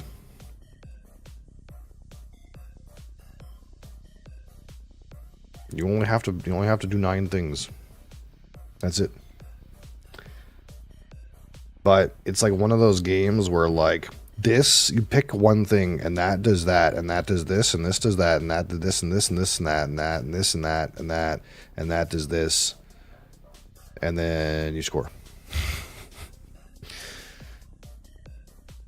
It's basically what you would call a dice placement game, in which you select one of these die from either the top or the bottom of one of these bridges, and then place it somewhere on the board, either inside the White Castle or in by the well or in the grounds, and it just has to be. So if I place a die here, say I place a black 5 here, the 5 is higher than 3, so I would get $2. But if I place a white die here, a white 1 or black 1 die here, I would pay 2 because it's lower than the die showing. Then I would take the black die action, which is to move the passage of time forward. That would be a bad action though. It wouldn't do very much. But anywhere where you see like these dies, you can take the actions associated. If I put a what they would call a coral die here, I would get to do the top action and the bottom action. And this bottom action is a different action. It is the action to send courtiers to the castle, so we could send some courtiers up to the castle. And then when you send a courtier into the castle, they actually can take this card and put it in your display down here, and then this card gets flipped into your lantern stack down here. And then anytime you take an action on your board, this action, say black 6, you'll get 3 steel plus whatever this card ended up in down here. And of course, if you take from the lower side, that's bad because they're lower numbers. You want to take from the higher side. But the lower side, you get a free lantern action, and the lantern action means you get all of the things in your lantern stack, like a food and a point, and whatever's on the other side of this card. Passage of time.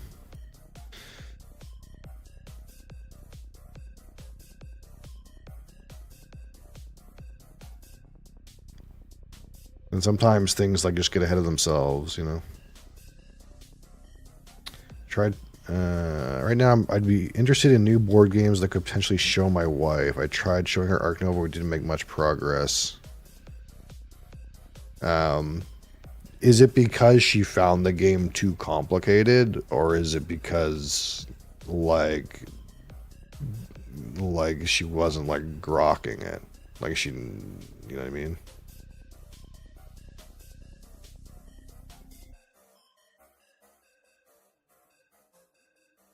Because there's like certain, like Crassus, there's certain levels of people are interested in learning, and it's like if it's like 2 steps too heavy, they just like fucking zone out. This would literally be an instant turn off.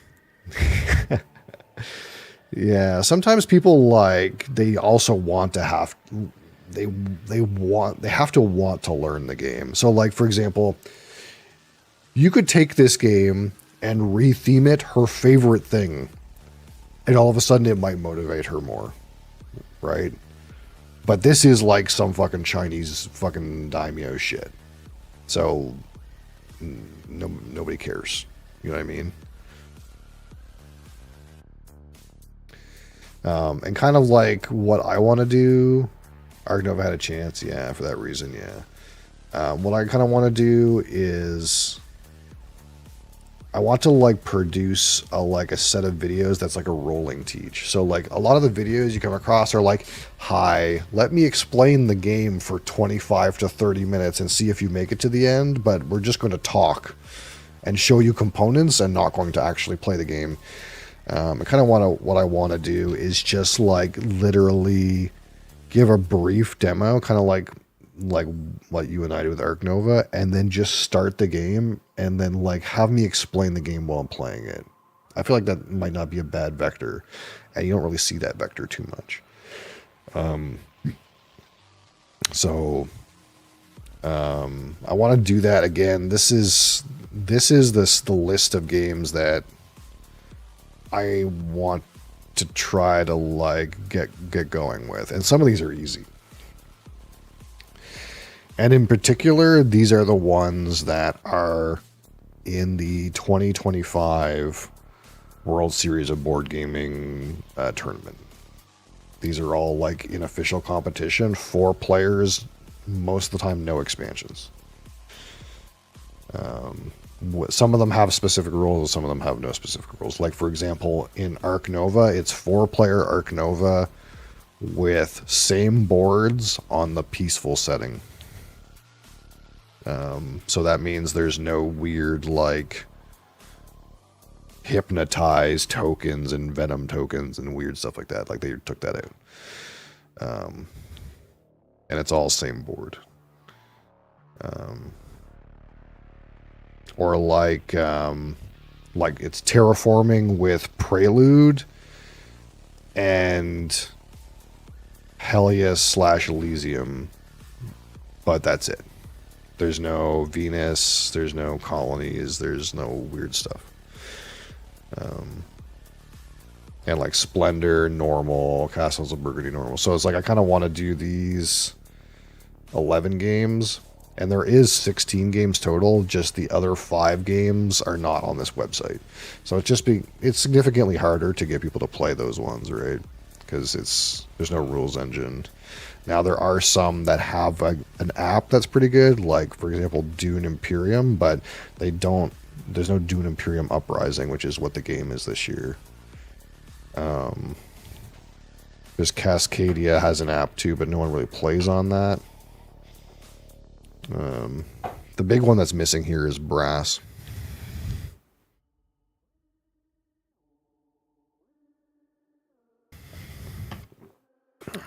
Don't think I would enjoy playing board games with randoms in person. Well, it's kind of like playing Magic the Gathering, right? If you would go to a Magic tournament, it's like the same idea. But there's definitely like a period in time where you're like not interested in that anymore. Yeah, I hate that too, yeah.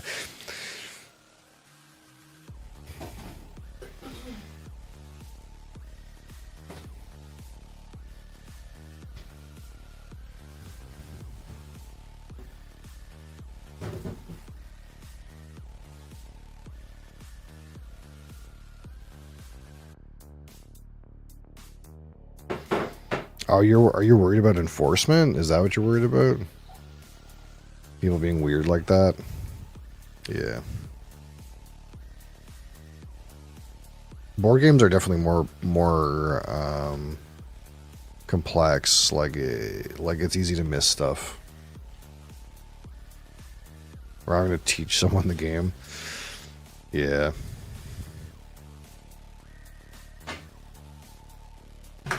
I don't think I don't think I've ever gone to like a meetup with random people for board games ever. I've done plenty of teaching people, but not like a random meetup. There's groups that are around here that I've looked at, but one of them was like mostly for war games, and that's like some of those are my thing, but not quite. And like the other ones were like at a dude's house. So it's like, yeah, there's 20 guys going to this guy's house. And I'm sure it's a nice guy, but going to some random guy's house I don't know, is kind of weird like the first time. So it's like hard to like get in there, But clearly the guy's like been doing it for long enough that he's got a bunch of people come over all the time, and probably once you know the guy, it's fine, right? But it's like, yeah, just come over to my house,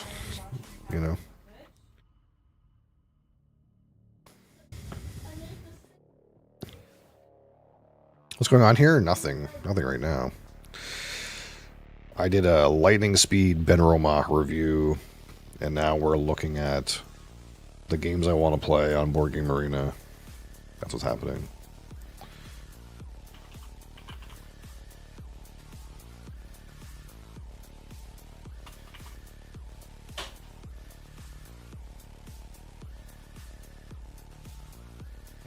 Okay, listen, he says. He says, listen.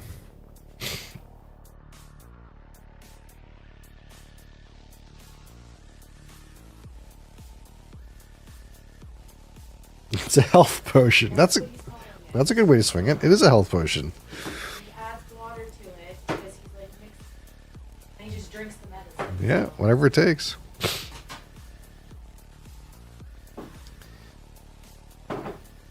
Azul vouch. I'm bad, but vouch. Azul is a very easy game.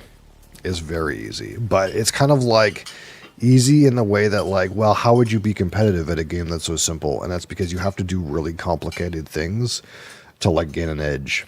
So like, for example, what you're supposed to do in Azul is count the tiles like you're playing blackjack. So there's 20 of each color in the bag. There's 100 total. No, is this why you always win? Because me and the kid are just trying to fucking make matches, and apparently you're over there doing math.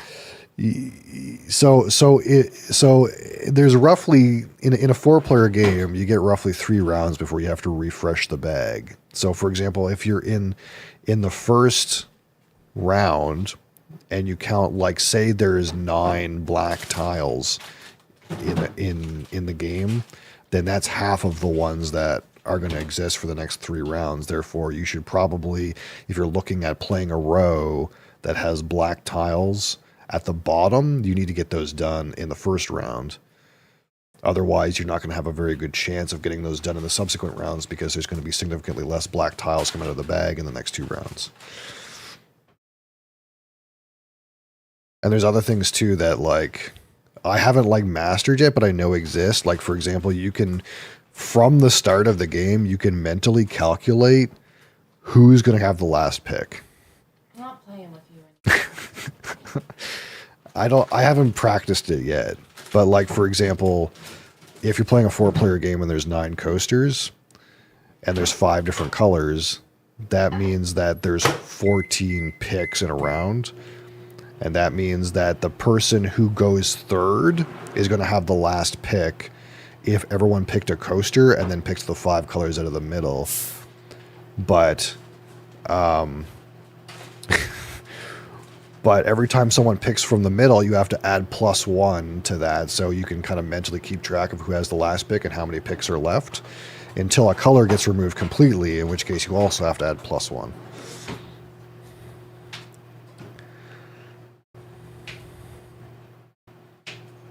This is why some of us just want to play Talisman.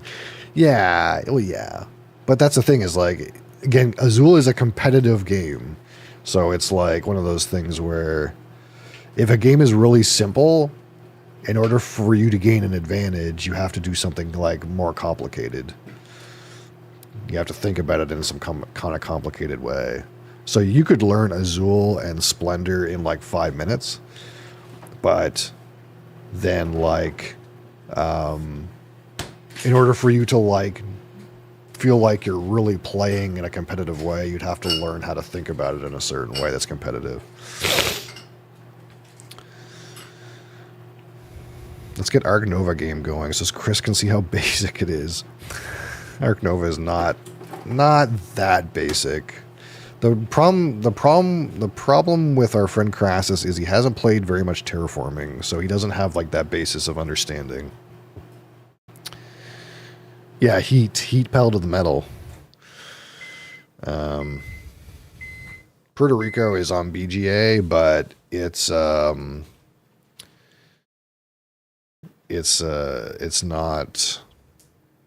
on the WSBG.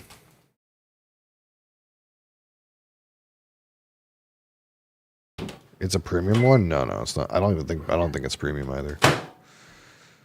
To be clear, like the reason these games are here is because these are the ones that are on the 2025 WSBG tournament schedule, which is why they interest me, because I find it fascinating.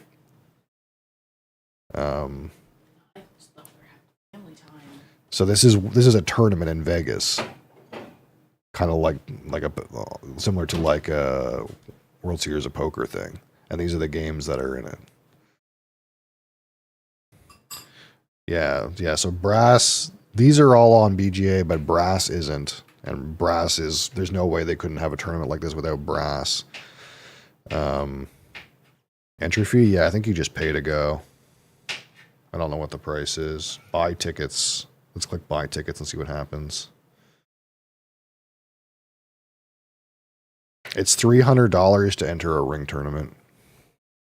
And I think you win $10,000 if you win, and you get a ring.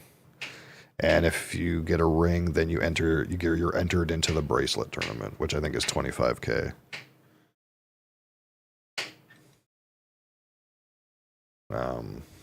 But you can also go just to like, because it's like a con too, right? Like there's like, you can just go and play games and stuff like that. But yeah, I love Brass, but there's no way to play Brass online without Tabletop Simulator, which is unfortunate. But this is an excellent game. Yeah, White Castle, Azul, Terraforming Mars, Earth, Dune Uprising, so not Dune Imperium like the regular game, but the new Dune Uprising. Cascadia, this is a tile game which has an app on Steam, but that's the only way you can play it without TTS. This game Raw is an auction game that's also not on BGA. Wingspan, Castles of Burgundy, Arnak, Heat Pedal to the Metal, Arc Nova, Great Western Trail. Acquires is an old game that has to do with like owning hotels and buying stocks in hotel companies. And Splendor. So these are the, again, 4-player matches. Basic rules is like no expansions. 4 players, no expansions. So these are like the ones that I'm kind of interested of like getting in the like know of. Not because I'm planning to go, but just because like it's almost like the competitive heart of this scene is in these games right now, because these are the games that are at the tournament.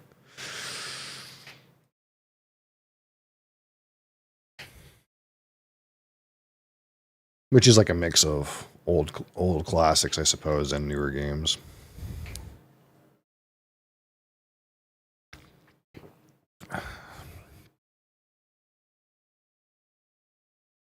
So board games tomorrow? Yeah, technically. Technically Saturdays I'm trying to do board games. But yeah, I would like to just spend time on like I don't know all of these games. Like I don't know Lost Ruins of Arnak. I don't know how to play that game at all, and I don't know how to play Earth at all. I've never played this game before.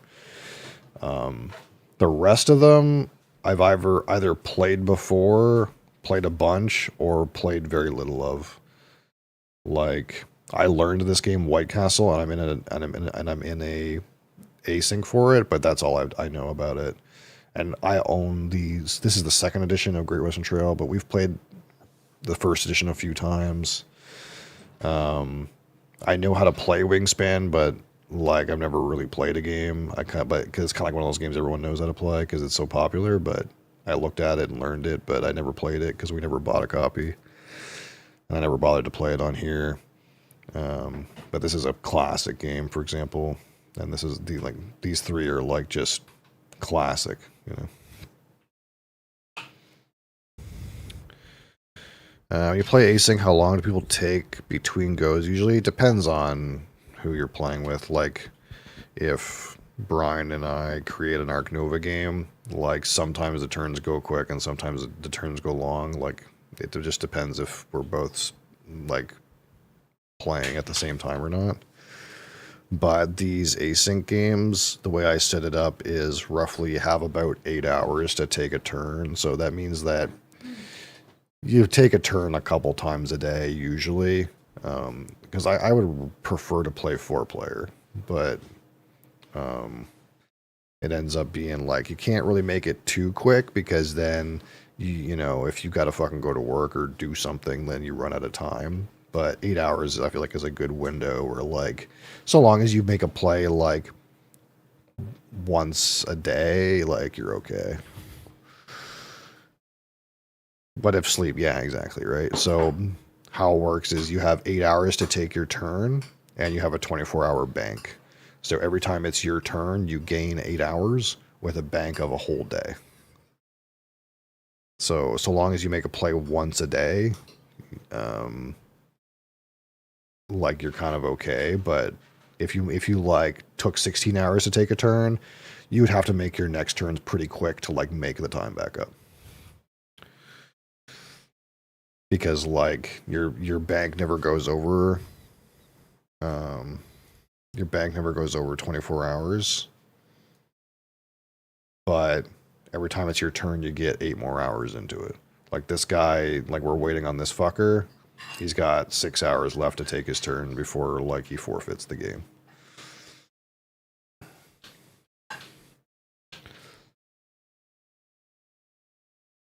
Because he hasn't made a play in 18 hours.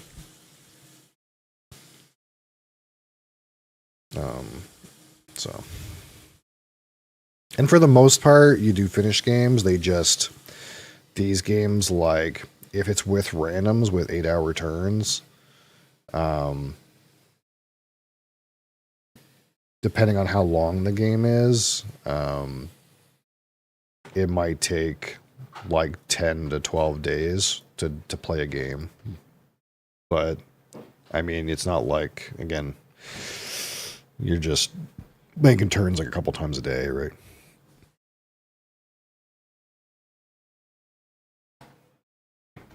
And if you're someone like me who like doesn't, yeah, there's an Android app. If you're someone like me that doesn't like have time to sit down to play all these games all the time, then you still get to play them somewhat every day, a little bit.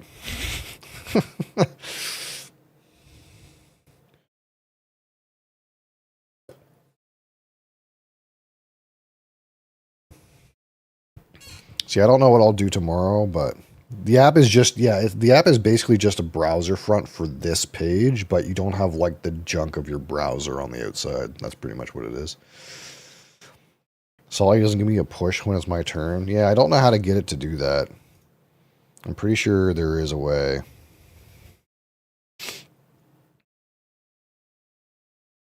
Let me see if I can find it. Because I used to get push notifications for it, but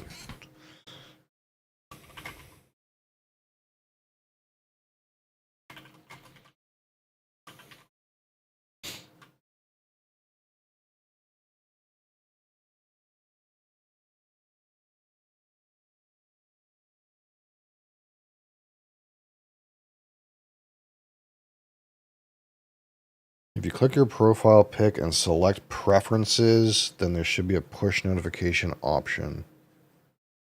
I don't know if it's on here. Push notifications. Stop.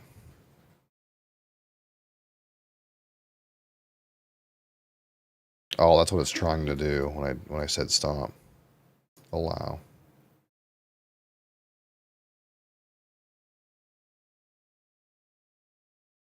Oh well.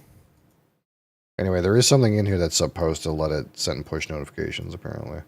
It hasn't been working on my phone, though.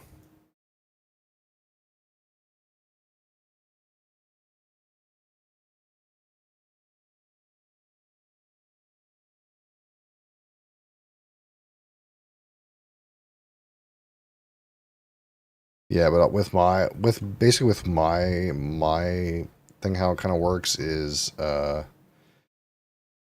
I get push notifications from my email, and basically if I'm not looking at the board and it's my turn for like a little while, I don't know, like 30 seconds or something like that, it'll send me an email and tell me it's my turn. And sometimes you have to refresh the app to like get it to like realize it's your turn, but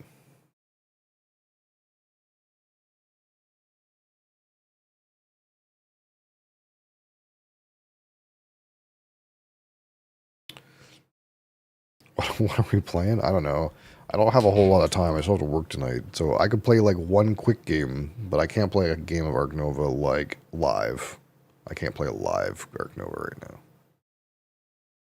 If you guys want to start Ark Nova async, and then I'll get off of here, that's one thing, but I can't play live right now.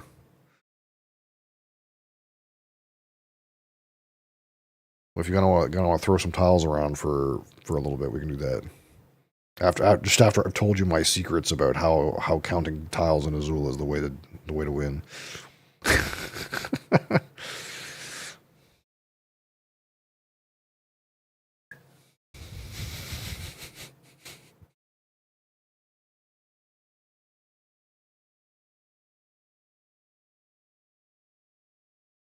I'll score lower.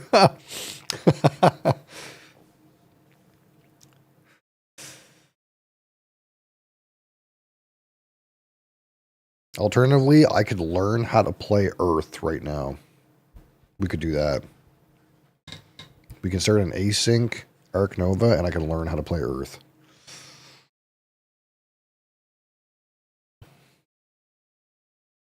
Or we could start Ark Nova and like play a couple turns. But it'll be an async game. Who's logged in right now?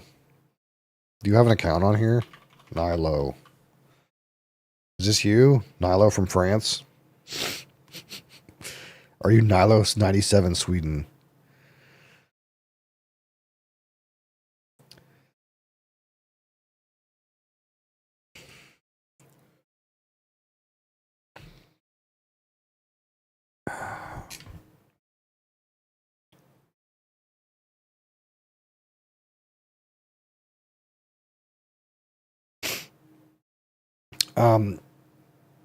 Yeah, well, I guess what I was implying is that okay, or Delios can tell you what's going on. I'll teach Nilo the game.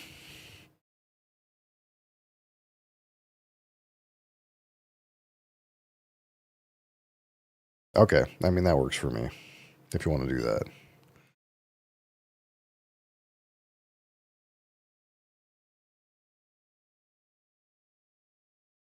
I mean, I don't have a lot of. I probably shouldn't be on here too much longer.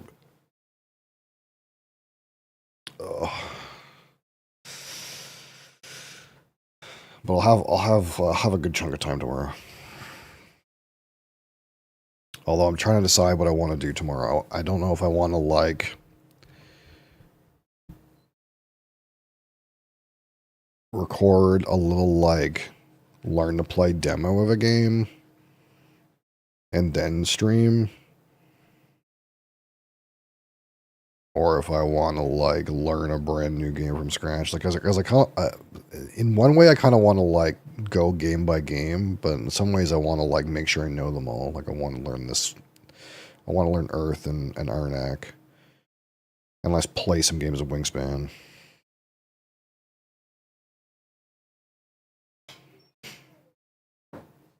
Is anyone playing? Oh no, I don't want to. No, I don't want to play a game right now. Sorry, I'm sorry. Sorry, decline. Decline. I'm trying to not. I don't want to play this right now. Sorry. I didn't mean to press play. I meant to press something else.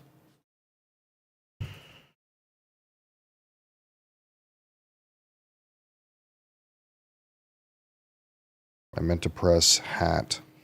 I wanted to see if there was a game in progress that like has people in it that's live. Not with heavy rain.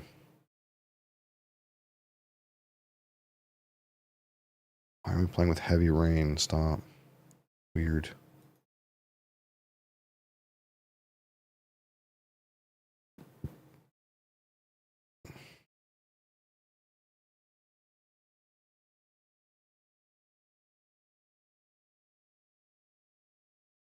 There we go. We'll just watch these guys play for a minute.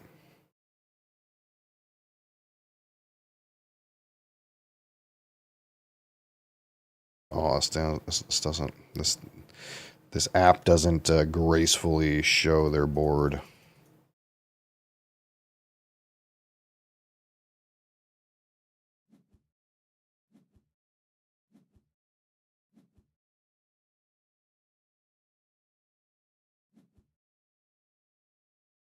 Guys, zoom in.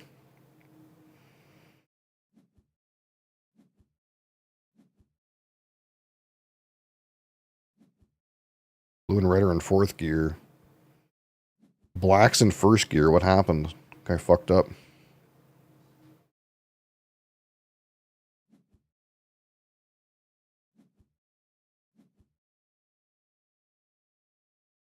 Final lap.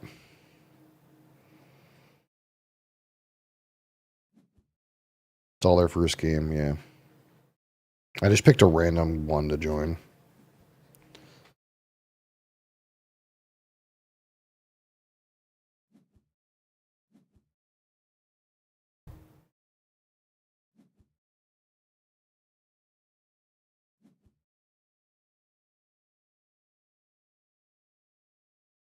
Some of these Celsius flavors are good. I'll have to try one on Monday. I still only had the orange one. And the orange one was fucking trash.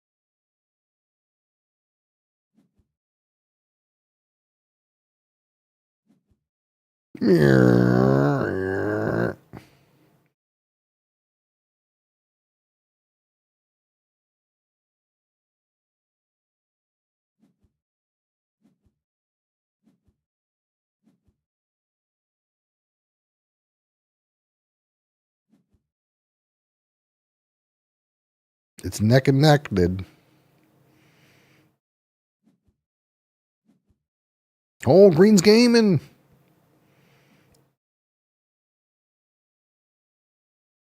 Come on, Black Blair. How are you in fucking gear 2, buddy? It's no good. Too slow, bud. This is a fucking straightaway. Womp womp.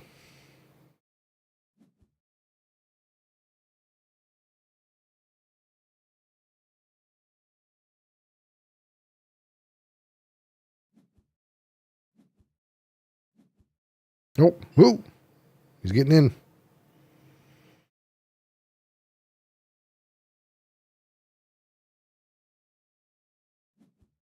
Ooh.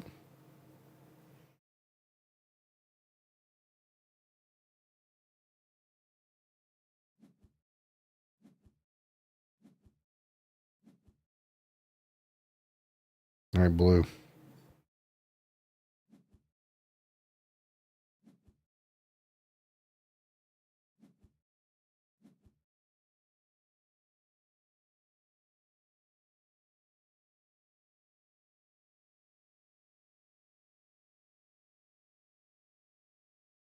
Come on, blue, get him.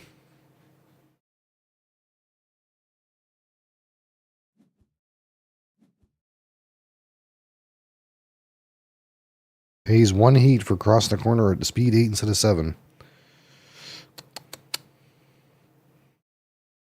The red's going to blast.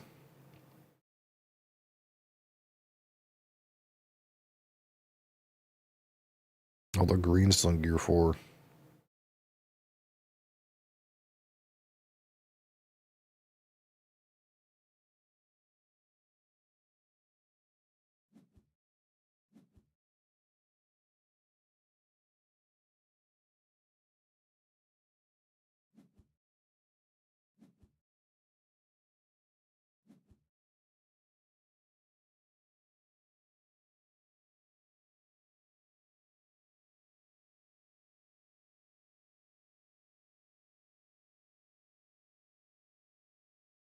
I have to play Mario Kart music in the background of this game.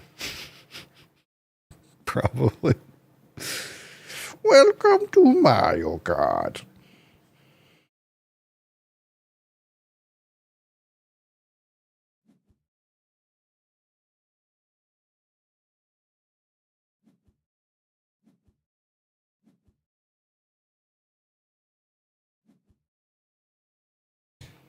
Ooh. Blasting.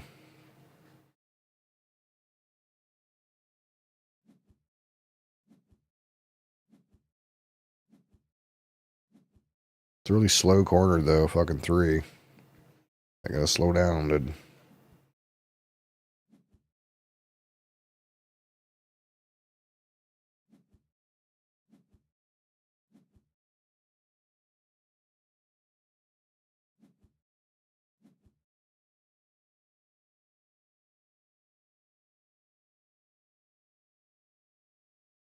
Alright, what's going on? It's been like 10 minutes. What's happening?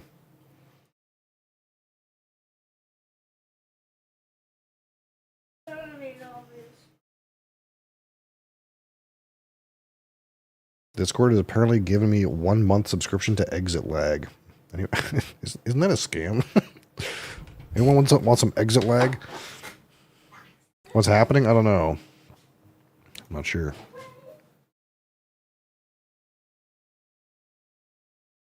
Nope, fuck.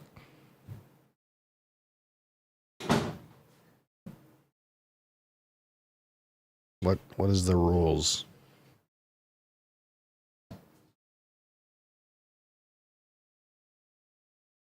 Same map.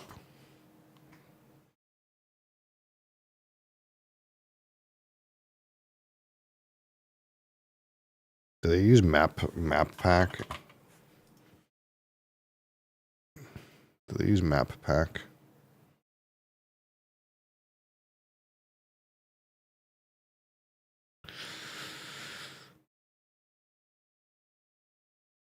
All players at the table will play the same map. Base game 0 to 8 or tournament map 1.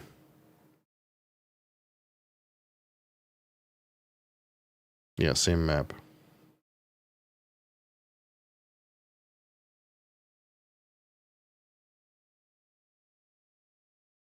Oh my god. This guy is giving us asymmetrical advantages. Piece of shit.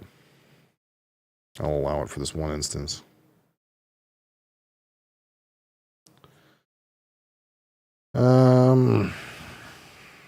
Park restaurant. Well, I'm not going to play a map outside the base game. I will play a map that's in the base game.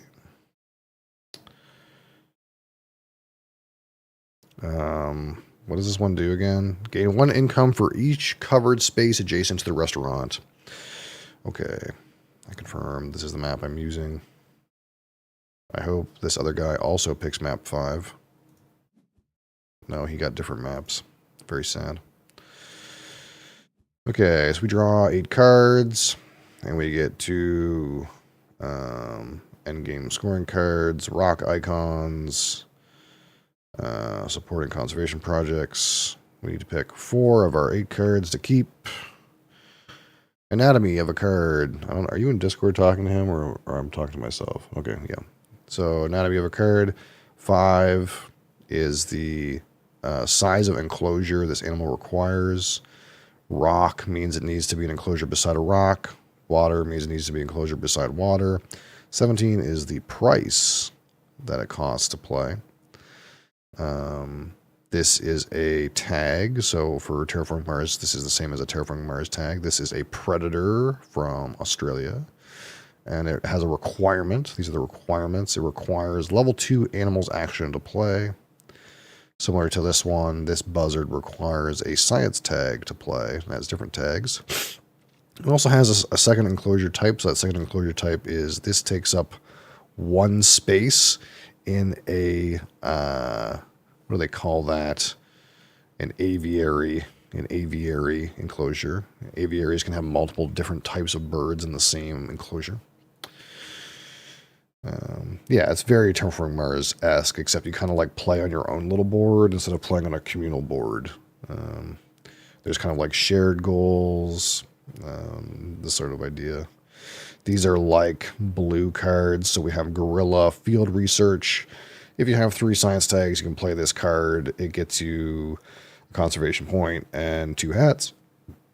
Penguin Pool, so this lets you place a special penguin tile. And anytime you play a bird, you get 2 appeal. And at the end of the game, you get 1 conservation point for every 6 birds icons in your zoo. Or no, if you have 6, you get 1 point. And arcade, so purple is like income. You get $1 for every 10 appeal. You get 2 appeal for playing it. You place an arcade tile when you play it. And at the end of the game before scoring, if you have the most appeal, you gain 2 appeal. So we have to pick what we want to keep. Right now there is scoring for birds, Australia, and habitat diversity, which is basically different continents on the animals.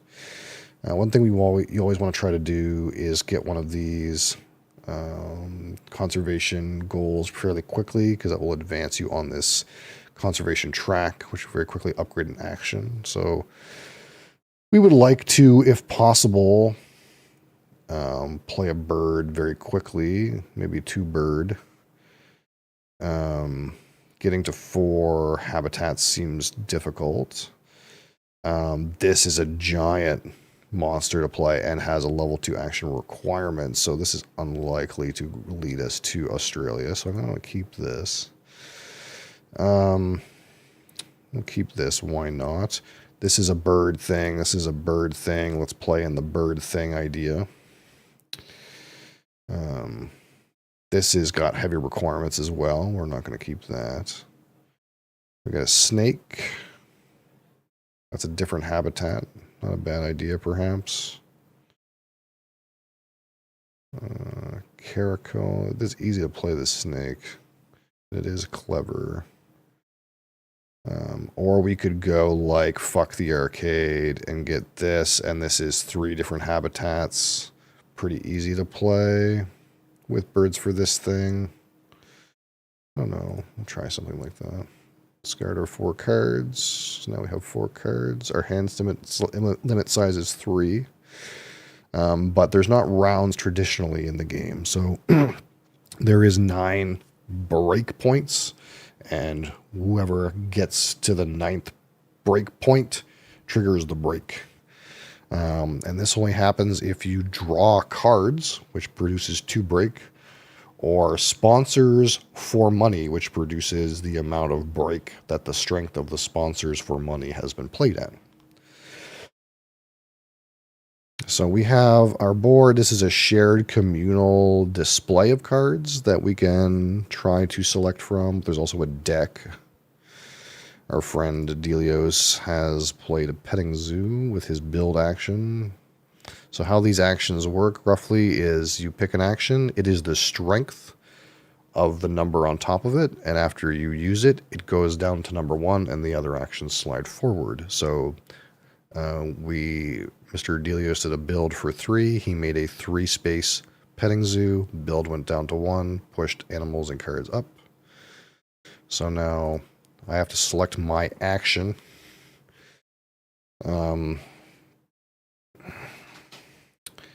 Now, in order to play my vulture, I will need a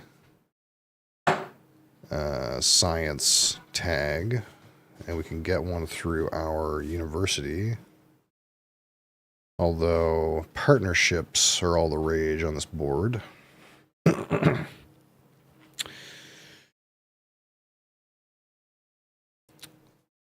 And this needs an enclosure of 4. How much cash do I have to start again? 25. There's no way we're getting this down that quickly. So what we're going to do, I think, just to start, I cannot easily, let's see what's here. There's a shoe bill. Make another bird. I think what easily we'll do is we'll just go for the associate action. We'll perform 1 associate action. And basically that means place your associate on the board, and this is the cost. So associate 4 means I could play I could take a university, take a partner zoo, gain 2 hats on the hat track. And this I can't do unless I have a leveled up associate action. So we'll take our associate action. And we'll take a university, and we'll take the university of 2 symbols, 2 tech symbols. It goes here. We get 2 of these tech tags, which will allow us to potentially play Shoe Bill if we get to that point. And this will make 2 birds, and we could claim this early sort of thingamabob here. So now we've used our associate. Our friend Delios has not used his associate. Sometimes it's good to keep track of whether people have used their associate. The associates reset at the break, so if you've used your associate and they have not, perhaps you might want to try to go to trigger a break so that they lose the use of their associate.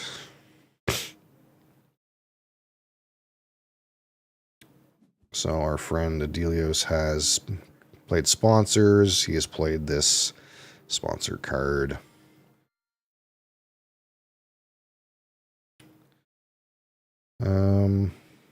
So what I'm going to do is we'll go 5 cards action. So I may draw 3 cards from the deck and discard 1, or I may snap. So I can draw 3 random cards, discard 1 card, or I can take 1 card from the face-up display.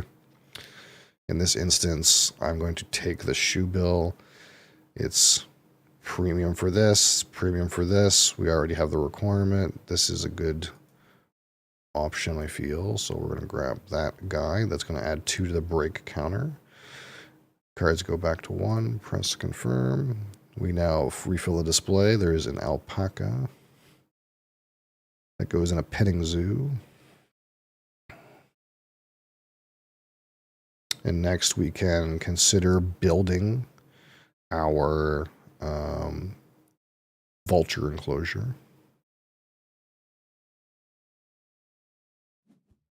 Now both these birds could also go on in a level 2 large bird aviary, but when we level up our build action to level 2 and purchase a large bird aviary, we can then relocate these birds into the aviary, so we don't have to hold them. So So Delios will associate. He will take a university. He took one of the other Ramon's remaining. So he's used his associate. So now we'll build. Build enclosure of size 4. Where should we go? We need to be touching a rock for this bird. So since it's our first build, it has to be on the outer edge. We could go here, but again, we want to be close to this so that we gain, I think it's income for each space adjacent. So we kind of want to try to move towards the restaurant. But also placement bonuses are kind of nice to have. So this is going to cost us 8. So we'll be down to 17. So if we actually take this 5 bonus money, we could actually play the vulture in this round, which might be a good idea. So we can make that work by doing, oh, I didn't mean to do that. That's why we have the handy dandy undo last step button. We need to spin this around. Boom. Take 5 money. Confirm.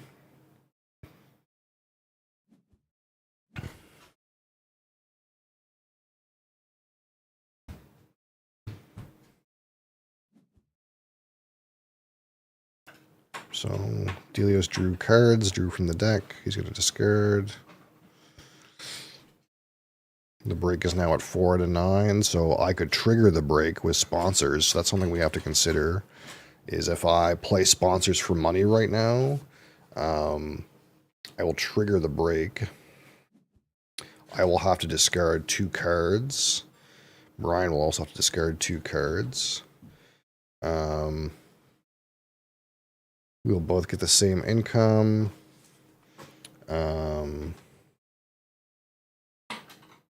We've both used our associate. So I'm trying to decide, like, does it make sense to trigger this break right now? And I don't feel like I gained too much. We both used our associate. We're both making the same income. We both would have to discard 2 cards. So I'm going to not worry about that. Instead, we will play an animal. We will play our long build vulture into our, again, enclosure of size 4 with a adjacent rock. 4 with adjacent rock. So we'll play him into this enclosure, and we will gain 1 hat, 1 conservation point, 5 appeal, and we get to shuffle the discard pile and draw 3 cards from it. Keep 1 and discard the others.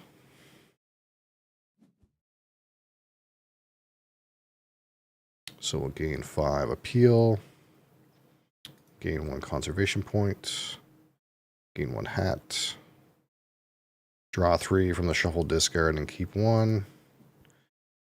So we have these 2 cards that came from our discards from our opening hand, and this one presumably was from Delios' opening hand. I will keep the Guerrilla Field Research. That seems like something we can actually play. We're going to have several of these tags here.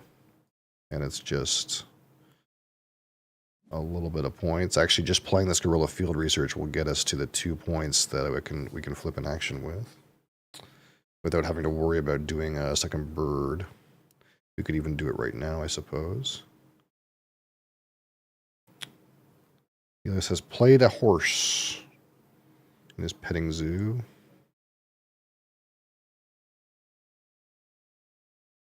Gains 1 hat for horse, so his hats are all the way up here, so he gets to flip an action. He's gained hats from horse, from taking 2 in his university, and I presume he's probably also covered 1 here somewhere. Because that's 2, 3. He would need 1 more somewhere. I'm sure he's... Oh. Oh, I'm sure he's got some covered or something. We don't have a shared board, so I don't know what his board looked like.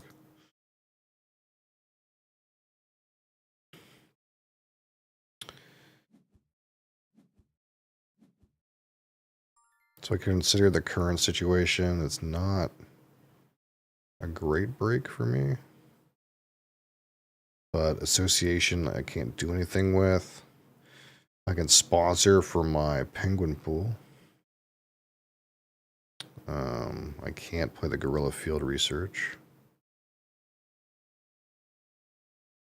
And Delios cannot trigger the break.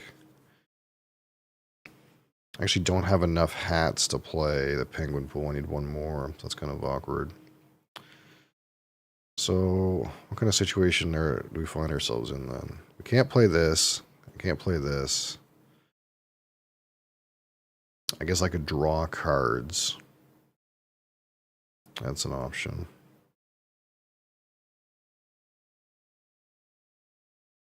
I could draw 2 cards and discard 1.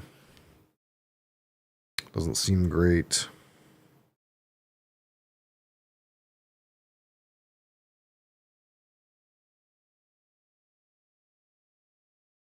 I could build into here. That doesn't seem great.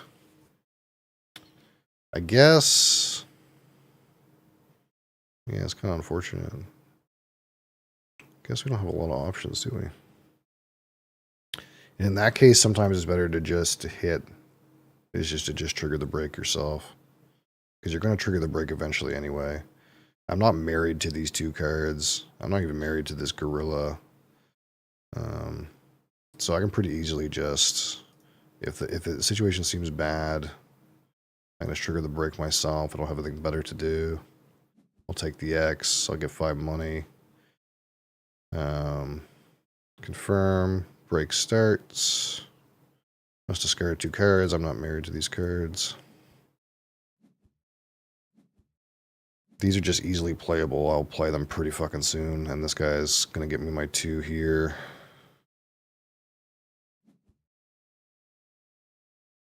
His income was higher than mine, but sometimes it is what it is.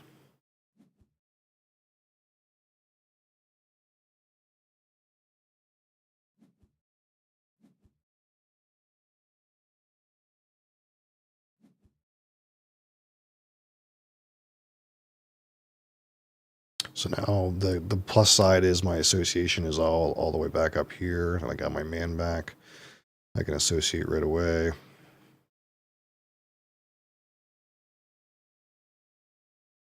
It would be premium to, like,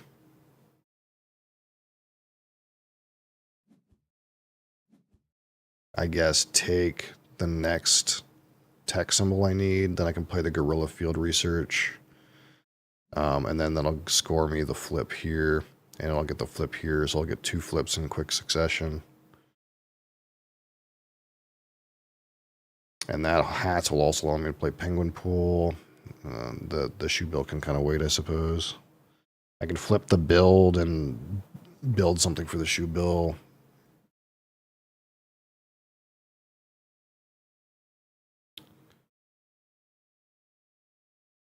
I suppose, what's the exact shape of this? I don't know if I can get it in here, is the weird thing. Building it is kind of odd. Like I could get it in here, but then it wouldn't have the rock for the vulture. So that's kind of odd. I could put it right here.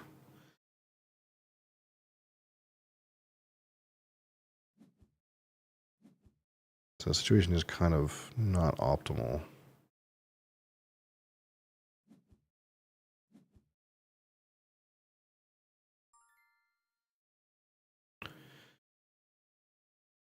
Daniel Ogie. Hi. So yeah, let's associate. We'll take a partnered university. We'll take this one. We'll go up 2 on the hats track. Boom, boom. And then we'll be allowed to upgrade an action. I think I'm upgrading build to just try to get these birds into a better spot. I also kind of want to look at what's here to be. We're going to get another one pretty soon. So let's just do build. That's fine. We'll probably do like, I don't know, like another 10 minutes worth, and then I'm going to be out of here. This is an async game, so we can take forever. So he takes the other university, the 5-card one.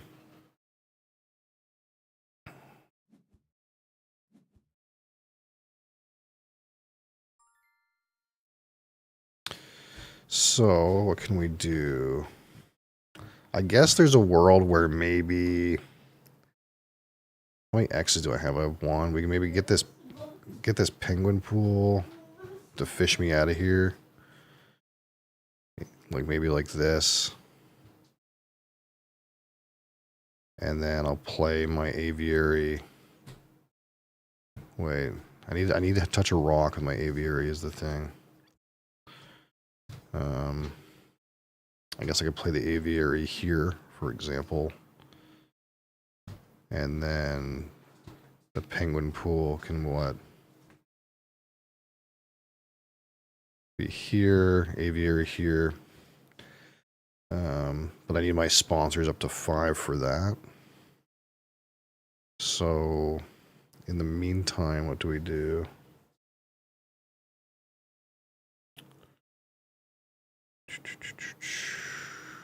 I can always take an X on cards. That's not terrible. And that'll get me what I need, actually. This is kind of a weird action, but I feel like that's what I want to do.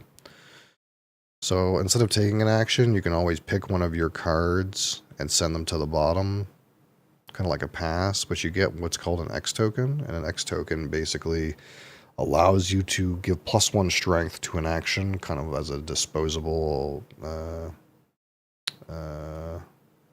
as a consumable. So I've pushed these actions up. I have 2, I can give something +2 power.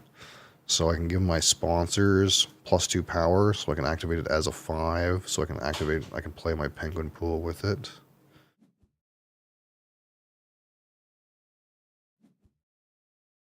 And then what we'll do is we'll gain 2, because I already have a bird. Or I'm playing a bird. And I'll just use this to dig me out of the situation I'm in down here. How do I want to do that? I gotta like swing this a different way. Like this. Boom. And that'll allow me to, when I take my build action, I can build the aviary up here beside the restaurant. I can even sponsor play my guerrilla field research for 3. That's not bad. And I'll have 2 birds. I can score this.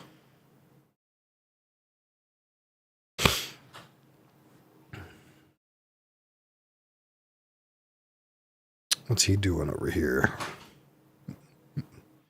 He's got his petting zoo. He's got 5 cards. He's still got this guy. He's flipped 2 things. He's got 2 universities. His board is called Silver Lake,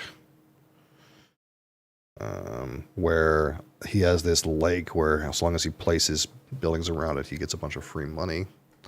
He's been building a little nest over here. This thing is called a pavilion. It just gives you +1 appeal.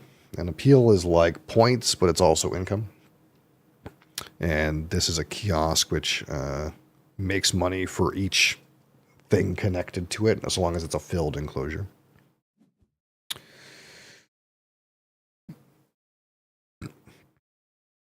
So for 5 sponsors, he's playing Spotted Hyena Compound, assumedly to cover up his money some more. There it is. And these are compound. These things come from sponsor cards, but you cannot put animals in them. You can only put animals in empty enclosures. These kind of more beigey looking ones. All right, so we're going to build. Again, we're building a large bird aviary, which can support 5 birds in it. So we'll plunk this down right here, and this way it's adjacent to both rocks and water in case we have those requirements. So, and also we'll fill 3 spots next to our park restaurant, which will give us some income. And when we build this, we are allowed to take any birds that previously were enclosed. So this long-billed buzzard, which we put down here, can then be moved up here, and this will be flipped back over so I can put something else in it. Boom. So I will move animals to new building. So we will move this animal to new building. So here he is. This is flipped back over. Now I can pay money to play one sponsor from my hand. So I will play the Guerrilla Field Research. That'll just cost me 3. Confirm to play. Boom. Get a free action that way.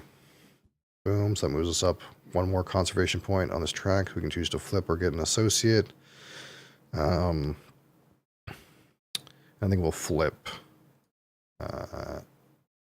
animals. So now our animals can play 2 animals in a turn at a lower strength. At 5 strength, we get a hat for using it, and we can also play animals from the display within reputation range.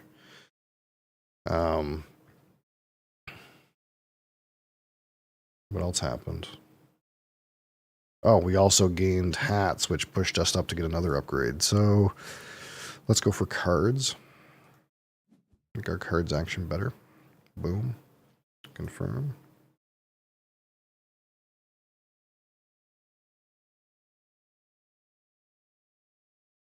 So now we're short some cash. That's the one thing. We're short some cash to get our bird into play. So kind of really, to me, it's looking like break time. I want it to be break time now. Brian does not want it to be break time.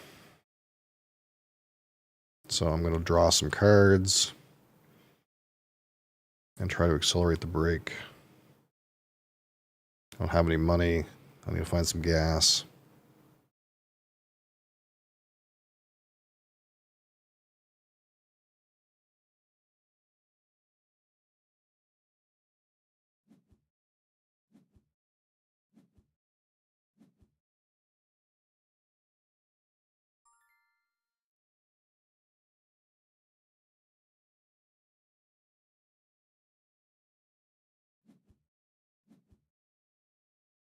So I'll draw 2.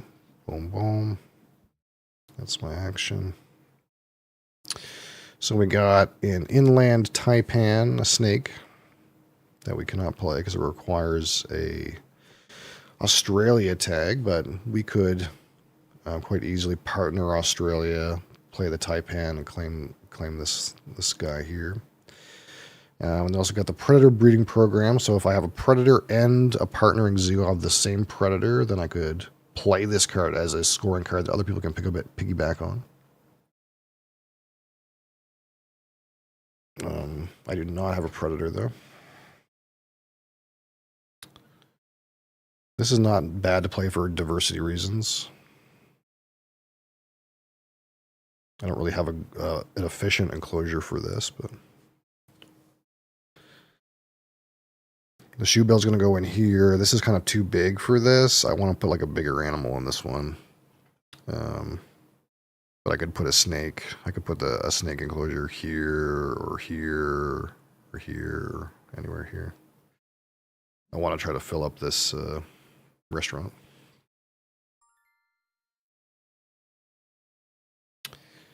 So 3.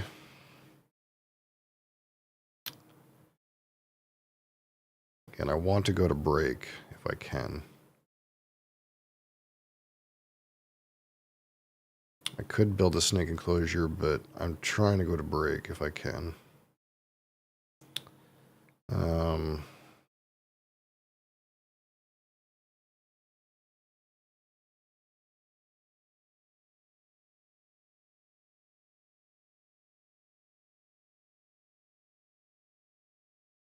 My closest method to break is if I sponsor and then draw cards.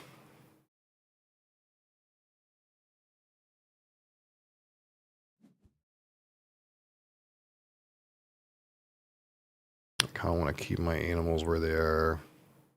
This is not a terribly efficient action, though.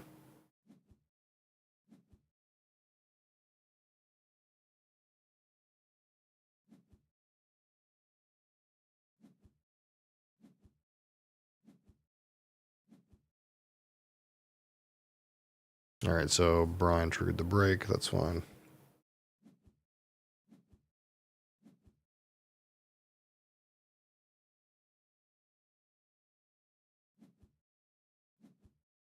That's kind of what I wanted anyway.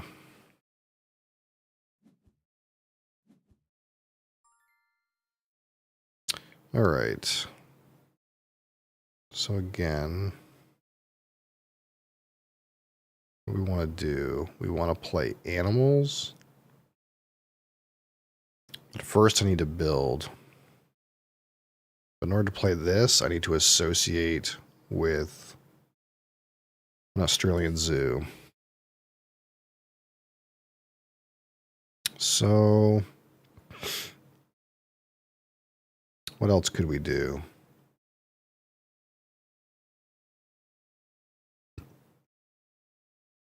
We could try to go for this gold monitor, I suppose.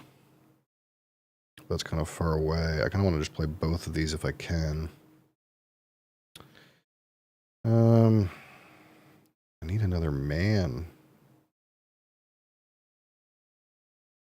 I guess my easiest one is here.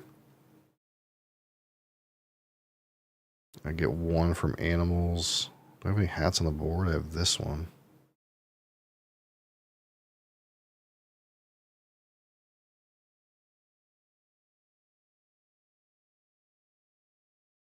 It's kind of rough to get a hat.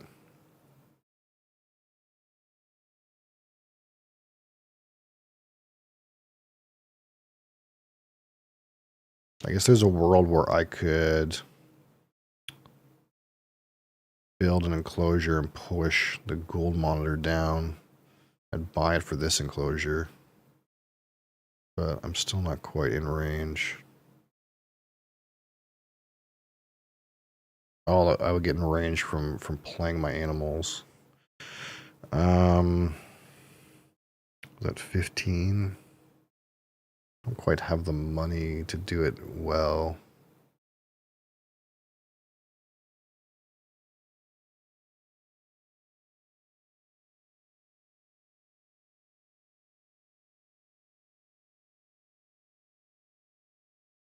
Maybe we just...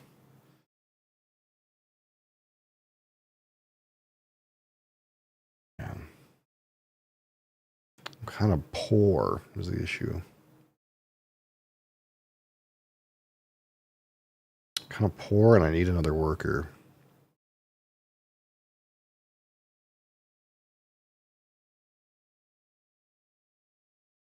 Might try to just make break go quickly too. That's another option. So pay 2.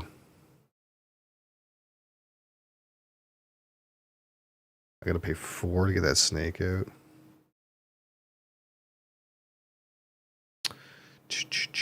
I'm like short $2 to play both of these. That's like part of the problem. Unless I just play it in here. I could bite the bullet and play it in here. And then maybe like consider later putting it in a reptile house and maybe just not giving a shit. I think that's kind of what I might do.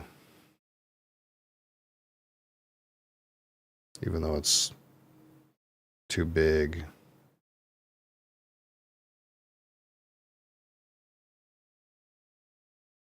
It'll just be like way more efficient in a whole bunch of ways.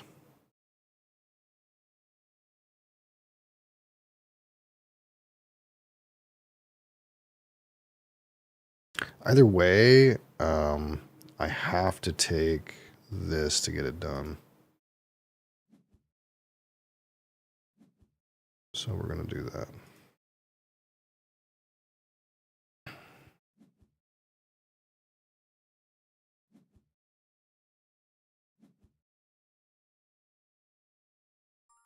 Well, that makes this cheaper too. Yeah, I forgot about that. So now I only need 16. Okay.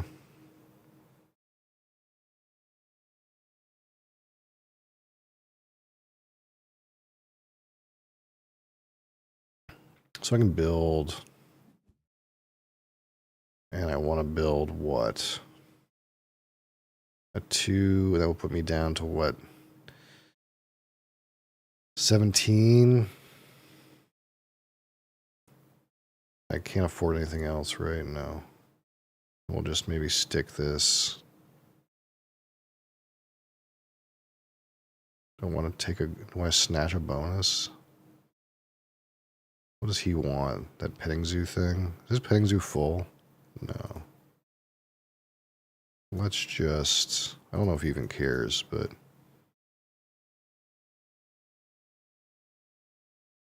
I think we'll just boom. And then we'll take this alpaca because he may want it. I don't know. He might want it. And then we'll pass on that. Confirm. Now we can play both the shoe bill and the taipan at the same time.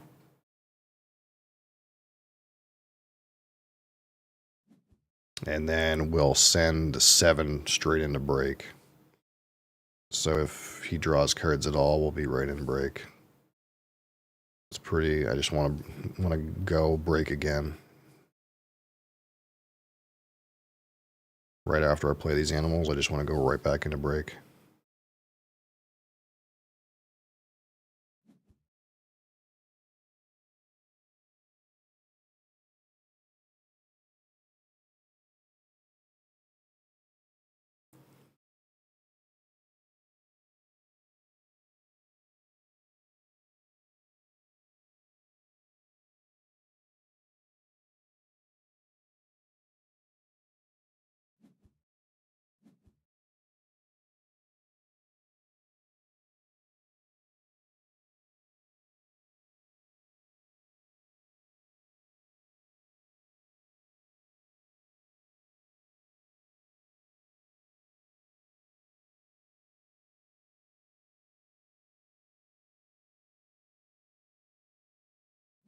And then I'll have what? I'll have 1, 2, 3 habitats. I'll have 2 birds. I can claim that. I'll have 2 Australia. I could claim that. So I need 1 more habitat to claim this. I could go for like, I already have 2 birds actually. I just realized this was a bird too. I could go for 4 birds. I would just need 1 more bird, I suppose. And maybe just go light on the Australia. He drew cards. So I think our game plan here is, again, we're gonna drop our 2 animals. And then we're gonna draw cards and then we're gonna sponsor. Aquarium. Water icons, eh? We're kind of on rock icons. That's kind of what we're doing. Alright, play 2 animals. We'll send 1 into the aviary. Boom. Gain 3 points from being for the card. 1 conservation for the card. 2 points from the penguin pool. And then the taipan can go on the smaller one. Boom. Gain 2x. 5 appeal. Boom.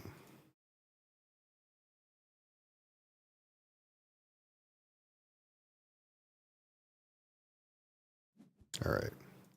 So I gotta get out of here. But that was a good start. It was a good start. Thank you guys for watching. Thank you guys for being here. I gotta go to bed, realistically. I probably should put some music on the background. It's kind of like quiet, I just realized. But yeah, well, I'm gonna keep playing that off and on. That's basically the game, though. Simple enough, but there's a lot going on. There's a lot of cards and there's a lot of big text. So that's the one thing to learn. But it's not that bad. It's probably maybe slightly more complicated than terraforming, but that's about it. All right. Till next time. Board games tomorrow afternoon, and be there, be square.